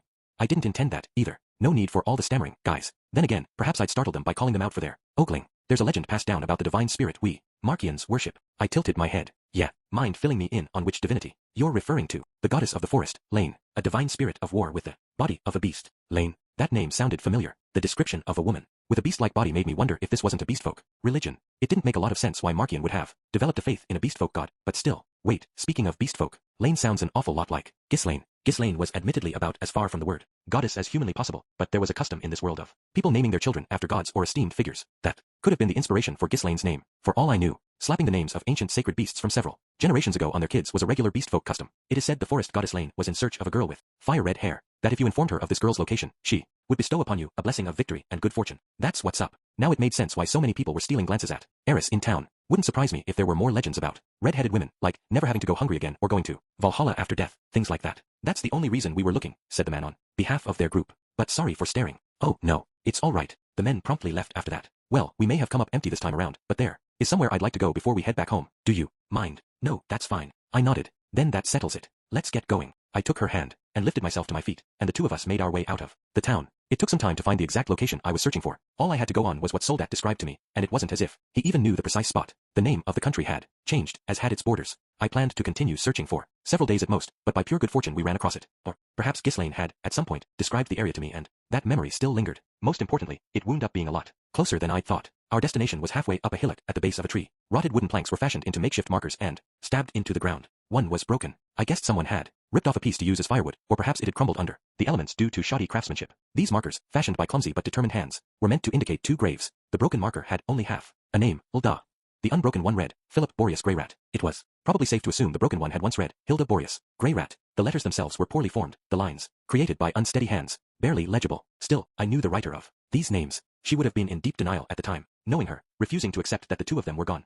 Had to have been so difficult. I could appreciate now how heartrending and sorrowful it must have been. This must have been part of why she was so grateful she'd learned how to write. Mother and father died here, huh? Eris said after a long pause. Yeah, seems that way. The disaster all those years ago had teleported Philip and Hilda here. For the residents of the conflict zone, it was suspect to find 2 Azuran nobles here, of all places. Why had they come? And to what end? They hadn't even been allowed to give their answers. Before their captors concluded they were spies. Philip had been a suave speaker, I remembered. Calculating. Intelligent. No one could contest that he was a savvy political player. I figured he must have tried to negotiate with his captors. Given the suddenness of their teleportation, however, he was bound to have been in a state of shock. Unable to explain how or why he had been transported here, he had no way of verifying his identity, nor would he have known the political environment of his new surroundings, who was in charge, or even the name of the country. Who could have survived a situation like that? With his beloved wife at his back, in need of his protection, but utterly without allies? Eris and I might have met the same fate, if not for Rudyard's timely rescue and the man-god's advice to trust in him. There were other cases like his as well. Lilia and Aisha had found themselves in a precarious situation. For many people, the moment they were displaced, their lives were forfeit. The displacement incident was an almost incalculable calamity. I hadn't considered the gravity of it at the time, assuming such things were fairly normal here in this world, but nothing of a similar scope had happened since. It impressed upon me what an unprecedented disaster we'd lived through. Father must have hated how things turned out, said Eris. I'm sure he did. If he were still alive and could see us now, I wonder what he'd think about it. She kept her gaze glued to the grave as she spoke. I stood behind her, looking at her back. I figure he'd be delighted. Philip had been an ambitious man. He wanted a union between Eris and me so that he could use it to rise to the top of the Boreas family. If the displacement incident had never taken place, he'd have surely pushed me into doing exactly that. No matter how much I protested about my promise to Sylphie to attend the University of Magic together, he would have concocted some way to win me over, and arranged for Sylphie to be my second wife instead. Could he really have assumed political power that way? We'd never know. I guess so, Eris mumbled. In a way, things had more or less ended up the way Philip hoped. The reigning Azuran king was indebted to me, my words had gained influence, and I had connections among the Azuran nobility. I hardly held much responsibility, but that didn't matter. If Philip were alive, if he'd merely been transported to another world like me, only to return now, 10 years after the fact, then he'd try to use my current position to cozy up to Ariel. Knowing his personality as I did, I could imagine him taking up a position as her advisor and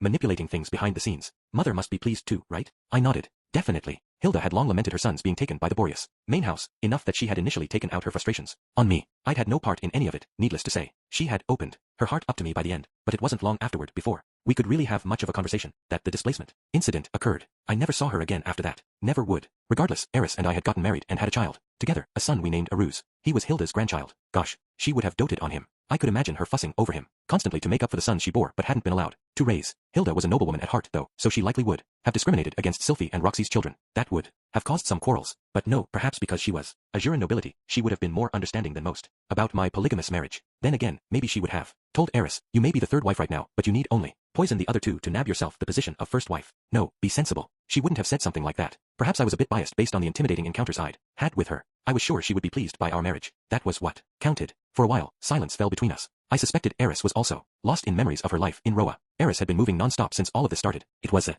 long trip from the Demon Continent back to the Fit-Toa region. From there, she went immediately to the Sword Sanctum and dedicated herself to training. The 2 of us reunited, had a child together, and, while trying to raise Aruz, she had been following me here, there, and everywhere as my own personal bodyguard. Had she had any time to breathe and lose herself to a few moments of nostalgia? Hey, Eris snapped. What are you doing? I'd begun pawing at the grave dirt, prompting her panicked question. I was thinking about moving them, I explained. This place just seems a little lonely for them. Oh, you're right. I'll help. It would have been a simple matter to use my earth magic to peel back the earth and get to their remains, but I elected to do it by hand with Eris. We carved through the hard earth until we found their bones. I carefully washed them before wrapping them up in some cloth I'd brought with me. All right, I said. Let's get going. Fine. Eris pulled herself to her feet. Azura Kingdom would be a better place for their graves, right? Would be easier for us to visit them if we placed them in Sharia, but I thought it more appropriate to take them home, to the place to which they were most accustomed. The Fit-Toa region was still in the midst of development. Not even a glimmer of its former glory had returned. I thought the capital, ours, to be more appropriate. Yeah, the graveyard used by the Boreas house would probably be best. Rudius, Eris said, interrupting my thoughts. Thank you for bringing me here. Yeah.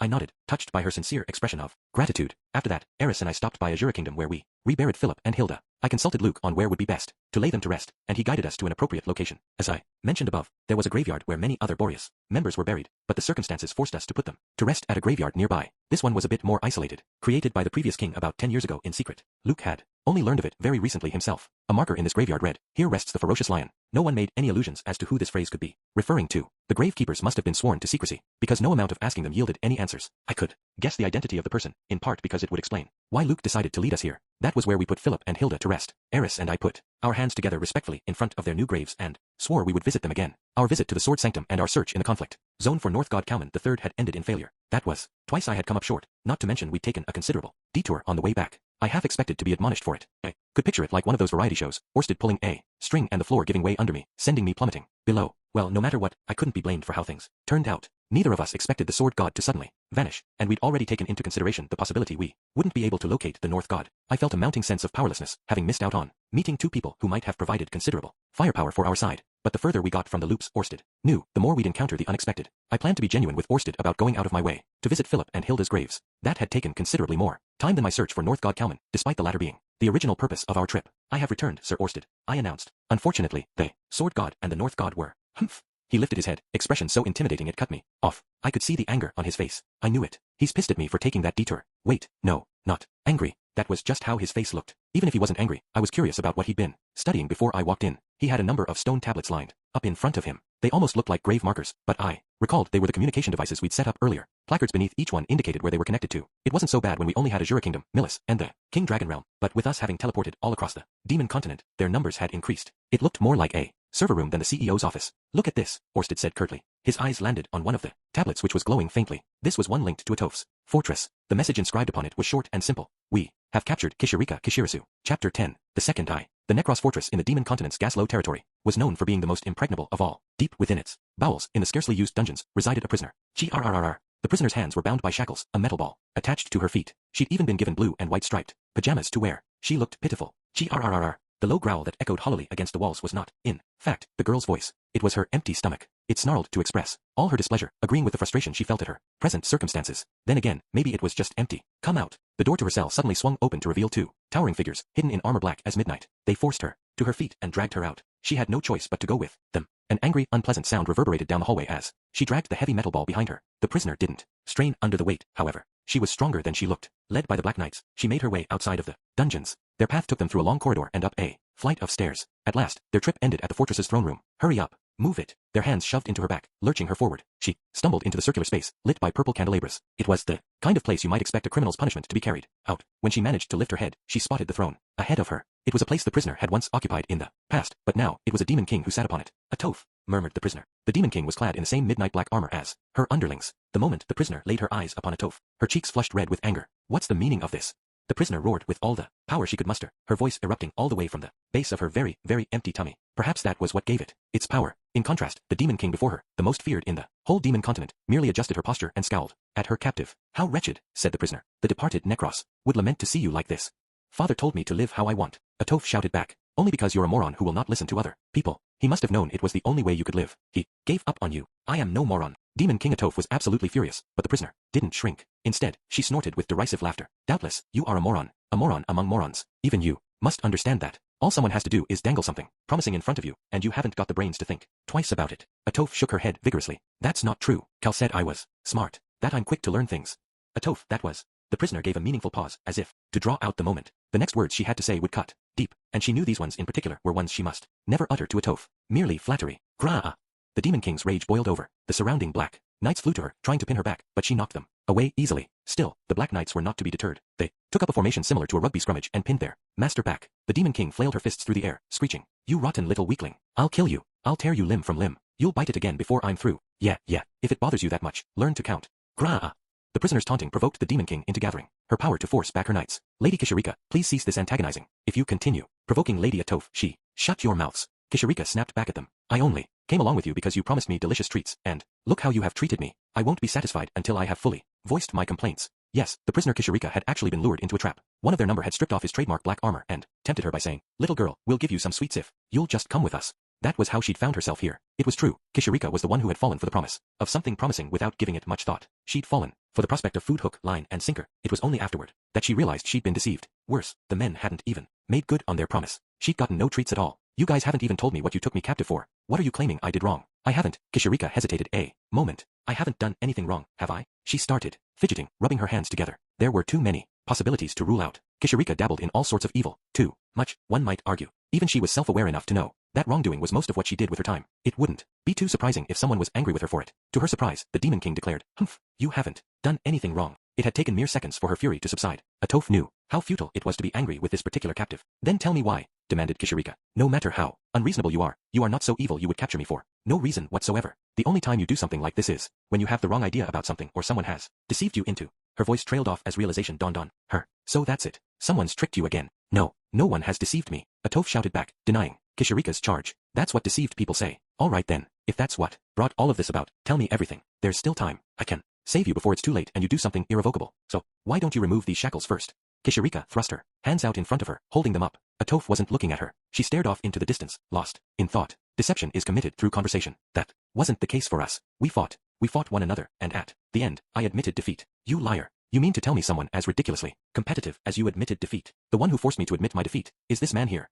Atoph pointed her finger in the direction of a mage swathed in grey robes. He had a terrible expression on his face, the kind of smarmy, perverted type one might expect to find from a man who kept 3 wives waiting on him hand and foot. Or perhaps it was simply that he was trying too hard to smile. It's you, Kishirika stammered. Rubius, close, but not quite. I guess it might be possible, with that ridiculous amount of mana you have to be able to. Kishirika shuddered in fear. She had met this human mage just twice in the past. The first time she had laughed at how eerie the amount of mana he held was. The second time, she had laughed at his magical prowess in being able to fend off Demon King Atoph. She wasn't laughing this time. A man who could command Atoph and convince the Demon King to capture Kishirika wasn't funny. Not in the least. Hee. The mage chuckled nevertheless as he looked down at her, his lips resting in an unsettling smile. To tell the truth, there is something I want to give you. What could that be? Kishirika demanded, her voice trembling uncontrollably. Some kind of last rites.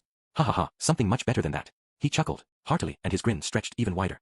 I won't be misled. You menfolk are always like this. Don't try to trick me with your sweet talk. Although Kishirika tried to resist him, she had nowhere to run. The tremor in her voice betrayed her strong front as well. She began scanning the area, looking for some method of escape while she crossed her legs, trying to hold her bladder despite the fear. I wonder if you'll still be able to say that after you see this?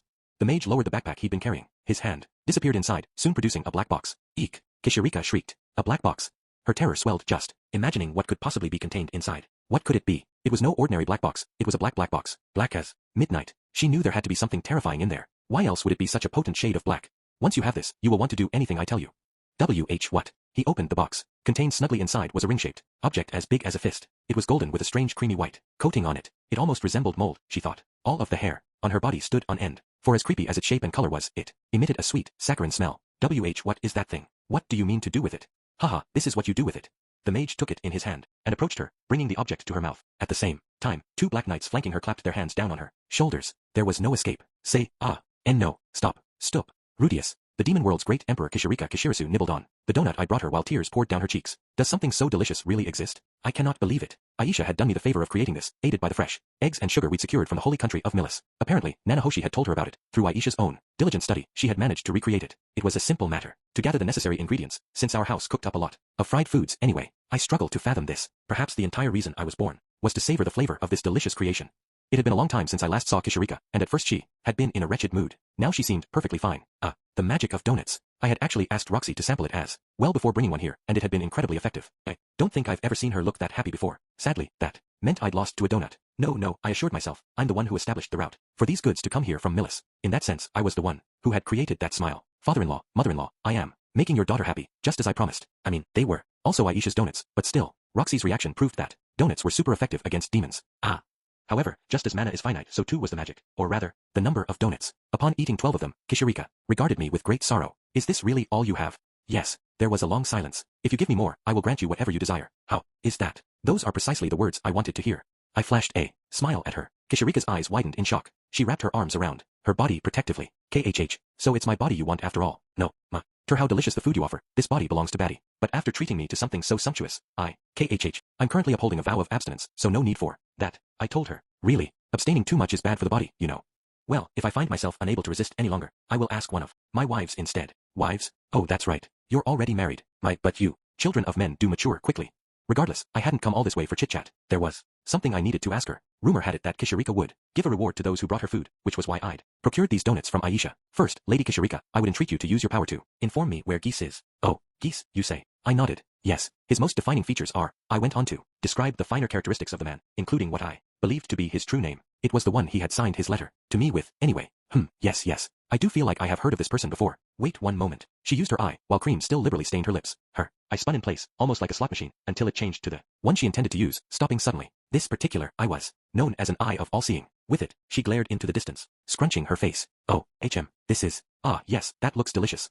She muttered to herself as she continued her scan of the far-off distance until at last she froze. Found him. That hadn't taken long. He's at the eastern end of the northern territories, in Bihyrule Kingdom. There, in the depths of a forest, he seems to be speaking with someone. But the man does have the face of a villain, Kishirika remarked before snickering. She leaned a bit further in the direction she found him, compelled by curiosity. Now, let's see. Who is he speaking with? Her expression instantly clouded over. I can't see him anymore. Kishirika's expression suddenly turned deadly serious as she closed her eyes. She leaned her head back, letting her eyes rest for a few moments. It was only several seconds later that she finally opened them again. This sensation. Yes, I know it. Your current enemy is the man god, correct? Gone was the jovial and mischievous atmosphere she usually had, replaced by something more solemn and reserved. Still, I answered her question honestly. Yes, and if you're fighting the man god, that must mean you have aligned yourself with the dragon god. I hesitated for a moment before saying, yes. Kishirika folded her arms and lowered her head, taking a pensive pose. After several seconds, she glanced back up at the sky, like a thoughtful soul might gaze right at the moon. Granted, it was daytime outside and sunny to boot, with nothing but a few clouds streaking through the otherwise empty blue. And a toph, you have aligned yourself with this boy. Yeah. So that's it. This must be destiny, I suppose. Kishirika wasn't being her typical silly, joking self. In fact, she seemed more like a sage. What in the world was going on with her? Had someone slipped something suspicious into those donuts? Lady Kishirika, do you mean to say you know the man god? I asked. Yup. The two of us have a bit of a history. Frankly speaking, I would like to avoid ever getting involved with him again. I tilted my head. A history, you say? Nothing that remarkable. Just that a mere 4,200 years ago he manipulated me and Badigati. He was after Laplace's life. 4,200 years ago? She was referring to the time of the Second Great Human-Demon War, right? If I recall correctly, that was when the fighting god battled against the dragon god, I said. Sure is. Batty donned the fighting god armor to protect me and faced off with the demonic dragon king Laplace. I gawked at her. Wait, Batty as in his majesty, Badigati? My shock was immeasurable. Did this mean Badigati was actually the fighting god all along? Orsted had never told me anything about that, though I felt though I had heard something similar somewhere before. Randolph, I think. So what he said was true. At the time, I couldn't determine whether he was talking about the same guy or not. It's been a long time since he lost the fighting god armor, but if Batty shows up, best be careful. He still feels indebted to that rotten man god after all this time. He may end up being your enemy. After a long pause, I nodded. All right. Badigati was such a cheerful, bright man. I didn't want to fight him if I could help it. Still, I had to make a mental note that he might end up on the other side. If at all possible, I hoped he would forget whatever debt he felt and join our side instead. Well, since you have a toph on your side, I doubt Batty will be a match for you in his current state. I'd ask you to spare his life if you can help it though, said Kishirika. Badigati was a toph's younger brother and Kishirika's fiancé. Family, in other words. Demons were rather quick to let go of grudges from my experience, but not so magnanimous that they would stand quietly by as their family was murdered. Very well, I agreed. Although, he's not one to be easily killed. In the first place anyway. No, he's not. The immortal demon's strong point is their tenacity. As she spoke, Kishirika snuck a glance at a toph. The latter was posed proudly, but I had a feeling Kishirika wasn't exactly complimenting her. And also, come just a little closer. She beckoned me with her hand. I obeyed and leaned in. She cupped a hand to her mouth, presumably to whisper to me. Bring your face a tiny bit closer. What is it? There, take this. She suddenly thrust her fingers into my left eye. Indescribable pain shot through the entire socket. Gah! I screamed at the top of my lungs, trying instinctively to pull away. She grabbed me by the hair, pinning me so I couldn't run away. I was using my magic armor, the version 2, so where could I run? This freaking hurt. Oh wait, I know what this is. Maybe it's fine not to run. Oh, decided to behave yourself, have you? I willingly let her do her work. It was painful to be sure. Throbbing, splitting pain assaulted my entire brain. This had come without warning, and she was digging around in my eye socket, but at least I knew what she was doing. I had been through this before, with my first eye. There, finished, she declared, finally yanking her fingers out. The intense, overwhelming pain remained, and I could see nothing out of the eye she had fiddled with. This was no reason to panic, however. I knew from past experience that it wasn't permanent. It's my personal policy to reward a person with an eye whenever they treat me to something delicious, Kishirika explained. I said nothing in response. This will be your second eye. I pressed a hand over my left eye as the pain slowly receded and knelt in front of Kishirika. I'm not the least bit concerned with this battle of yours, but I do have a bit of a bone to pick with the man god after what he did. That's why I'm giving this to you as a parting gift. I lowered my hand from my eye. My vision doubled. It was a jarring sight, as if I was holding the palm of my hand over one of my eyes, giving me two different things to look at once. Boy, this was gonna cause some headaches. It's an eye of distant sight, Kishirika informed me. All it allows you to do is see in the distance, but it should prove useful. An eye of distant sight. I gave it a spin by closing my right eye and focusing mana into my left. It worked the same way as my right. By adjusting the amount of mana I used with it, I could gaze into the faraway distance. I glanced down, and my vision passed through the fortress all the way to the entrance, where one of the Black Knights had removed his helmet to scratch the top of his head. I moved my head and focused mana into the eye again. My vision flashed, soaring through the sky, staring far off into the distance. It was almost like a camera with a zoom function. Next, I saw a crater with a town nestled in the middle of it. However, I couldn't make out the entirety of the town. When I tried to gaze even further into the distance, focusing more mana into my I found my vision could go no further than some mountains. I could make out the detailed patterns on the rocks of the mountain, and a great tortoise which threw its head up in a yawn, but no further. If there was something obstructing my view, my vision would stop there. I cut off the flow of mana to my eye, and immediately it reverted back to my ordinary vision. This new demon eye merely allowed me to see far away. It wasn't incredibly powerful, nor did it seem particularly easy to use. Still, I was already thinking of scenarios where it might be useful. The way you are now, 2 demon eyes should be no difficulty for you to handle. I told her sincerely and gratefully. Thank you. Yes. Well then, Rudius, feel free to rely upon me again. Should you need me, provided it doesn't involve the man god, I will be happy to help. Kishirika nimbly released the shackles from her hands, then brought the side of her hand down in a chopping motion, removing the ball and chain trailing from her legs. Finally, she yanked off the striped pajamas she'd been forced to wear, revealing her usual bondage-style outfit. Farewell, then. Off I, bois. Kishirika had leapt into the air, intending to make her escape, but she face planted on the ground, thanks to the firm grip Atoph had on her ankle. Wait, said Atoph. What do you want? You have some nerve, interrupting my smooth exit. Blood trickled down from Kishirika's nose. She fixed Atoph with a glare. Atoph stared down at her, not the least bit bothered. Do me a favor, too. What's this? You took me captive for no reason and threw me into prison. I won't be doing any favors for you. Unhand me. Shoo. She slapped Atoph's hand away, using her other to wipe away the crimson trail trickling from her nose. Atoph wasn't one to be so easily rebuffed. She grabbed Kishirika by the collar. Atoph's grip pulled the tight leather halter top tighter, lifting ever so slightly to reveal her flat breasts beneath. Ooh, I shook my head. No, I'm Rudius the abstinent. I must resist such temptation. KHH, tell me where Al and Alex are. Rudius needs strong fighters on his side, right? Those two would be perfect for this. What? Kishirika frowned. I gave Rudius his reward just a moment ago and told him someone's location. I even gave him a demon eye as a special extra thanks. I can give no more. Al and Alex. I was pretty sure those were nicknames for the 2 surviving North gods. Those close to them tended to call them by those nicknames. I didn't remember bringing it up to Atoph that I had been looking for those 2, but they were her family. Perhaps she hadn't needed any prompting to bring them up. Tell me, Atoph demanded. I told you already. No. Kishirika seemed disinclined to fulfill Atoph's request. It was good that I had learned Gisa's current location, but I still knew nothing about what he was scheming. I needed to increase my number of allies if at all possible. We needed all the help we could get, if at all possible. An idea suddenly came to mind. That's right. I have this. I suddenly remembered the sinister, skull-shaped ring on my finger, Randolph's ring. Lady Kishirika? My lady, please, take a look at this, I bid her. What's this? I feel as though I have seen this somewhere before, and it gives me an ill premonition. Consider it Randolph's request. Randolph, I remember now. That was his ring. Her expression was almost theatrical. All the color had drained from her face. Now I see, yes, his request, is it? He did certainly look after me. I always wondered why, each time he did so, he'd say, you can repay me for this later, at some point in the future, all right? Kihihi. All with that unsettling laugh. Each time I glimpsed that smile, I'd tremble with fear, wondering what vile thing he would ask of me. Do as we ask, and you can consider all of your debts to him repaid. Her face lit up. All of it, you say? Well, guess I have no choice. Yes, wait just a moment. Again, she turned her eye to the empty air. It took only a few seconds of searching before she found what she was looking for. She makes for one handy search engine, I thought. I don't know about Al. He seems to be somewhere in Azura, I think, but the mana there is thick. Or he's using something to ward off my ability to see him. Either way, it's all blurry. Alex is walking down a highway. Looks like he's headed in the direction of Bihyrule Kingdom. Is he now? Perfect. Rudius, when you go to Bihyrule Kingdom, seek out a man named Alexander. He should be able to lend you his strength, said Atoph. All right. North God Kalman III was headed to Bihyrule Kingdom? The same place Geese was? I had to wonder if that could be a coincidence. No, knowing the man god, he'd realize Kishirika would track Geese down, right? Then it was bound to be a trap. It just had to be. Now then, that's all, right? I'll be going now. All my limbs are free. No one's got their hands on me, right? Good then. I'm off. Fwahahaha, fwahahaha, fwahaha, fwahaha. Atoph stood there with her arms folded over her chest. Kishirika disappeared behind her, leaving me to contemplate all the information she had given me. Her high-pitched laughter echoed, over and over, growing fainter and fainter until it disappeared entirely. I got the feeling she'd let herself be caught on purpose. She really was like a storm, rolling in and out unexpectedly. Whatever her motives were, this visit had been fruitful. I had a newly implanted eye of distant sight and some very useful information. I parted ways with Atoph and headed back to Sharia. It had been a productive visit. I knew Gisa's location, and I knew that North God Kalman III, one of the 7 great powers, was also headed to that location. Oddly, neither the Sword God nor North God Kalman II's precise locations were easy to ascertain. I had a bad feeling about that. The real question is, what now? If possible, I wanted to decrease my number of enemies while increasing my number of allies. If Geese were to sense my presence anywhere nearby, I suspected he would run for it. The only situation in which he wouldn't was if he had already gathered a substantial amount of strength on his side. In that case, it was wiser for me to do the running. Perhaps the most prudent thing would be to scout ahead. I could use that time to seal off his escape, spread out my own units, and find a way to corner him. It was a shame Kishirika had disappeared so soon. With her, I could have gotten a more detailed report on the situation there. Isn't there some way I can entice that convenient little search engine into staying in one place for a while? If I made a donut factory and shipped its products directly to a hideout I prepared for her, that might work. I made my way back home as I weighed my options. Oh, welcome back, Mew.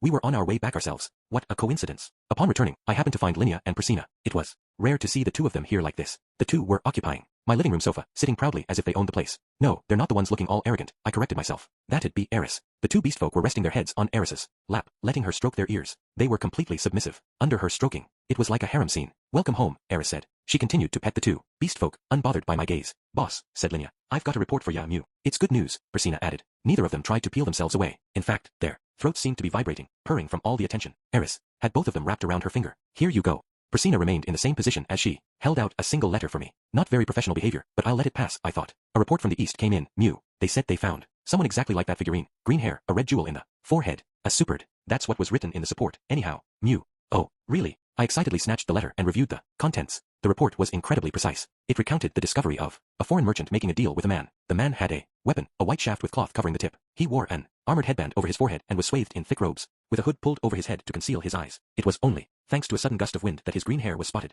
It also exposed the human clothes hidden beneath his thick shroud. The man had moved secretively, trying to avoid people's notice while he bought some medicine. Our informant failed to confirm what medicine he'd purchased, but the man's appearance matched Rudyard closely. What? I gasped as I read the final line on the report. Location of discovery, by Hyrule Kingdom, about half a day west of its second biggest city, Hyrule, in a village close to the Earth Wyrm's Forest Valley, by Hyrule Kingdom. It was the third time I had heard that same location in a single day. No matter how dense I was, even I realized what was going on here. Now I get it. Geese, North God Kalman III, and Rudyard. There was no way all of that could be a coincidence. Something was most definitely about to happen in by Hyrule Kingdom. No, that wasn't right. Geese was trying to make something happen. It was possible this letter was itself one of Geese's traps. Did he intend to use Rudyard as a shield against me? Had he already won Rudyard to his side? I had no idea which one it was, but I would find out. If there was even a possibility that Rudyard was in danger, then I would go. I had to go. The time for preparation was over. It was time for the showdown. Extra chapter. Geese and his final ally. Found myself in the Bigoya region of the demon continent inside a certain town mayor's estate. The scent of booze stunk up the air. The men in the room, all completely hammered, were half naked. Not a stitch on the bastards from the waist up. I was smack in front of this group's head honcho. I knew the guy by reputation, but he was a little out of my league. I knew his name. Of course, I'd spied him from a ways off. It's not like we ever hung out though, not like we so much as talked. I was just kinda aware of him, right? Knew that he was out there in the world, doing something. That was the extent of our little relationship, if you could call that a relationship. I'd been insinuating myself into his group lately, but I hadn't got used to being around him. My knees were still knocking. Fwa ha ha, fwa ha ha, fwa, fwa, fwa ha ha ha. The man was energetically necking his drink. His 6 arms clutched a whole barrel of the ale. He knocked it back and swallowed and swallowed and swallowed. The way he guzzled suggested he wasn't paying attention to the taste. Waste of a nice drink, if you ask me. You're in a fine mood, I said, approaching the man. Having drained the last drop from the cask, the man tossed it off into the distance, his eyes fixed on me. Fwa ha ha ha. Yeah, I am. He offered only that brief response before peeling his gaze away. Get me another drink. I've taken a liking to your ale. A real vintage. Fwa ha ha. This guy wasn't interested in me. I knew a word that'd grab his attention, though. As soon as he heard it, I knew he'd sit up and listen. So, have you heard of the man god? I asked. His laughter stopped, and his eyes snapped to mine. You, he said. Where did you hear that name? Same place as you. In a dream. Oh, really? Head over to Renoa Kingdom's University of Magic. You'll find someone with a deep connection to the man god there. Fwa ha ha. I assumed he was referring to boss. True, if I was connected to the man god and wanted a way out, that would be the right place for it. Reasonable bit of advice. Nope, I said. I've got business with you. What? I'm aligning myself with the man god. We're fighting the dragon god. Join us. Oh, his whole posture changed. His jovial grin turned into something serious. It was a startling shift considering this was a perpetually cheerful, jolly sort of guy. If that's what you want, let me tell you something. Consider it advice. I nodded. Go on. If you align yourself with the man god, one day you will destroy what's most precious to you with your own hands. Get out while you can. Yep, I know. I followed his advice before and it led me to destroying my entire homeland. He stared at me blankly. Your homeland? And you still follow that guy? Guess I do, yeah. This must be what it's like to watch someone change their mind about you. I felt him regard me, suddenly, as an interesting figure. Curiosity. I think I liked it. You destroyed your homeland with your own hands and you felt nothing. I quickly shook my head. Nah, course not. It was a real shock. For me. How should I put it? It was only once it was too late, once things were already out of my control, that I realized all of a sudden, I didn't hate the place. I thought of my family and siblings as nothing but scum, I'll admit. But then I realized I never wanted M to die. I was all regret. What VE I done? I couldn't even bring myself to stand for days. It had been several years after I first started taking the man god's advice and set off traveling when it all went down. Happened before I met Paul and the others, when I was an adventurer desperate for money. The man god had advised me to offer information to a certain guy. It was different from his usual advice, phrased more like a request. I did feel like something was a little hinky about it. Still, I did exactly as he told me to, offered the information, and netted myself a handsome reward for my trouble. It wasn't even that much money. Seemed like it at the time, but it was only enough to go a month without work before it'd dry up. Didn't matter to me. I was pleased as hell. I took my money, marched down to a pub, treated everyone there to drinks, and drowned myself in liquor. The next day, it all went to shit. That day, I discovered the information I'd handed over had provoked a demon king's wrath. This demon king was a generally mild-mannered guy, but everyone has a secret they don't want to get out. Well, the info I'd passed on related directly to that secret. The demon king traced the leak to a demon of the Nuka tribe. The demon king went straight to our clan settlement and Massacred everybody. No mercy, none. Men and women, elderly, and children, indiscriminate slaughter. Not even the Demon King survived his own massacre. The intel I'd passed on was key to killing off this Demon King. The man who'd bought this intel from me sold it off, and the buyers killed the Demon King. I was the only survivor. It was a shock. I wept. I wailed. I lamented. Why am I such an idiot? Why did I trust the man god? How do you think the man god reacted to all of this? He mocked me and he laughed. Pretty awful, right? He made me experience the worst possible thing imaginable. Then he kicked me in the guts when I was down. I said, thinking back. And you trust the man god after all of that, HM? Fwahaha, you're an interesting man, right? I get that a lot. I doubted there was another man alive who'd fallen to the depths of despair and still clung to the man god in spite of it. Rudius hadn't done that. Neither had the guy I was speaking to now. I think you're pretty interested in yourself, I said. Oh, though I was skeptical from everything I'd heard until now, I started to suspect this guy wasn't like Rudius. He seemed like my kinda guy, to be honest. It's not like I know all the details, but you've got a girl you're interested in, right? I do. We're engaged. But you weren't able to spit out what you felt about her, is that right? I continued, pressing him. Got me there. You only managed to tell her thanks to the man god, right? You owe him, right? There was a pause. Now that you mention it, I suppose I haven't paid him back. Why not pay back the debt you owe by lending us your strength now? Not a bad deal, right? Felt pretty risky considering he might crush me and my bones into a little ball with his bare hands. His interests were more on Rudius's side, after all. I bet he understood the pain that came from following the man god's advice only to watch your most precious thing stomped into the dirt. At the same time, I bet he could comprehend how I felt, too. Yes, I'd been robbed of one thing that was precious to me, but I'd gotten off without losing the most precious thing of all. This guy had to be like me. Although he'd been deceived like many others before, he was the only one who still remained, because in the end, he'd still gotten his hands on what he wanted. Most of all, not a bad deal. I do have an obligation to lend my aid to the man god. I perked up. Yeah, you do, don't you? But I refuse. Ha, why? I cried in disbelief. You. He thrust his fingers at me, the index fingers of 4 of his hands. Fwahaha, it would wound my reputation as a demon king if I were to let myself be won over by word tricks and a little guilt. I snapped my mouth shut. Ah, I get the picture. That's right, this guy is one of them, one of the immortal demons. His long lifespan gave him a funny preoccupation with reputation, agreements, and whatnot. Stubborn about his own self-enforced rules. My name is Immortal Demon King Badagati. If you want to fight next to me, you need to defeat me first. That's right. This was the Immortal Demon King Badagati. He was a demon king who bestowed wisdom. His sister, Immortal Demon King Atafartov, bestowed power. She could only be forced to submit by someone stronger than her. In contrast, it was said, Badagati would only capitulate to someone who showed they had a little cunning. Fine, alright, I'll take you on. A contest of wits? Fwahaha, what nonsense are you going on about? What would be the purpose of such a contest? What? Well, crap. If it was a fistfight he was after, I had no chance. Should I bring someone else to fight for me? Not much glory to be found in beating down a puny guy like me, though, yeah. Or do you really think that'd add to your honor as a demon king? Badagati shook his head. Of course not. It's a demon king's duty to give a fighting chance to potential heroes. I cocked my head to the side. Okay, then what kind of contest are you looking for? The man pulled over another cask of ale. This, he said, from the looks of you, I bet you're quite the heavy drinker. I enjoy a drop. A drinking contest, then. I wasn't all that good at holding my liquor. I liked it more than Talhand, yes, but not enough to brag about. Badagati had about 10 empty casks strewn about around him. Taking that into account, maybe I can. Nah, I couldn't get my hopes up. This man was an immortal demon. No matter how good my advantage here might seem, I bet the guy had an unlimited capacity to drink. He was like a bottomless pit. I wasn't gonna win. Well, Badagati goaded me. Have you chickened out? Or are you the type who only agrees to a challenge if he's sure he can win? Nah, more like I don't bother with challenges I know I'm not gonna win, I said, correcting him. Rudius Greyrat was different. He didn't flinch at a fight. He let out a loud laugh and suddenly slung an Emperor Tear spell at me. Of course, I still beat him. Fwahaha. I wouldn't want you painting bossing me with the same brush. Anyhow, unlike him, I wasn't handed any talents.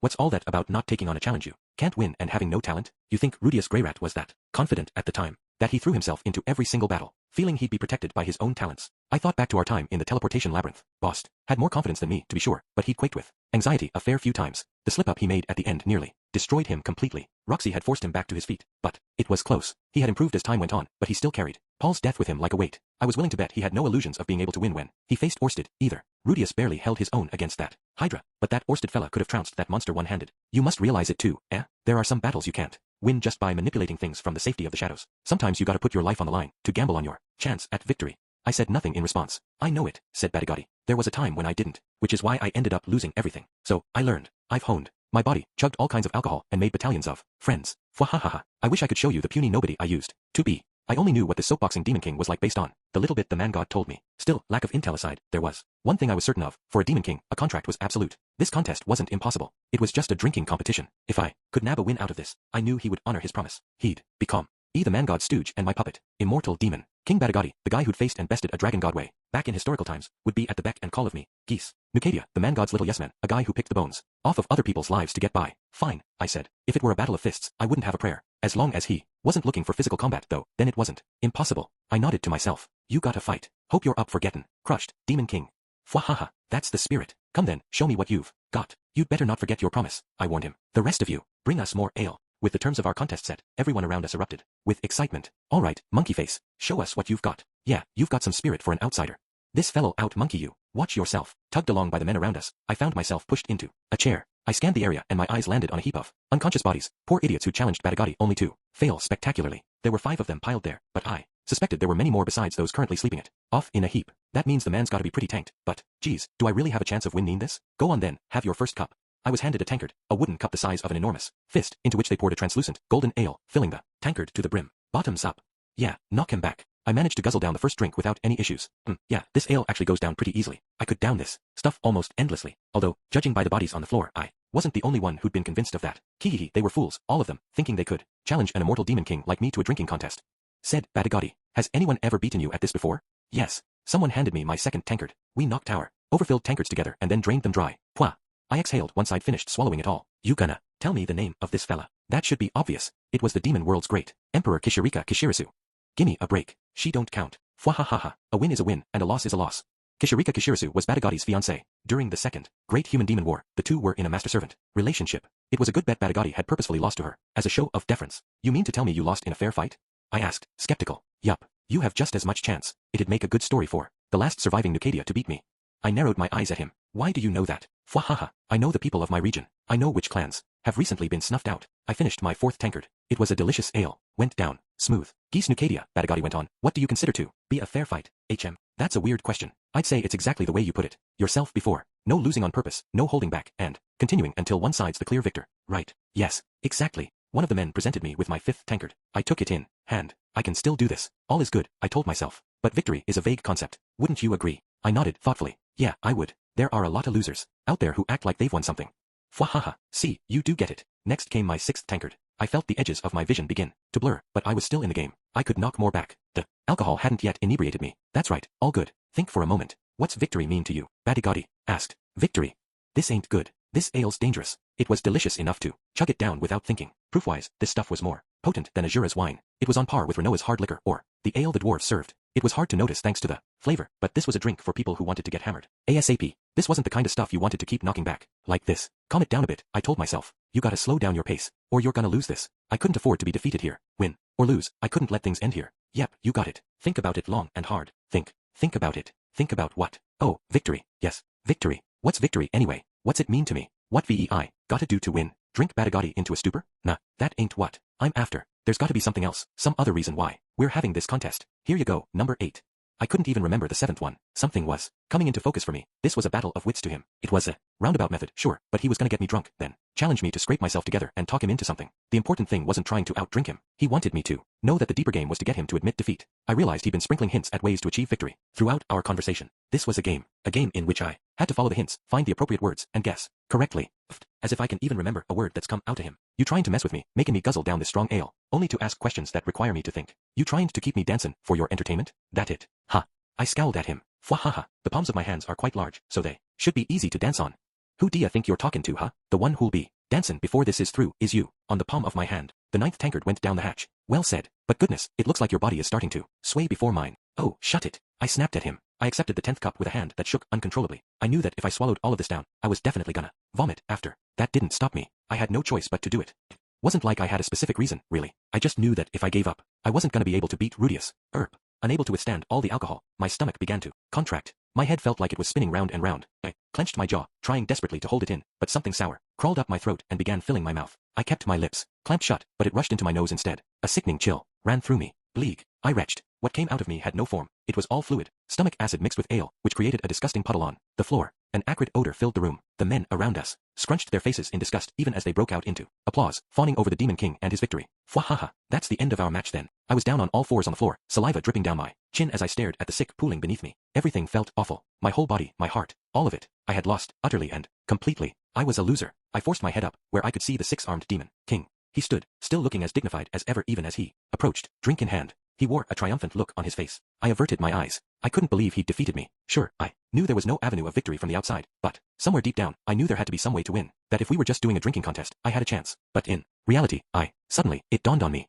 I returned to my seat and silently took my tankard in hand, holding it up. It was the 11th drink someone had poured for me. At some point, who made a rule that if you vomit you lose, huh?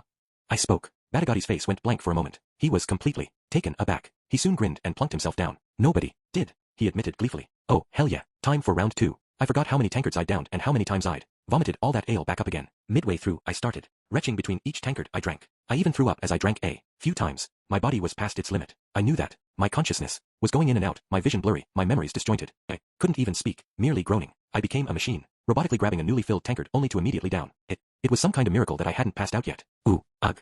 Fwahaha, fwahaha, fwahaha, fwahaha. Through the haze of my drunken stupor, Badagotti's hearty laughter faded in and out. I stopped hearing the crowd and there, cheering and jeering a while back. I felt like I was in the middle of a dream. Hold up. When did Badagotti fall over sideways? Nah, it's me. That's fallen over, huh? Crap. If you keep this up, my lord, he's going to die. I hadn't pegged him for the type to go this far, Badagotti said thoughtfully. What shall we do with him? Use detoxification magic on him and lay him down over there. What about your match? Fwahaha. For a coward like him to put his life on the line, that's heroic. I have no choice but to admit defeat. Being a hero doesn't necessarily mean being physically strong, does it? Fwahaha. I managed to make out that short exchange before my consciousness sank into the hungry dark. Badagotti, a perfect opportunity. Allow me to talk about the past a little. I'm gonna tell you about a guy who thought he was clever. Wrongly. Everyone around him was a complete moron, so he'd been misled. His companions, his older sister, whose power was nothing in comparison to his own, by the way, and even the monarch he and his peers were supposed to love and respect. Everyone around him lacked any sense. It was only natural that he assumed he had wits. You see, everyone in his tribe was, as a rule, an idiot. What made him different was that he tried to expand his intelligence. He understood the logic behind certain things, could correctly predict what people were thinking, and was skilled at uncovering the solutions to problems. The man's father called him the prodigy of prodigies, born only once in 10,000 years. He was even given the epithet demon, king of wisdom. No wonder he thought he was clever. What's that? You would argue that if he really was more clever than everyone he knew, then he wasn't wrong? Fwahahaha. No, that's an assumption. Think about it for a moment. If one man in a sea of fools is just a little smarter than the rest of them, can you really say he's clever? No, you can't. The fact he didn't see it himself proves he wasn't such a genius. We're getting off track. I'm telling a story here. At the time, humans and demons were locked in a conflict. That'd later be called the Second Great Human-Demon War. It was little more than a skirmish when compared to the later Laplace War. Our long lifespans make us demons a patient lot, so our invasions are slow-paced. We are laid back even when it comes to losing the pivotal battles in a war, thereby giving the humans the time to recover and rally against us once more. Winning a battle is less important than winning the overall war. Our dipshit hero joined the Demon King army, where he was given the position of tactical advisor. He saw how his people were engaging in the war and was dismayed. Things couldn't continue like this. If they really wanted to win, they needed to commit to a more aggressive offense, to take key locations in enemy territory. What do you know? No one wanted to listen to him. They were all idiots, after all, unable to understand the logic of war. Fwahahaha. Anyway, one day, yes, I'm being vague, but it wasn't a special day otherwise. It was out of the blue, really. Or was it? Maybe. Something had happened to precipitate the event, but our protagonist wasn't bright enough to figure out the cause. Anyway, one day, the man started having a recurring dream. A person appeared in it, someone whose gender was indiscernible, whose very appearance was as indistinct as a shadow, barely a wisp of a dream. This person called themselves the man-god, quite literally, the god of the humans. The man immediately asked why the god had come to him. Was it to kill him? The god said, I'm a god, you realize. Everyone who lives in the world is like a child to me. I would never dream of killing you. In fact, seeing how hard you've been working, I'd like to help you out. So, a lunatic. The man was naturally suspicious of this god, but the god still offered him a small word of advice before disappearing. Inconsequential, easy-to-follow advice. He said to send some troops, even a few would be fine, to the Galgao ruins. Now, our protagonist was serious to a fault. He knew there was a demon king already situated at the ruins with their troops. He didn't see much need to send extra troops since it hardly seemed like a vulnerable position, but he nonetheless followed the advice given and deployed some of his troops there. When they arrived, it was a shocking sight. The Galgao ruins had already turned into a battlefield. The demons found themselves outnumbered, but the humans hadn't expected the man to arrive with reinforcements. He hadn't brought many with him, but they were just enough to topple the enemy's formation. The man wound up, saving the Demon King army's most central Demon King. The victory bolstered his influence. It was a dream from there. The man manipulated the Demon King army from behind the scenes with his cleverness. He assumed control of the humans' territories at an alarming speed. He also curried favor with the beast folk, who were considered a subset of demons at the time, and convinced them to join hands with the demons. Those weren't the only allies he won over, though. The man even managed to bring the sea people into the fold. Together, their armies steadily gained territory. It was only a matter of time until the humans were wiped out completely. The man was grateful to the god. Thanks to that god, our protagonist would soon be able to avenge his great and noble father. It never happened. I remember it like it just happened moments ago. The strategy our protagonist had come up with was flawless. There hadn't been a single hole in it, reflecting back. Fwahaha. I'm exaggerating a little. My memory isn't perfect. One thing still escapes me. What I can tell you is this. The man's plan was perfect, and if it had succeeded, the man could have established a bridgehead to Azura Kingdom. The humans would have nowhere left to run. Victory was certain. That was how perfect it was. Then, one crucial aspect failed. It was strange. His army was superior in raw numbers and strength. In fact, he and his troops had a better grasp of how crucial this battle was. The humans were oblivious. That was precisely why the fortress the demons attempted to invade had so few people guarding it. These facts assured the man he couldn't lose, and yet he did. It was a massacre. People throw that word around, but I mean, it wasn't clean, it wasn't neat. They all died, and every death was the nasty kind. There wasn't a single survivor. The man was horrified when saw the gory aftermath. His men numbered over 10,000, but they had all been butchered. He couldn't begin to fathom how the slaughter had happened. The only thing clear was that it seemed to be almost entirely the work of one single human. It was the same brutal technique, over and over again. The man realized a tremendous monster had been born among the humans, or from their perspective, a hero, I guess. During the first great human-demon war, a similar hero had appeared and expelled the demons with overwhelming might. Our foolish protagonist had heard the story, which was how he recognized the culprit this time was similar. That was the turning point. After that, no matter what the man did, nothing went right. This hero would interfere and impede every last plan he made. It was all that hero's fault. You ask how he knew. No, it's explained easily enough. Not all of those troops were killed in every battle, so he was able to gather information from the survivors. He discovered even the humans weren't quite sure what this hero of theirs was. He was a man clad in golden armor who appeared suddenly in battle to lead the humans to victory. That was the only intel they had. People called the man Golden Knight Aldebaran. Aldebaran commanded such overpowering might that he could completely turn the tide of battle, giving the humans momentum. It was ridiculous. No matter how much our guy racked his intelligence, no matter how complex and well thought out his plan, he was always overcome by the human hero's unsurpassable strength. People called it the Second Great Human-Demon War, but it wasn't an overstatement to say the war really was just between the demons and the man Aldebaran. Midway through the whole conflict, the man stopped bothering with his armor at all. He still managed to overpower us. The demons couldn't win against Aldebaran. Our protagonist lost every major battle after that. The human army drove his forces back until they were routed to the demons' last bastion of defense, Kishirasu Castle. Back then, our demon hero had a strong sense of duty. He was convinced it was entirely his fault that they were in the current mess. They had lost so many brave demon kings. His sister, one of the strongest of all the demon kings, was even rendered powerless in the course of all of this. They had lost all of the territory they had conquered in the course of the war. All of that was his fault. Oh, how presumptuous he had been. That wasn't true in hindsight. There was no need for him to feel responsible for losing to such a powerful adversary. What he should have done was cut his losses and run like the rest of the demon kings, hunkering down in his region to eke out a quiet life. Guilt didn't change much. The war was over, and the demon army fell to pieces. It was only a matter of time before the humans took all of the demons' territory from them. It was then that a woman that our protagonist had always thought the most foolish of all said to him, "This isn't your fault. I will take care of the rest. Stop troubling yourself." She was the monarch he and the others were supposed to love and respect, an uninhibited free spirit who lived exactly the way she wanted. The man was openly hostile to her. Fwaha, but deep down, you see, he was madly in love. Why had this demon king of wisdom pushed himself past his limits as a tactical advisor? Love, of course. To make this woman, his beloved, happy. It was only at the end of it all that he realized this truth. That was when he prayed to the god. "Please, help this woman. Help us demon folk. I'll do anything in return, I swear." That very night, after he said that prayer, the unsettling being appeared in his dreams once more. He still couldn't tell whether the being was male or female, nor could he discern any of their features. But the god grinned at him and waved a hand, almost like an old friend flagging him down on the side of the road. "Heya," said the god. The man was naturally wary. Why had this god, a human god, arrived to answer the prayers of a demon like him? As if to answer his doubts, the god said, "Aldebaran is a terrible fighting god, you see. I'm at as much of a loss about this as you. The rate things are going, your beloved queen and the rest of the demons will meet a grim fate." There was something odd about that in hindsight. Why would a human god be troubled by something as trivial as the extinction of the demon race? But the man was too desperate to listen to his better judgment. He was grasping at straws for anything to turn this all around. "What should I do?" he asked. The man god lips curled into a smarmy, conniving smile. "Follow my exact instructions." So, the man set off on a journey. It may be hard to believe now, but he was frail at the time, all skin and bones. He was an immortal demon, so he walked without rest or sleep. He weaved his way right through the human army, passed through over 10 forests, crossed over 5 rivers and climbed over 3 whole mountains. Then, finally, he delved into the very depths of a labyrinth that no longer exists. That was where he found it, a single, purple-colored vial. Had been ordinary medicine once, but the thick mana permeating the labyrinth had altered it. That is special anti-demon eye elixir. If you drink that, no demon I will be able to see you. Perhaps this had been something originally intended to fall into the hands of another of the human's heroes. It could have created a second on the level of Aldebaran. This elixir would have created a weakness in the most powerful leader of the demons, Emperor Kishirasu. This elixir's effects would continue until their death. Knowing that, the man gulped it all down. Then he began running again. He passed through endlessly deep valleys, a blizzarding meadow, and at the end, he climbed the world's largest mountain. It was there that he found the second thing he was looking for. Suit of golden armor. It glittered from head to toe, but it didn't look ridiculous. No, this armor was sinister, with the power to bewitch all who gazed upon it. This fearsome armor had been hidden within such a steep mountain, sealed away far out of sight. Whoever dons this armor will have invincible power, the god had told him. It bears repeating, the man was an idiot. He didn't stop to think why this armor had been sealed away, why someone had hid it here. It was the height of arrogance to call himself the demon king of wisdom. Demon king of stupidity would have fit him much better. The man followed the man god's instructions and released the seal binding the armor. The seal was rather complex, but appropriately for a self-proclaimed demon king of wisdom, removing wasn't all that difficult. Once he'd removed it, he donned the armor and lost control. The armor was indeed powerful. It was imbued with such a surplus of mana that it had developed a consciousness of its own. Not that the man noticed this at first. He was too drunk on the power that poured out of the armor and into him. He was convinced that with this, he would be able to take Aldebaran down. "I'll butcher that Aldebaran and then slaughter the rest," he thought. If it's not obvious, he was immediately thrown out of his right mind. The man was normally useless when it came to battle, but he found himself driven by a thirst for it. He moved as swiftly as the wind. He leapt down from the behemoth of a mountain, crossed the valley, the blizzarding meadow, 3 more mountains, 5 rivers, and 10 forests. He routed the enemy army and returned at last to his beloved's side.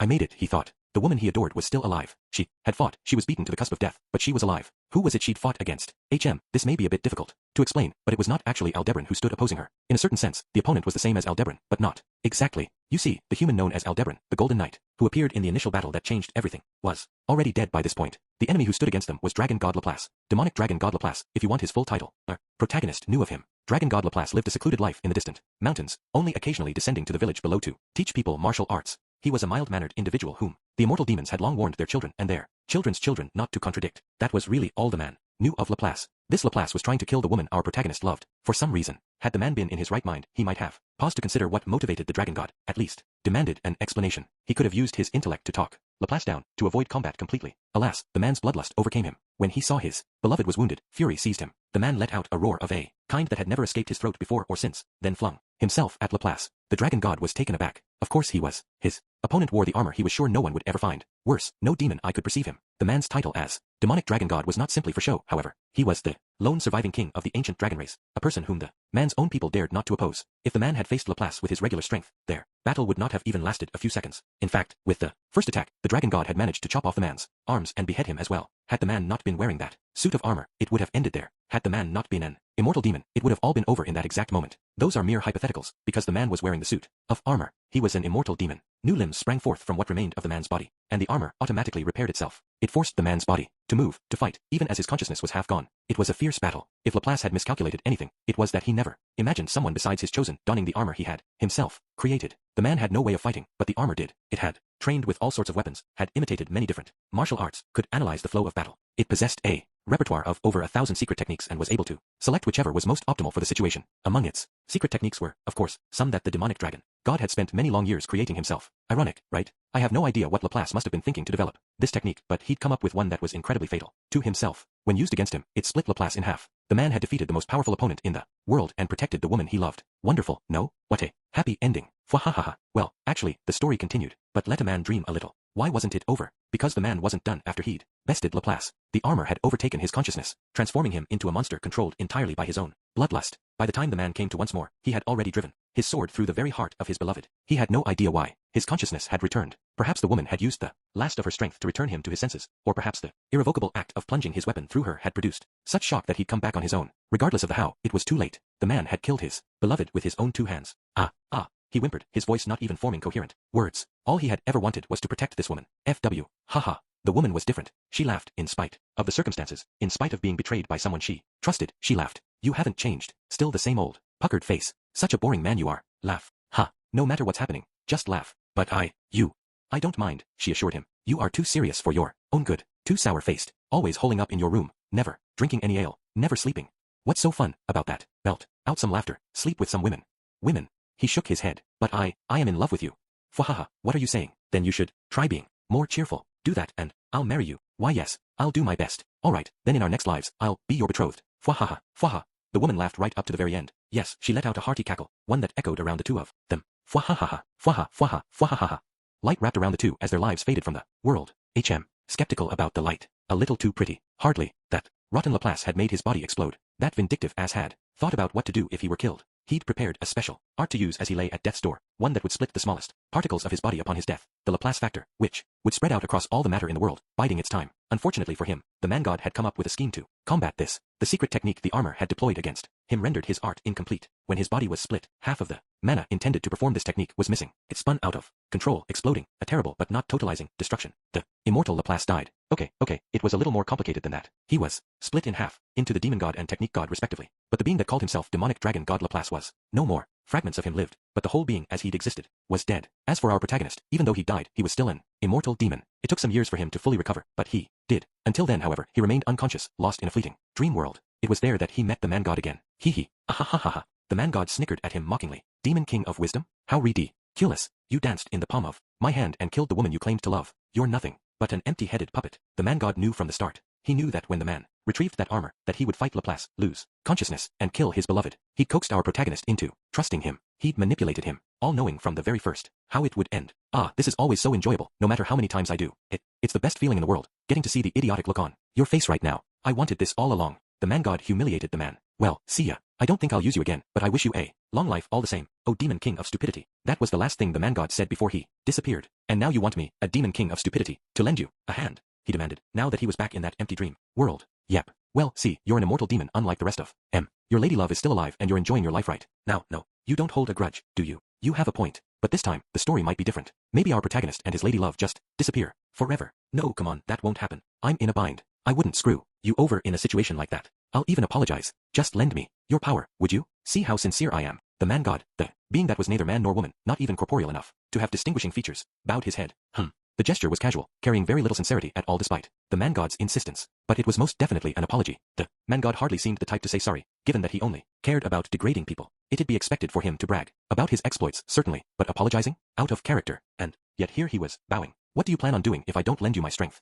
Asked the man. Then I'll die. Not immediately, but in the distant future. The man contemplated. Yes, the man god had deceived him. Following the man god's advice had caused their invasion of the humans to proceed at a faster pace, awakening the sleeping lion among them. Later, the armor possessed the man and caused him to kill the woman he loved more than anything in the world. The man god had toyed with his devotion, making a mockery of him. He knew. The man god must have known what would happen, must have foreseen the look of despair on the man's face, the pathetic sight of him sobbing as he lost it all. He laughed as if all of this were a game. To him, he should have resented the man god until the end of his days. But the proud demon king army was no more. The man was no longer a tactical advisor. He was nothing more than a lone demon king. I did help you with that man, if you'll remember. Yes, I am grateful for that, our protagonist admitted. See, that advice had not been given to Batty directly, but rather fed to him through someone else. A stranger had offered him 2 bits of information, both of which led in a promising direction. It was only afterward that the man thought to ask the stranger how they'd gotten the information. They answered, "This god I saw in a dream told me to inform you." The man's expression had turned bitter upon hearing that. Regardless, the man was grateful. That advice had allowed him to help both a tribe of demons who had once resided in his region, and the hero they idolized. The latter had looked so happy when he was reunited with them.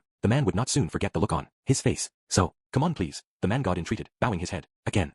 The man continued to consider the issue. Even though the man god had done him some small service, it could not erase the unforgivable sins he'd committed. On the other hand, was there anything in the world that was entirely beyond redemption? Perhaps. For other people, but he was an immortal demon. He hadn't known it at the time, but the woman he loved had a fate strong enough that death couldn't hold her back. The two of them had survived that miserable episode. It should be said that, had the man been younger, he would have dismissed the man god's request immediately. If anything, he would have aligned himself on the opposing side, hoping to get revenge for all the pain and humiliation he'd once suffered. He'd changed, however. The demon king of wisdom, conceited oaf that he was dead. The man had trained his body, laughed loudly, slept with women, got hammered, and slept with his body sprawled out and taking as much space as possible no matter who it inconvenienced. He had become someone truly deserving of the woman he loved. He was no demon king of wisdom. He was not so weak and pathetic he needed to rely on a god's advice to protect his beloved. He was now the immortal demon king Batagati, master of Rikarasu, the town where the remnants of Kishirika's old castle jutted up toward the sky, and king of the Baigoya region. He was not someone who held grudges over trifles. He was broad-minded and magnanimous. A puny demon with no strength whatsoever had challenged him, and he had admitted defeat. On top of that, his sworn enemy had come to him to offer an apology as well. He had no choice. Fwahaha. Very well. If you are that insistent, then I suppose I will help you. You mean it? Ugh, that's a relief. With that, Batagati became one of the man god's disciples. So then, who is our enemy? Batagati asked. Our enemy is the dragon god Orsted. Aha. The man god added, but the one we've really got to defeat is his underling, Rudius Grey Rat. The boy with the ridiculous mana pool? Batagati had spent only one short year with Rudius. Kishirika had told him of the boy whose mana pool surpassed even that of the demon god Laplace, and that had garnered his interest. He was keen on meeting Laplace once his reincarnation had arrived. In the end, the boy hadn't been Laplace. He was simply possessed of incredible magical power. It was a curiosity, but the boy was otherwise unremarkable. Fwahahaha. So that boy's become the dragon god's underling, has he? What could have happened to make him that stony man's errand boy? How amusing. The man god shrugged. Don't ask me. I've got no idea. Humph. So you say, I'll bet you deceived the boy and turned him into a vengeful demon, didn't you? Well, it'd be kind of a pain to explain it all, but, yeah, guess. You're not wrong. Fwahaha. What goes around comes around. Then, the man let out a hearty laughter, mocking the god the same way the god had once mocked him. The man god looked particularly annoyed by the ridicule. Still, he had no choice but to swallow his displeasure. Batty had agreed to become his pawn, so he had what he wanted. No matter, said the man god. Geese is the one coming up with the specifics. You just need to cooperate with my other disciples and lure Rudius into a trap. Yeah, you're not gonna fight him fair and square. It's better to win without a head-on confrontation if you can help it. Wouldn't you agree? If he'd been the same man who'd called himself the Demon King of Wisdom, then he likely would have nodded without a moment's hesitation. However, he was now the Demon King of Stupidity, the immortal Demon King Batagati. He was the type to let his opponent attack first, withstand the blow, then return it with a counter of his own to take them down. Rudius would have called him something of a pro wrestler. I don't like it, said the man. Knowing how you are now, I figured you'd say that. You understand better than anyone though, don't you? That if you try to take on the Dragon God in a fair fight, you have no chance of beating him. No chance whatsoever. Yup. The man god went on. That's precisely why I'd like you to head to a certain location for me and retrieve something. I assume you don't want me to weave through a human army, pass through more than 10 forests, cross more than 5 rivers, climb up more than 3 mountains, pass over a valley of unknown depths, through a blizzarding meadow, and scale the world's tallest mountain, do you? No, nothing like that. You just need to cross one ocean. That's all. After saying that, the man god smiled. Of course, what I am asking you to retrieve is something you're quite familiar with already. Batagati knew instantly what it was that rested in the depths of the ocean, something he should have detested with the whole of his being. But if they were going to take on the dragon god, never mind. harbor any hope of defeating him, then it would be absolutely necessary.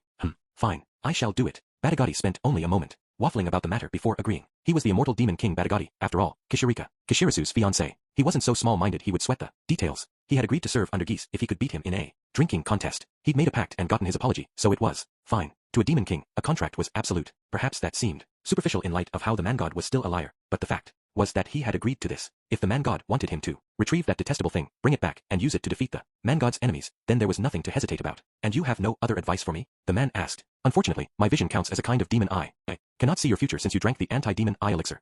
Aha, I see then. Good news for me. After all, life would be boring if you could see exactly where it ends. Fwahahaha. Batagati was boisterous and cheerful. The heartier his laughter, the more the man-god's face puckered with displeasure. I may not be able to see your future, the man-god said, but I can see another man's future. He's not as clever as you, perhaps, but clever enough, and he can fight even though he's not physically strong. Follow his instructions. Fwahahaha, you mean that scrawny man with the monkey face? Very well. I'll be his right-hand man for you. Excellent. So, Demon King of Wisdom Batagati. No, the man corrected. I am that man no longer. I am the Demon King of Stupidity, the immortal Demon King Batagati. In that case, immortal Demon King Batagati, I entrust this to you. The man nodded vigorously. Yes, you can leave it all to me. Fwaha, fwahaha, fwahahahahaha. Their business was concluded. With his own laughter ringing in his ears, Batagati's vision bleached to white. Fwahahaha. He watched the disgusted face of the man-god with great pleasure, and even as his consciousness faded, his laughter did not